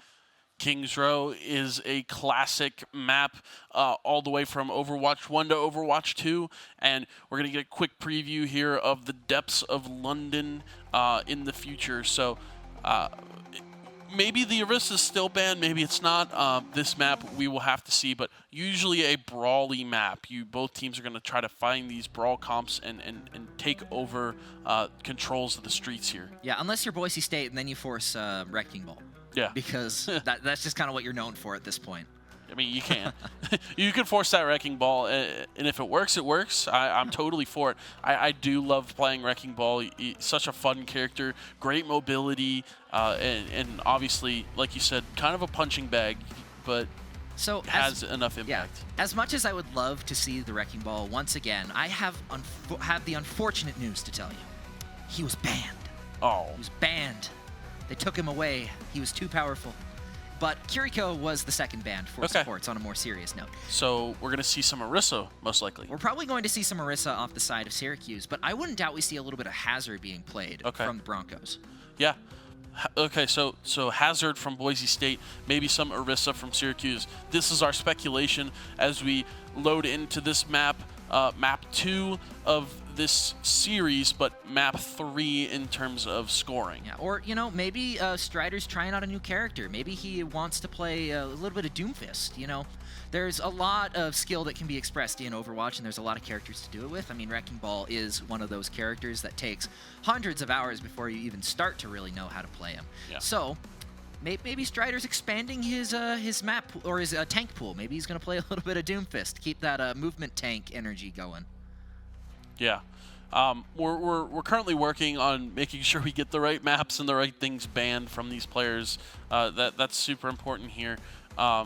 And we're just going to keep talking about, like, maybe some other players that have stuck out to you so far through this tournament and then through this first game of the set. You know, I would like to shout out Maxwell on the Pharah. I mean, taking out people super early on in fights is really good, and he never goes down by himself. He's always taking one or two out with him. Even when his barrages fail, and I mean, he's playing Pharah, you sort of expect them to fail just because that's the nature of the character. But when you are able to not only get the barrage out, but live to tell the tale, that is, in my opinion, one of the best things that you can do. Also, Lunar as well, being able to adapt to a different character than Orisa. We know he loves his Orisa, but he played Ram really well into the Strider Ramatra, and even the Hazard we saw wasn't terrible. He got a lot of he shut down a lot of Clear's dives on the Tracer, so a lot of really interesting play. Yeah, so we're going to do a quick take to the pick bands for this next map that we're going to be going into. Syracuse is going to select King's Row. We were correct on that one, so we know the map, we know the character bands. So like we were speculating earlier, probably some Orisa coming out from Lunar, and these teams preparing to play on the streets of King's Row. Yeah, and Orisa would be a pick that I think everybody sort of expects on this map. I mean, if you are playing in a Brawl meta, if it's not Reinhardt that you're playing, it's probably Orisa. I mean, she has pretty much been a brick wall since the start of Overwatch 2 with Fortify abilities, and now with perks, she can have her old Overwatch 1 shield back. because she didn't have enough health already. Yeah, well, thankfully, no more double shield. Oh, yeah. Because there's only one tank. But yeah. We're glad that... Supplement a brig in there. Temporary double shield. In a way, you get double shield, but it's not that traditional Sigma Orisa comp that you can see in Overwatch 1. So getting ready to assemble the heroes, get them to their respective positions, and get this cart moving. So yeah, Syracuse already locked into that Orisa. Boise State going to opt for the Vermatra on the attack side. Yeah, not a terrible decision, especially into this Orisa. A lot of Orisa teams will stack really close together because they utilize the Lucio that M3 is really known for. Saint on the Ana, though, might pose a little bit of a challenge, being able to keep people up. Actually, no, my prediction was correct. Strider is going to be trying out a little bit of Doomfist to start things off. Okay. I mean, the Ramatra would make more sense, but Wrecking Ball also doesn't really make sense a lot of the time, and we see him do really well. So you never know. We see a lot of the we see a pretty typical team for the Syracuse side, but Boise State rolling out on a predictably unpredictable composition. Yeah, Ash here for Syracuse as well. We know that she does great damage with the dynamite and her rifle there. It's going to be super potent against Maxwell and this Vera as he's targeting him right now. But we're seeing Lifeweaver come out for Boise State and Hex. I mean, Hex is the #1 Lifeweaver player in the world, so we were bound to see him at some point. Yeah, Lifeweaver, important pick, but Speed Glasses is going to start us off with the pick on clear. Great headshot there, and it's going to force some pressure here onto Boise State as they try to walk through this first choke. Maxwell unfortunately falls to one of his own rocket splash damage. You really got to watch out for that when you're playing Pharah, taking too much damage. Will most of the time be the end for you. Does look like Boise State is swapping off of the Lifeweaver. I mean, even if you are the #1, it's probably not the pick all of the time. Back onto the Brig. The more standard pick when you're playing with an Ana. Strider looking to go up, but gets antied along with Hex. Hex almost falling in the process, but is kept up. Lunar brought down to half as the rest of Boise State rotates around to try and pressure out Saint.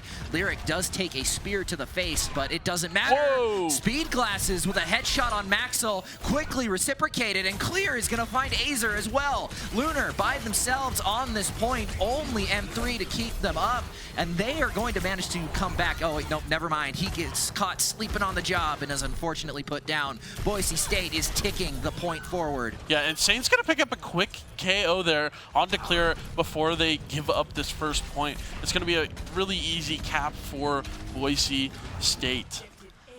Yeah, now that that point is captured, that cart can stop rolling and can start rolling, and now we get to arguably the hardest choke point in Overwatch.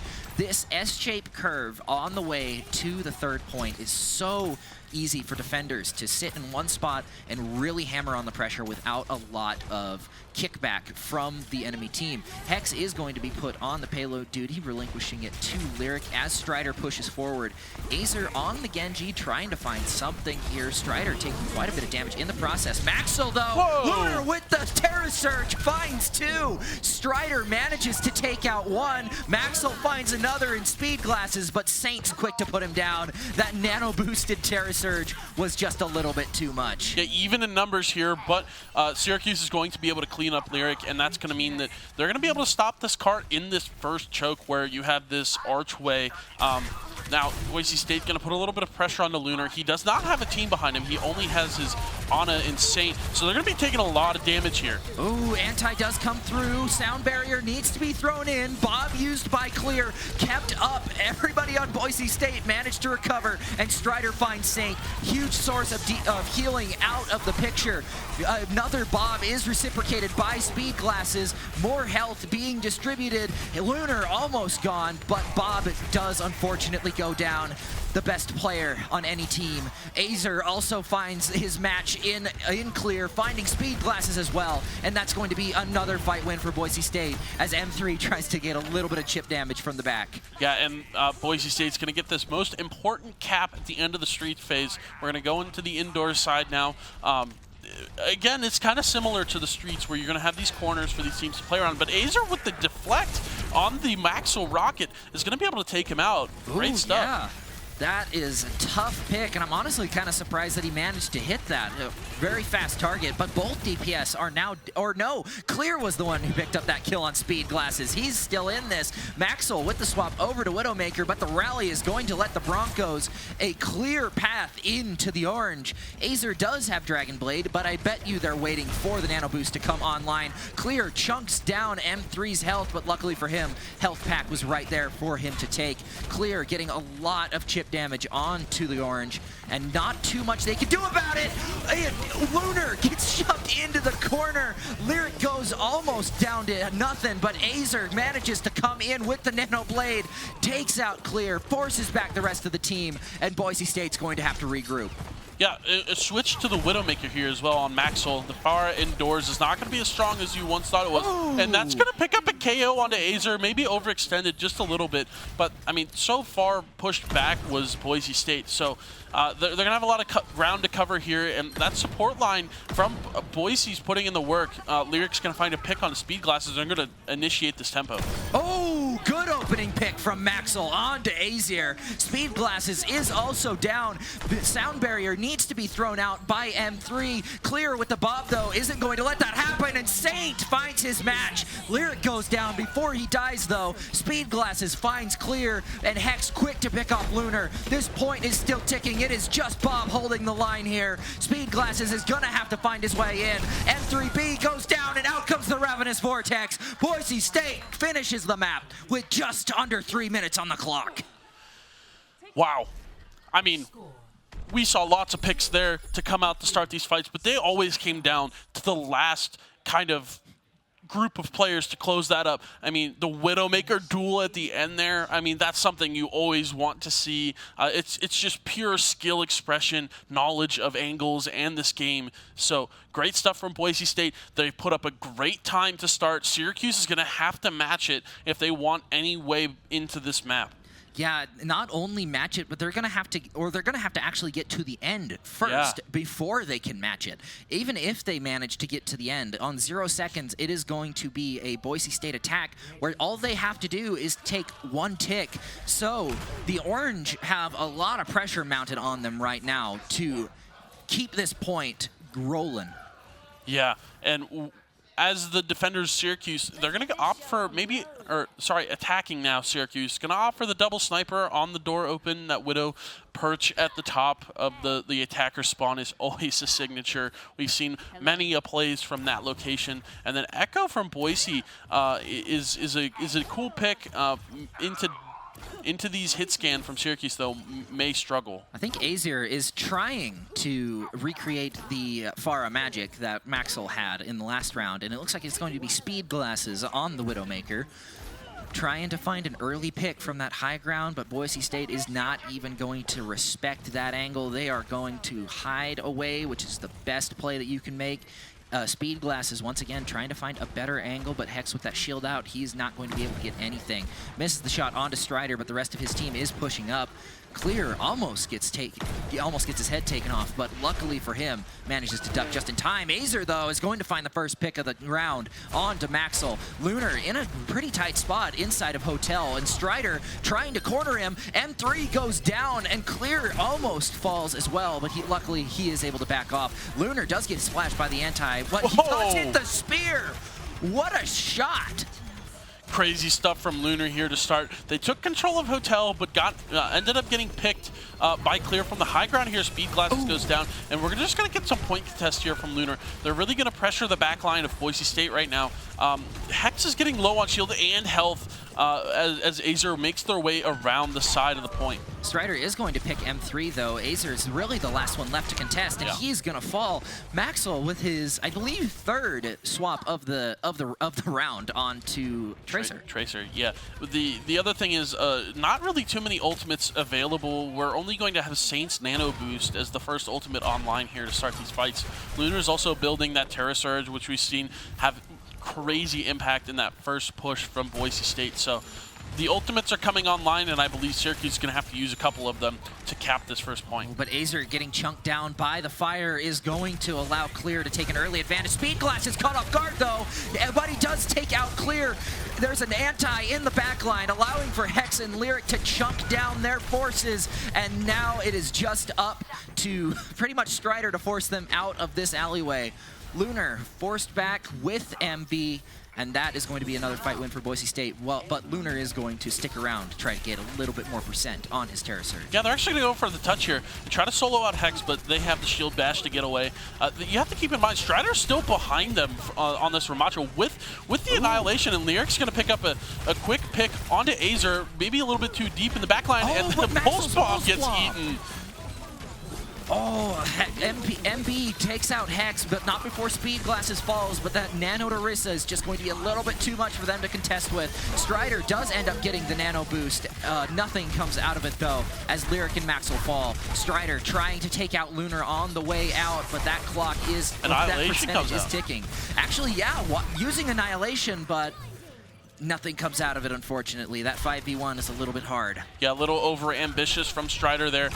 Maybe thought that there was less players on the point for Syracuse, but Syracuse gets this first cap. They have 3.5 minutes to push through the streets phase. Bob is online for Clear here, too. You're going to get pressured by Azer on this Genji. Uh-oh, Azer with the Genji on to Clear. Not much is coming out of it, but not able to find the kill. Clear able to clean up the Genji in the backline. Not something you see a lot of people able to do on the Ashe, but M3 on fire. Is he going to live? He does! Just barely able to live, but the Bob comes out, and is that going to be enough to take someone out? M3 falls to Strider and Ashe. Just a little bit of both. Lunar huddled in the corner. Yeah, he's hiding low HP. He needs some help soon. Clear is aware of the location, but cannot get shots onto him. Gets the pick onto Lunar. Gets the pick. Yeah, the supports were respawning while Lunar was stuck in that corner, and the Lucio healing's just not quite enough to keep him alive. You know what that reminds me of? The elephant that got caught eating sugarcane and he hid behind a little telephone pole.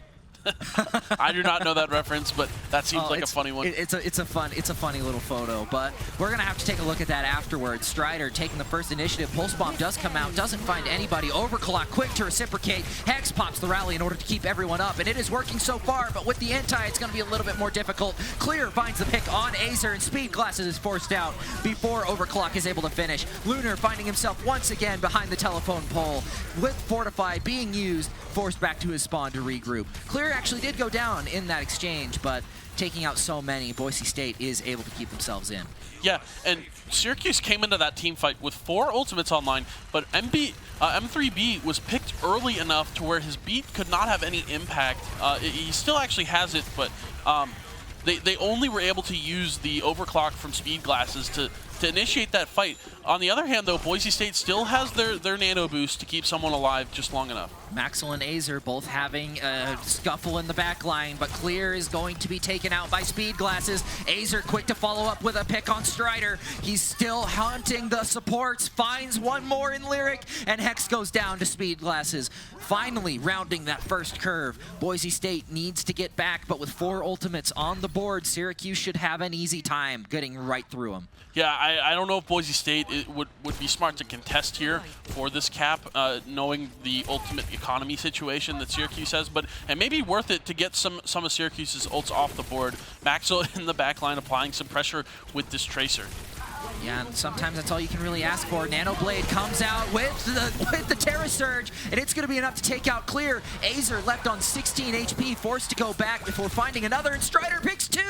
He takes out everybody in the front, and Azer is quick to fall to Maxwell once that blade falls. Lunar getting picked by Lyric, 1 person left from the orange, and oh no, Saint is held by himself trying to push the point, but it's not going to be enough. Hex is going to finish it off. Yeah, he tried to C9 there by sitting on the cart, but Boise State is alert and attentive. They're able to clean him up and them up, and we're going to see a switch to the Juno here after we use that Nano Blade. clearly it's not doing what Syracuse has wanted it to do, and Maxwell's just gonna keep applying pressure here, and they're gonna pick Saint off. Oh, but the sound barrier goes through.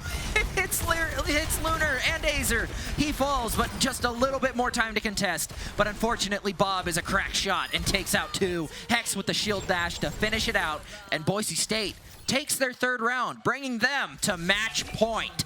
Yeah, important stuff there was the contest from Boise. I said it may not be worth it doing it, but they said let's do it anyways, and they combated that Nano Blade, and then they were able to win that team fight and secure Kings Row as their map 3. Yeah, they just demolished the health bar of Azer so fast, and then applying the anti-grenade to him as well.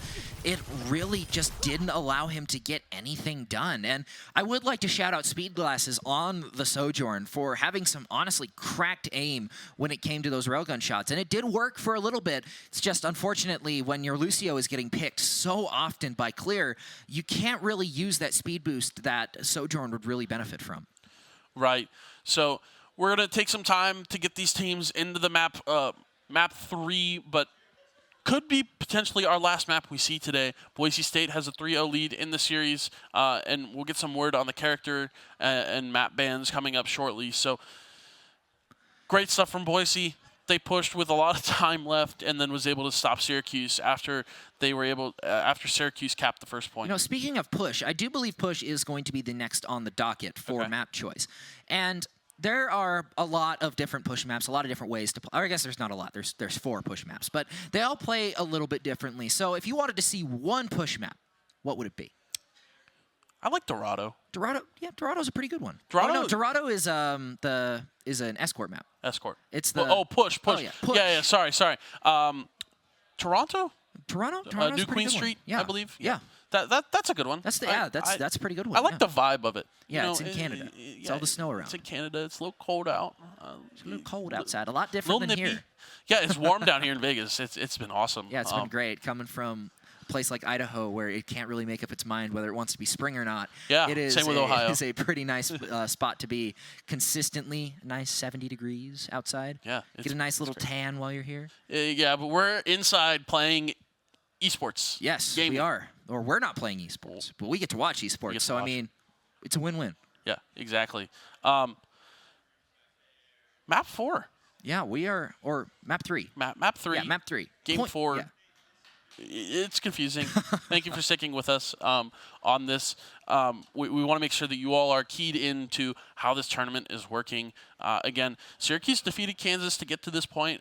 Will they be able to take a map off of Boise? What are your thoughts? You know, I think if you're going to take a map, this is the time to do it. Boise State, while they are incredibly strong, there are certain maps that they don't exactly have the best track record with. Coliseo, Kansas was able to take one of the few maps that was taken off of them in the regular season on that map. So if they went through, did a little bit of their homework, you know, they know their team a little bit, then you pick Coliseo, and then it's the Coliseo curse. Yeah, and we just got word that the bans for this next map are Farah and Zenyatta. What are your thoughts on that? Yeah, I heard the Farah. And, you know, that one sort of makes sense. Yeah. Maxwell was going a little bit crazy on the Farah. The Farah was a little bit of a weird one. But the Zen ban is a little bit odd. It may be map dependent here. You know, we don't know exactly what map we're going to next, but Zenyatta can be strong on some of those longer sight lines where they can really dish out that damage. That's where Zenyatta gets their value from, by being able to use those orbs and the Discord orb from distance. And it looks like we're going to go to a map with long sight lines. Circuit Royale. And I was completely wrong. It is not a push. It is a escort map next. And, you know, Circuit Royale, great map to play on. I love Circuit Royale, and you know, I love Zen. So, you know, having Zen as a pick is incredible.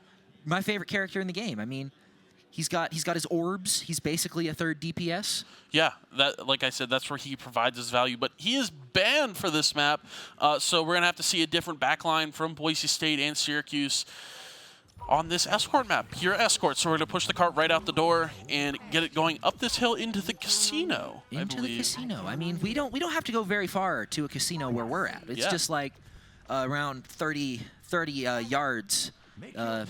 You can't see which way I'm pointing, but that way. Yeah, we are in the HyperX Arena here in Las Vegas at the Luxor. That way. Yeah, sort of that way. So thank you to them for hosting us, and we're going to get into Circuit Royale soon enough. Circuit Royale is also a Widowmaker map. Yeah, like we to see Widow. A lot of Widowmaker on this map. You can really make a lot of use of those long sight lines, a lot of Sigma as well to sort of protect the Widow, and if I'm not mistaken, that is Speed Glasses on the Widow, looking for an early pick from what a spot we don't normally see. Is he going to find one? Oh, it's a hit marker. Yeah, and another staple of Circuit Royale has always been the Sigma. Sigma's got the great shield for these sightlines, can put it wherever they want, and use those orbs that he has to deal damage from afar. Super strong pick. We've always seen Sigma on these maps. Yeah, Baptiste coming out with the Saint to keep this team up. Iari as well to make advantage of those longer sightlines. Maxwell with the dive. Clear being taken down quite a bit. The googly eyes on the cart are shaken as it moves fairly fast through the streets of Paraiso. Not a pick yet to be found, but an anti onto M3 forces him out. Lunar is able to stay up though, and trying to prevent the move forward, but Boise State just keeps it pushing, and with Maxwell taking Saint and Azer, it's going to be a little bit easier. This Genji is the anti-sniper character. They're really trying to make their impact felt on the backline and on this Widowmaker that Speed Glasses is on. It can be super annoying. Widow has to hit a really good shot in order to take out a Genji who's moving at literally light speed sometimes. Well, I mean, you just got to click heads. Yeah, sure. you gotta click heads, but I mean that's a lot easier when they're 80 yards away down a really long sight line instead of up in your face. Out comes the accretion from the Sigma, takes Maxwell down low, but not enough to kill.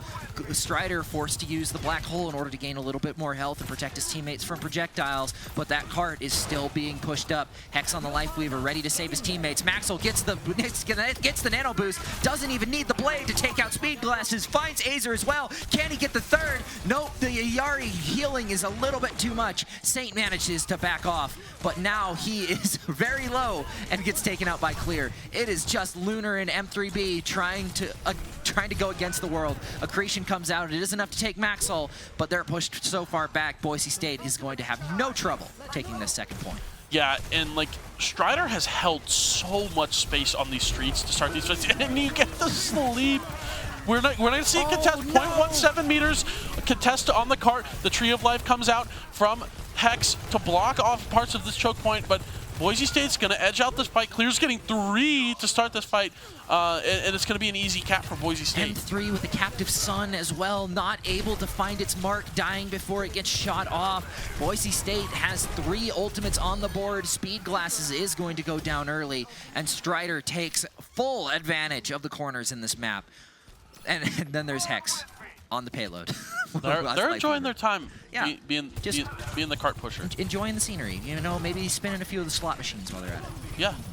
And you know, I think Payload Princess has a little bit of a negative connotation, but Maxwell with the blade also is pretty negative for this team's health. The Graviton Flux does come out, and it is going to be a little bit too much for Saint to handle. Lyric is going to get that final pick, and the Immortality Field does go down as well. Strider holding this angle, trying to keep Lunar off of it, and the anti-grenade comes through. Lunar with the pick off. Azer and Speed Glasses soon to fall. Clear with a triple overclock to almost close it out. Biotic Grenade hits him, but he has the slide. He can get out of there just as quick as he got in. It is M3 trying to touch, and it is going to be Boise State capture with almost 5 minutes still remaining. Yeah, that Boise State walked out the first door, walked out their spawn, started moving the cart, and the cart did not stop for that whole push there. I think it stopped once at the very beginning. Yeah, but maybe. I mean, they kept it pushing that entire time. Like legitimately, the cart did not stop for very long periods of time there. Props to Strider for holding so much space for their team, and Maxwell on the Genji cleaning up. Same with Clear. Like they're just cleaning up these kills. Strider's holding the space, and then these DPS heroes just doing what they do best. And then you have Lyric also with the Ana being able to keep up such aggressiveness of play. You don't usually see Sigmas playing like how Strider likes to play Sigma, that really in-your-face Sigma composition. But when you have a really good support behind you, you can do just about anything as tank. It's essentially like a game of Pokemon. As long as you're able to keep your Pokemon up, they can usually beat the other one. Yeah, you're right. I do love me some Pokemon. I do too. It is one of my favorite games. So we're going to get into the attack side for Syracuse here. They just defended. Will they be able to do exactly what Boise State did and push this cart as far as possible with as much time left? 4.5 minutes is the time to beat. They're going to have to get it all the way to the end here, cap the 3rd point in order to be in contention to win this map, to sort of put up what Boise State did in their first round. Back on the Widowmaker, Speedglass is trying to predict a cheeky little snipe out, but nothing's going to happen because Maxwell is on his patent-pending Genji gameplay. Strider is going to be slept out from a really odd angle by Saint, but Lunar taking so much damage and getting that anti-effect on him is not going to help out in the slightest. Maxwell, though, going down to Speedglasses. And another on clear. 2 down to start out the fight. That is how you want to see this game start. Yeah, Speedglasses is on the character that can carry them through this game.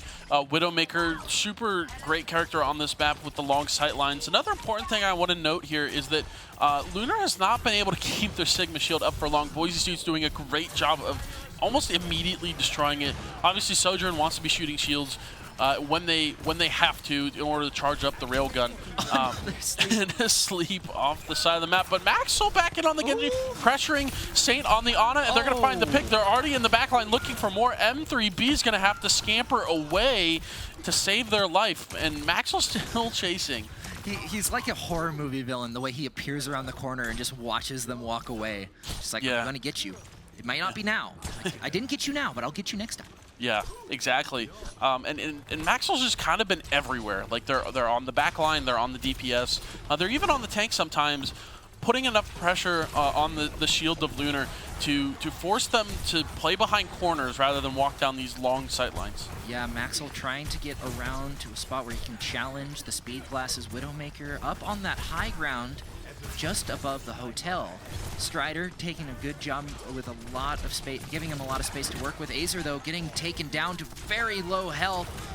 And Clear does get picked again by Speedglasses. Graviton Flux comes out of Strider. The Sleep Dart doesn't hit, but he's able to stay up. Lyric falls. Lunar quick to follow. It is back and forth in this exchange, but Maxwell goes down to M3B. Not today, Mr. Genji. You are not taking out the Juno. It is just Strider to keep this cart from pushing. Hex is there trying to keep him up, but they are going to be taken out of contention for this fight for the time being.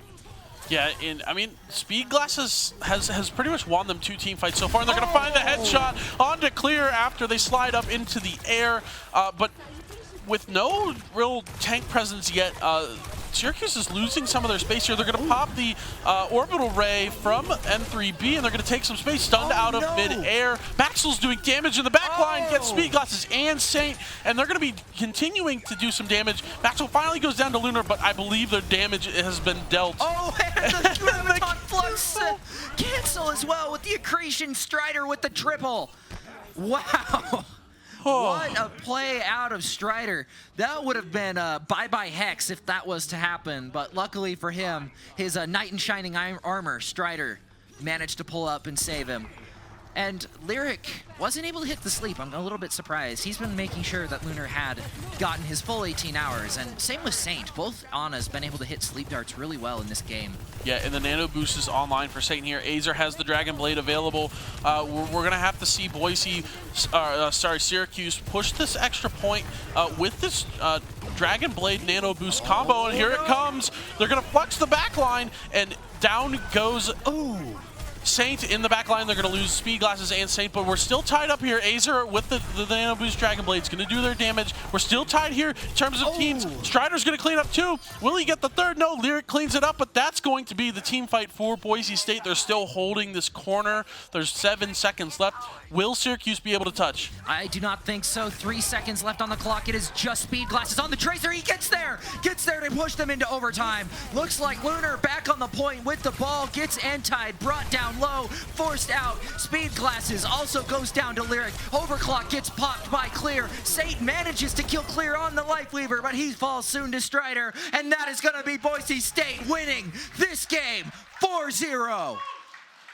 Boise State is your PEC 2025 champions for Overwatch. They're going to be able to take this crown home. Beautiful stuff from them. It was a 4-0 series win from Boise State. I mean, really great stuff from them. Clear, obviously, being super dominant play of the game here. And just impressive stuff from all players on Boise. Yeah, an incredible showing from Boise, showing that they had full control almost the entire time. The biggest struggle they had was on that control point. Syracuse really put up a good fight there, being able to flip that point back and forth. But in the end, they just could not break through the defenses that Boise State had. They got really close on Kings Row, but unfortunately, they didn't have the ultimate economy to really keep up. And I feel like that's another spot where Boise State just did a little bit better in the end, keeping those ults ready for fights and using them a little bit better. Yeah, huge props to Syracuse for fighting their way through the losers bracket. Great matches versus Kansas. And then just like Boise State being dominant from the winner side of bracket. They got that extra game advantage to go into this best of 7, and they took advantage of it. They made this afternoon quick for us, but huge props to all the teams that competed in Overwatch and just put on a show for us, to be honest. Yeah, it was an entertaining show. A lot of really big plays made, a lot of hero plays. I mean, I was not expecting Speed Glasses to be able to touch, even on the Tracer in that final part. I'm surprised that one went to overtime. I mean, who would have expected it? He managed to dodge like 6 hyperspheres from Strider to get to the point. And then you had Lunar. And then you had Speed Glasses again somehow. Yeah. And then you had... who was it? We had the Lifeweaver getting the pick just to end it off. You don't see Lifeweaver picks mostly at all, but I mean, we see a lot of the unexpected today. We're going to get into some replays here from that last match and the series as a whole. So on to Kings Row for this first replay. And I mean, this was a dominant win from Boise State to kind of recap this map. And then here to Circuit Royale, kind of dominant once again. They were able to hold the first point from Syracuse, and just the Genji from Maxwell on this map was a big difference maker.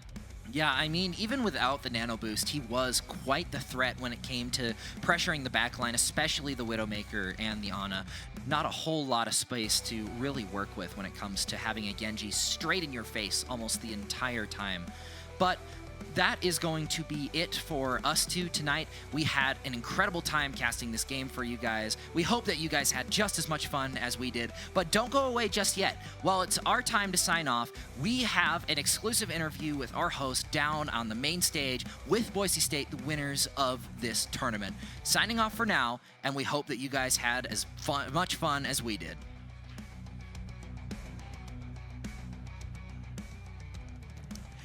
And we are here with the inaugural Overwatch champions, Boise State University, up here on stage. Round of applause for them and Syracuse for putting on a great final show for us.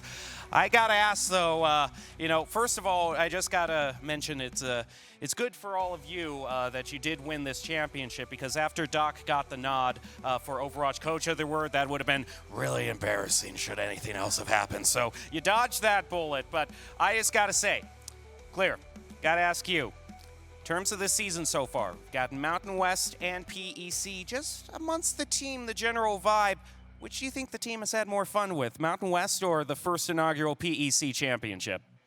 I think that they've both been really fun. I'm really proud to play with a group of these people. It's really fun, and I'm looking forward to going to CECC with them in May and wrapping up our really amazing season. Now, that's one. I still got 2 more in my holster. Now, I gotta say, a lot of the teams that have been coming here to this tournament flew in, but Boise State has hit the open road in a whole bunch of vans divided up by teams. I gotta say, what's it like traveling with this cast of characters right here? How's do you wish you were on a plane, or are you happy in the van with the team? I think that driving like 11 hours definitely builds character. That's all I'll say. That's very, very well put. Now, I got one final question to ask. I think Michigan State, when they were up here claiming their trophy earlier today, and Valorant said the gauntlet has been thrown down, and considering that both of your universities now have 2 PEC championships, you know, kind of a draw, do you think there's any tiebreakers that gives the crown to Boise State, or do you think this rivalry has yet to be decided in PEC 2026? Well, they don't have an Overwatch team, so not much I could say about that. But I think a Bronco is cooler than a Spartan. Oh, well, there you go. That's your win. You know, there's no better win than one by default, I suppose. That is going to do it, though, for our Overwatch Championship. Big round of applause to our inaugural PEC Overwatch champions. I want to give a shout out and a thank you to all of the other casters, all the players who showed up here to make this tournament a great first hurrah for the PEC. I look forward to many more successful seasons of the PEC. A very big thank you to all of our sponsors. We've got Esports Integration, Allied Gaming and Entertainment, and Daktronics. I want to thank all of you as well. And as a caster, I have to give a shout out to all the people behind the scenes, the production team who helps make all of this look as good as it does, not just here in the HyperX Esports Arena, but all of the programs for the regular season as well. You all put in a lot of work, and it was a great first season. And the final thank you to all of you watching in the arena and online as well. That's it for us here at the first PEC Championship. We look forward to many more years of competition, and we will see you next year in 2026. On point.